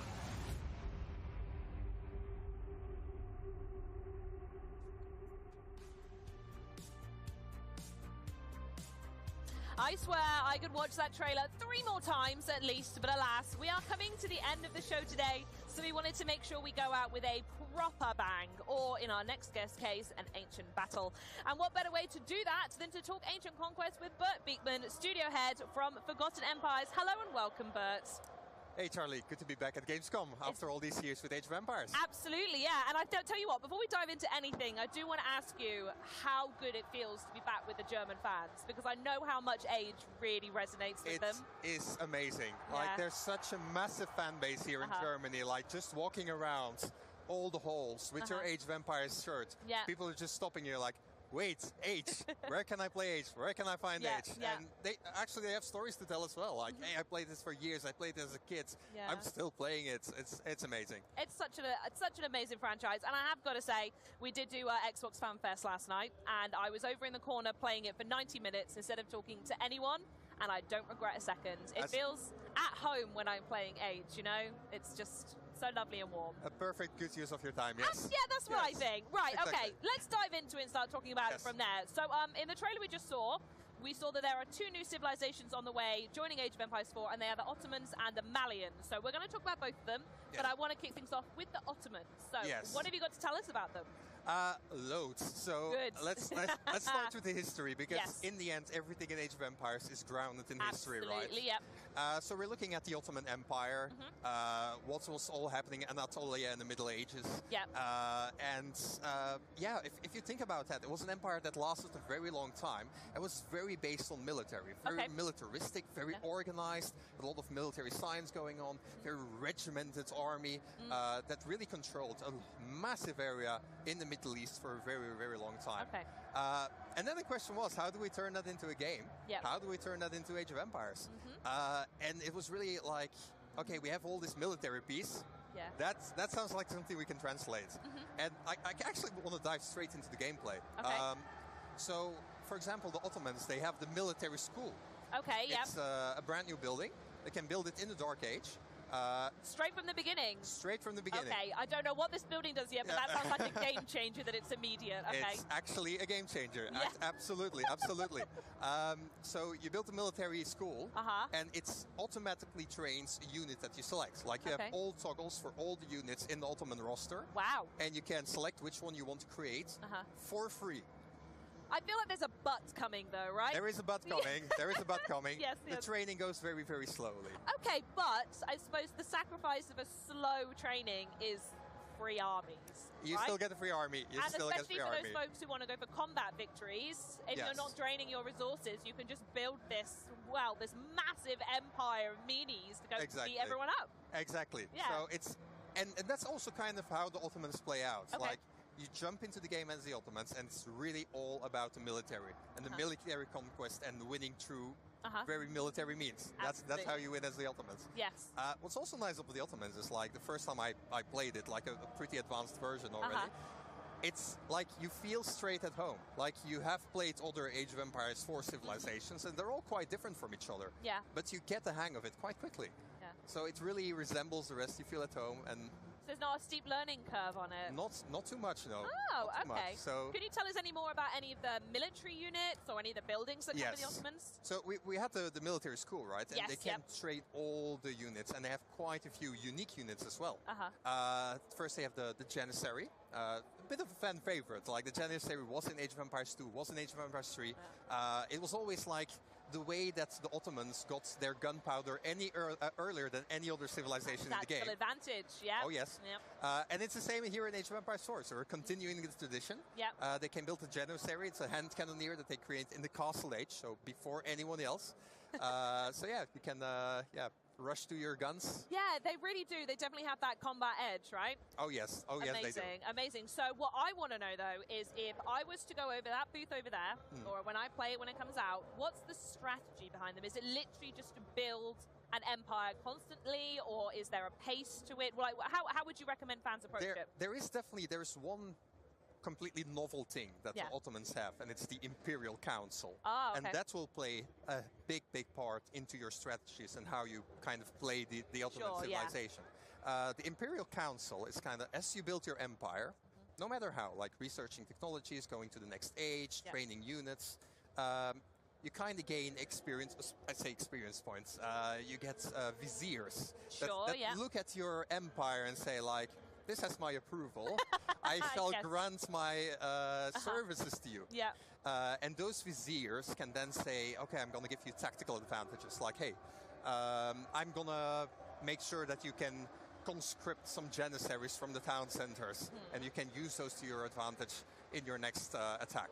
Oh, okay. So it's really like you have to pick, like, do I go for something more military, go something more economical, something more building up? Yeah. A lot of options there. And I know you guys like to do something a bit zany, so is there anything a bit different about the Ottomans? Any other characters we want to talk about? There is definitely one unit that is a bit different from everything else. I hope you're going to say what I think you are. We have the Mechter coming up, and apologies for my Turkish accent there, but it is it's a cavalry unit. Yeah. But he doesn't fight, but he makes sure that people around him fight. So it's a drummer cavalry, and depending on the beats he's drumming, he kind of has an aura around him to improve nearby units. Okay, so if he's doing like metal music or drum and bass, everyone's getting a different vibe and going for it, Yes, exactly. Like, I don't know, with rock music you go faster, with metal music you get a bit angry, I'm not sure. I think so, it'd be like an attack buff, wouldn't it? If you put like some Slipknot drums on or something like that. There we go. Very angry Janissaries next to you, but yes. Very, very good. Okay, wonderful. So we're going to jump from them now to the Malians. Do they have any little drummer boys? But if not, what do they have going for them? They have a lot going for them. I kind of want to start in the history again. So 100%. This is a game about history. Let's always start history, there. Yes. So when we look at the Malians, the Malian Empire actually was a massive empire in Western Africa. The most famous Malian ever was Mansa Musa. And the reason he was so famous is because he was the richest man to ever have lived in the history of humanity. Oh wow, what, up until like even now or just? Up till now. Up till now. Can I just say, this is literally better than going to school. I learned so much about history playing this game, it's absurd. There are stories about him that he went to, he liked to travel. Like he liked to trade with his trade caravan through the deserts and visit towns. And he was known for going to those towns, spending so much gold, because he had so much gold, that he completely crashed the economy of any village that he passed. So that's Mansa Musa. Anyways, it's a nice background to have, because we're talking about all this gold, and the Malians are all about gold. When you build up your empire as the Malians, you have this special building called the Golden Pit, and you can build it on a gold mine. And it then automatically extracts gold from the gold mine. Automatically? Yes. You don't need villagers. And it also doesn't subtract gold from the gold mine. So technically, it's like infinite gold. An infinite gold hack? It is. Yes. But it's not a hack, it's actually you've just put it in the game. It's not a bug, it's a feature. So, famous words, yes. That's huge though, especially for some of the late game builds where gold comes into play really heavily, or if you're in a map that's absolutely infested with enemies and you can't get to the next gold mine, that's humongous, wow. There is a catch, however, there's always a catch. There's always a catch. Yeah, I'm so sorry. You can build those golden pits, like the pit mines, all over the map. But you need to be able to protect them. Well, of course. And that's quite difficult. I feel like if I was an Ottoman up against a Malian, I would go for that first. You would, but then the Ottoman is trying to rush you, and then what? So it's like this. You get the the pit mine, all the way out in the map. How are you going to protect it? It's very, very hard. And this is where the strategy of the game. And this is where, exactly. That's this where is you start the to thinking. and fro. Exactly. So, can you tell me any more about any buildings or any new units we're going to see with the Malians? The units, we don't have time to go through all of them, unfortunately. Dang but it. Okay. every single unit for the Malians is different. They don't have a standard roster. Okay. I say that. They have a standard archer. That's it. we'll give them an archer, yeah. Everything else is different. For example, they have a spearman. That is actually Donzo is their name. It's a unique spearman. It's different because he has 2 spears. Now, I like them already.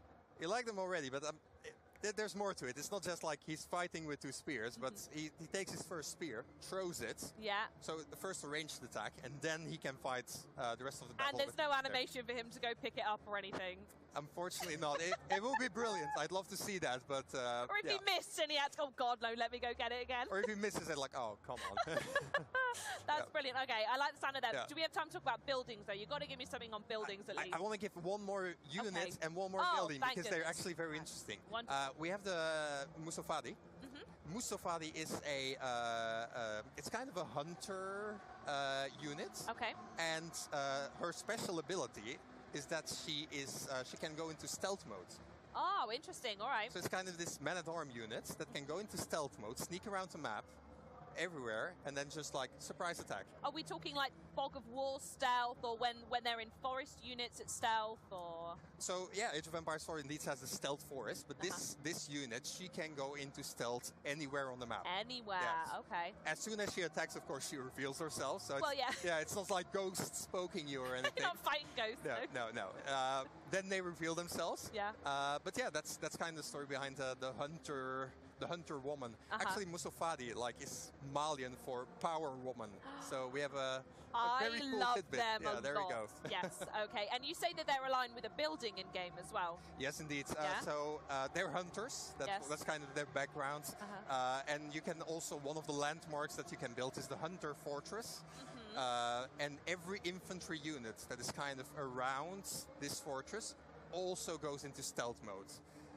So I don't even know what to say about that. Is that something that you found in your historical textbooks? Is that people would disappear around it? What was the logic behind adding that? The story is kind of like they were hunters. If you want to hunt and you want to hunt your prey, of course you need to be sneaky. You need to be stealthy. A little bit. Exactly. And that's kind of the story behind that.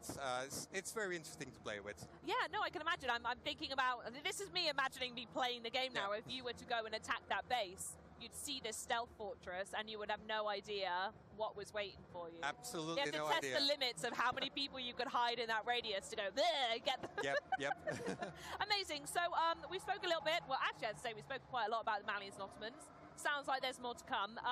But they're new to Age of Empires. But the list is pretty long of how many civilizations there are now, right? Yes, we're now with 10 civilizations. Yep. So we had 8 civilizations that launched last year. We had the English, the French, the Mongols, Chinese, many more in Europe and Asia. And now we're expanding to Africa with the Malians and the Middle East with the Ottomans. You're probably going to say these dudes are the new ones, but I'm curious, do you have any personal favorites or any civilizations you think you played the most? I mean, I really, really loved playtesting the Malians. Okay. And because there's one more that I really, really loved about playing them. I built this whole empire, right? With all my trade routes, my gold mines, my little mining towns. Yeah. And at the end of the game, okay, I won against AI. I'm not bragging. But a win is a win, my friend. A win is a win. I looked at my empire at the end of the game and I was like, this looks good. This actually looks like a big Malian empire. And it felt so good that you've built something. Yeah. You destroyed something, of course. Yeah. But like the victory felt even better. Yeah, to, no, to just I think aesthetic goes a very long way. It goes I so would love far. for you to start grading us on the aesthetic. 'Cause I'm very purposeful when I build about where I put everything. So I'm like, oh, a normal village wouldn't have a house here. I've got to do my little housing area and a little suburb and whatnot. So exactly. I'm totally with you on that one. But I totally agree. The way that you could just build and create very realistic, authentic villages is incredible. I do want to touch a little bit, though, on the fact that it has been 10 months since Age of Empires 4 came out. How much has the game evolved since then? Relic and all their dev partners have been incredibly busy. So there have been many updates, many patches in many various ways. Like we've had new features coming in, like we've had color pickers for people, we had more remappable hotkeys, we've had loads of balance changes, we had new maps, new zoom levels, yeah, loads. The list just goes on and on and on. And I'm going to take us back in time now, if there's anyone out here who didn't know, that Age of Empires was first released in 1997. Yes. And I'm curious how the developers keep building on a franchise to keep it new and fresh when the focus is on history. It's just so incredible. I mean, there's just so much world history and anything goes in Age of Empires. Like, if it happens, we can probably put it in the game in some way. Yeah. And if we're just looking at the last 12 months, like we've had the release of Age of Empires 4. Yeah. We've had 2 expansions, 2 DLCs for Age of Empires 2 Definitive Edition, and 2 DLCs for Age of Empires 3 Definitive Edition. Wow. So it's... And the fact you've got definitive editions as well. It's people want so much age. People want so much age. Give and me age. There's more and more age to come. So that's we've got that squared away. And it's also thinking about, like, the franchise has been going around since 1997. Yeah, 25-year anniversary, right? Exactly. But yeah. The fact that, this is, if anything, the best time to join Age of Empires, because there's just so much going on. So even if you're like, hey, 25 years, I've never tried it, try it now. And I will say it's a very wholesome game with a community that's deeply devoted and beloved the game so much. And I wanted to ask what it's like to work on a franchise that is not only positive. We've seen so many games just on the show today that everyone loves and is really positive, but you're with someone that's been positive for 25 years and people love it. What's that like? I mean, it's amazing. Like, just looking at my own personal history, I've been working on the game for 10 years now. I started to play the game when I was 10 years old. If you told 10-year-old me that I would be sitting here today, I wouldn't have believed it. I'm going to stop you there and say, if you told 10-year-old me I'd be sat here talking to you about it, I'd weep and I wouldn't believe it, but I'd probably ignore you and keep playing there you games. go. So. and that's the beauty about it. Like, the community is so large, so vibrant, so active. Yeah. It's just amazing. It really is. Yeah. Yeah, it's such a treat. So what we're going to do is going to talk a little bit now about looking ahead, new stuff like that, and how these civilizations are introduced. So you're dealing with ancient armies and deciding which ones to add to the game. And so I'd love to know a little bit more about what the process is on deciding which ones you're going to go for and how to keep it historically correct and authentic. Because I know that's something you guys really, really care about. Yeah. So let's take the Malians as an example. So first thing you do is you go to the library. And you go to the section of Western African history. You take anything you can. And you all become bookworms. Basically. You start reading. You start picking apart, like, the facts, the military battles, interesting things that happened, interesting buildings, interesting military tactics that they employed. And you just put everything together.